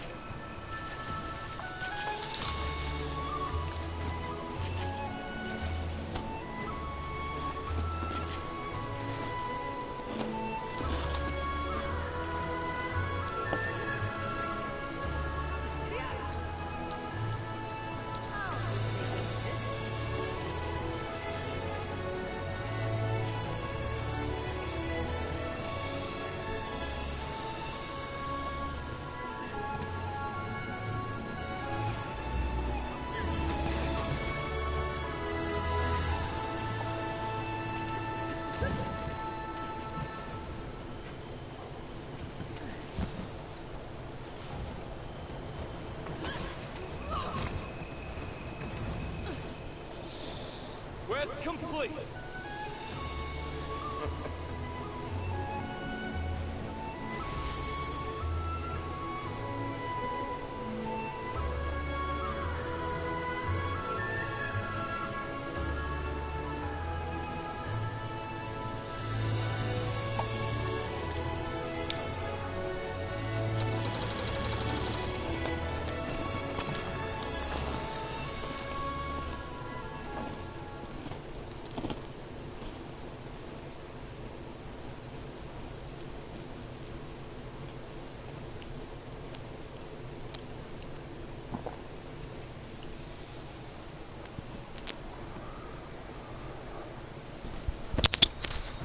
The other game we can try, even though most of the story stuff has to be done solo, after you get a certain point, you can do optional stuff together in Monster Hunter Stories 2, which is also for Switch.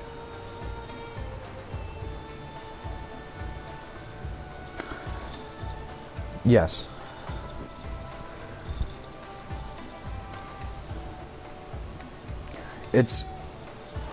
It's a lot different than Pokemon, though. I just say that because it's getting different instead of fighting monsters, you fight monsters with monsters. And you basically get to have them as a pet. Anyone. You can have Rathalos, Lagombi, Kuluyaku.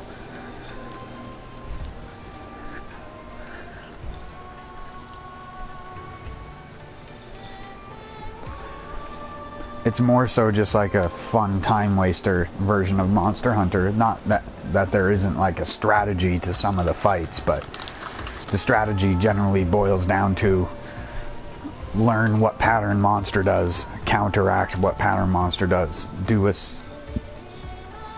like a synchronized attack with your monster to do a bunch of damage,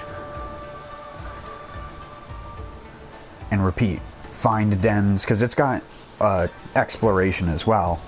Like, it's got zones you can move around in and explore, and you can see the monsters just out randomly. It's a much different experience to a Pokemon game, because it's not like you run into a bush and then all of a sudden a Rathalos appears. No, you can see the monster. It's like the modern Pokemon games, which let you see the monsters before, or see the Pokemon before you catch them, sort of thing.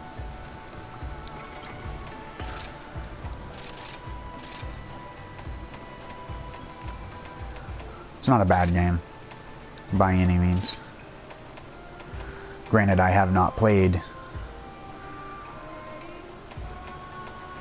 I haven't played the new one yet, so... I haven't played Stories 2. Stories 1 was for Android and 3DS, if I remember correctly. Whereas this one's for Switch and Windows,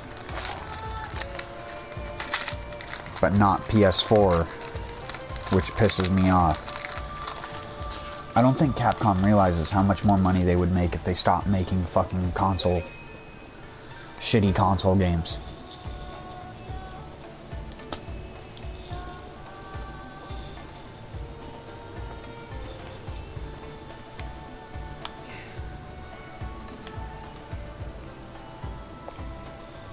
Don't forget to put stuff on your wish list.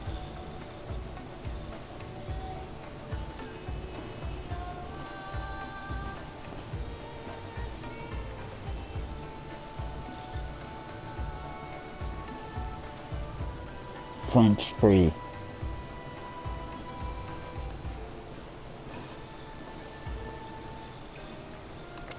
Flinch free.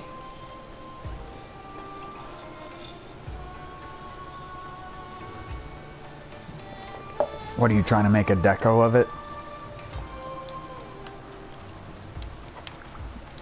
I can't remember what it's called as a deco. But you can just change the name of the decos to the skill name. I think by pressing triangle or something.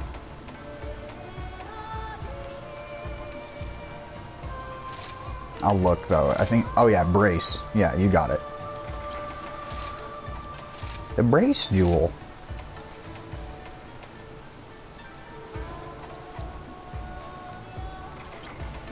Brace jewel, otherwise known as flinch free.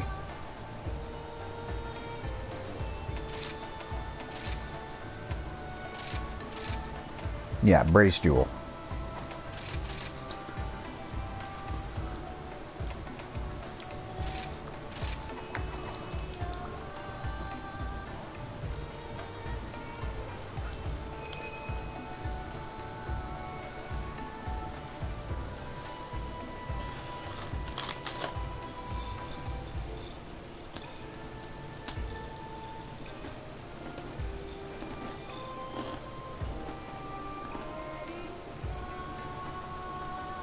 Yeah, you can.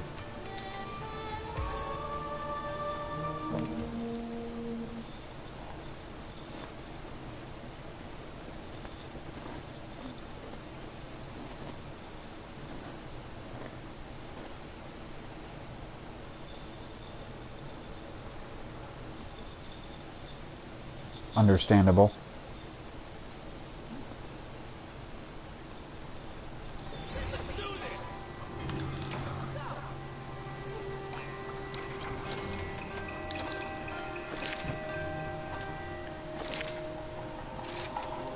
I'm gonna fast travel to the sub camp because I didn't eat food, forgot to. Eating food in real life, forgot to eat in the game.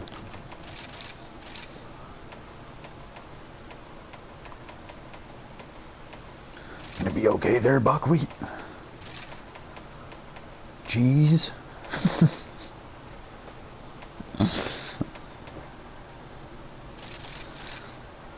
Don't forget the cheese part, though. It's the most important part. You buckwheat cheese.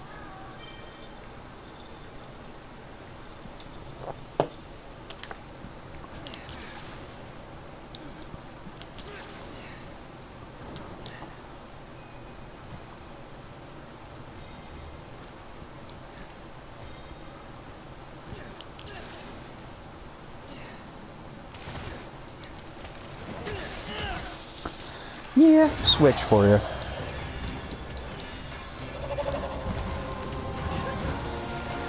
And remember, the development was rushed. It was rushed so bad they didn't even have the ending in the game. You just gotta remember that.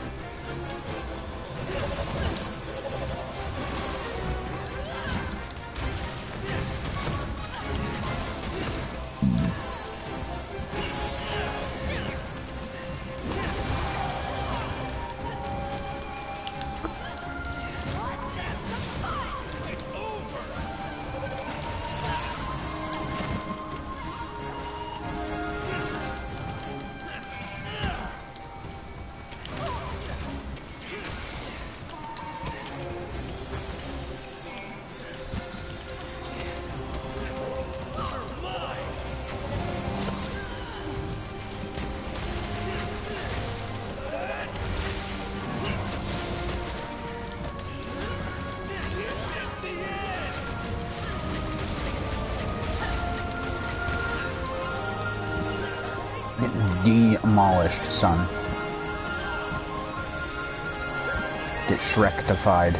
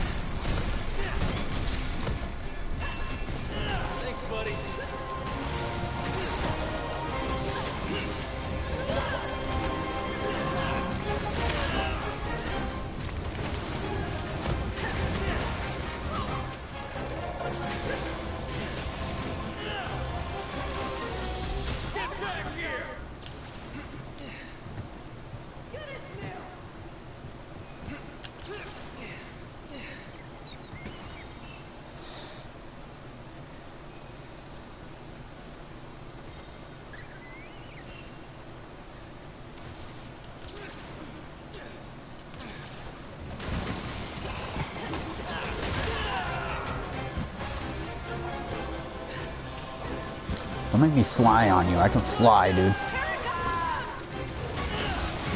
Right in the head. Right in the noggin fogger.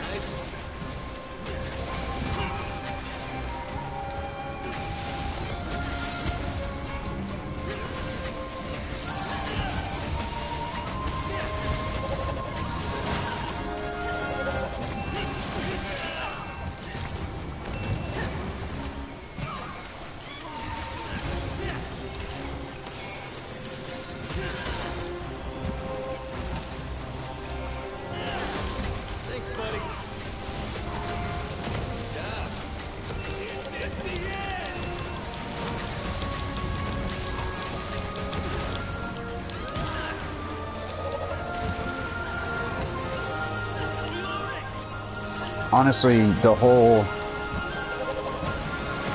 situation with the greatsword being so not flexible in this game is the reason why I use switch axe a lot more.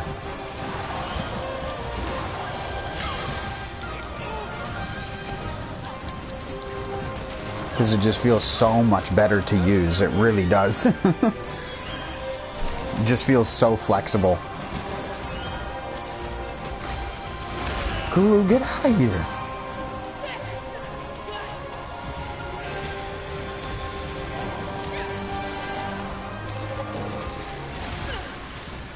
If I played stories, he would be one of the first monsters that I collected.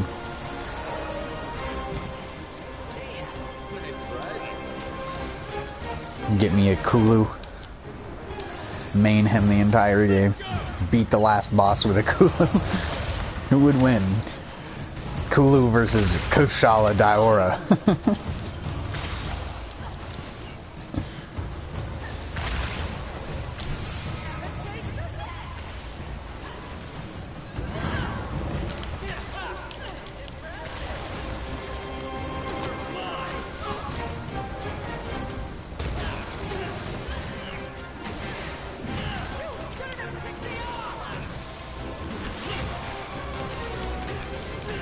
Yeah, I swear they fucked the hitboxes on the greatsword as well. It cannot hit vertically at all. If they're an inch off the ground, you can't hit.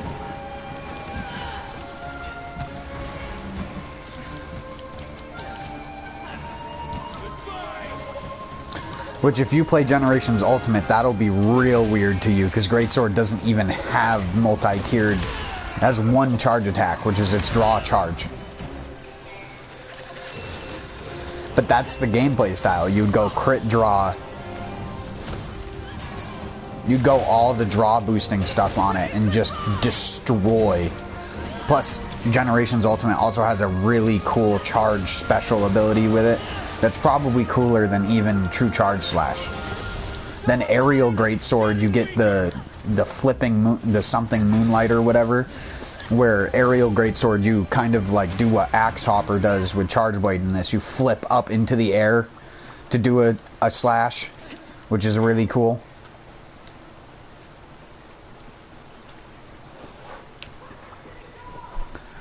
Aerial Charge Blade's a really weird one. Aerial, any of the things that you are used to being normal get changed so much in Generations Ultimate. They're basically a different weapon at that point.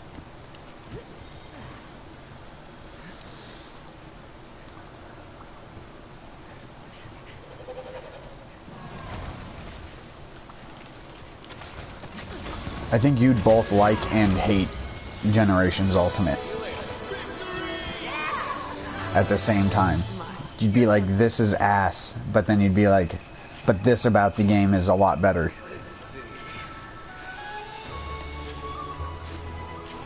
There's a lot more gathering. I don't want to say not Generations Ultimate so much, but yeah. It's a lot of gathering for stuff. It's a more relaxed, sit back, relax, and play Monster Hunter type game with some added cool moves and really hard endgame monsters. Again, the endgame monster Rise is one of the endgame monsters from Generations Ultimate, and they basically added a lot of Generations Ultimate shit into this.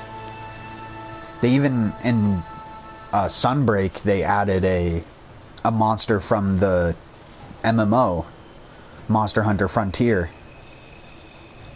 which was long since lost to time because of its failure.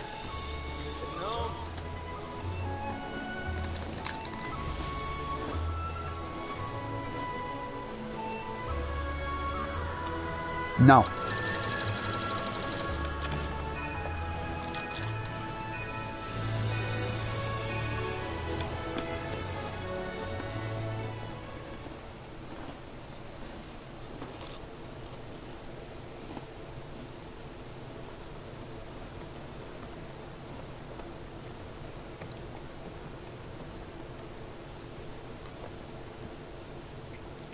Alright.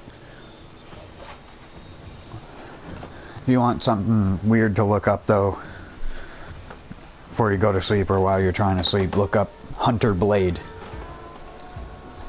Go on YouTube and type the Monster Hunter ripoff or something like that. Monster Hunter clone MMO, and look up Hunter Blade. That's that Monster Hunter type game I was telling you about, where you could invade people's worlds and shit. And it has fucked up. It has wizards in it. You can like cast fireballs and stuff. It's fucking weird. Hunter Blade.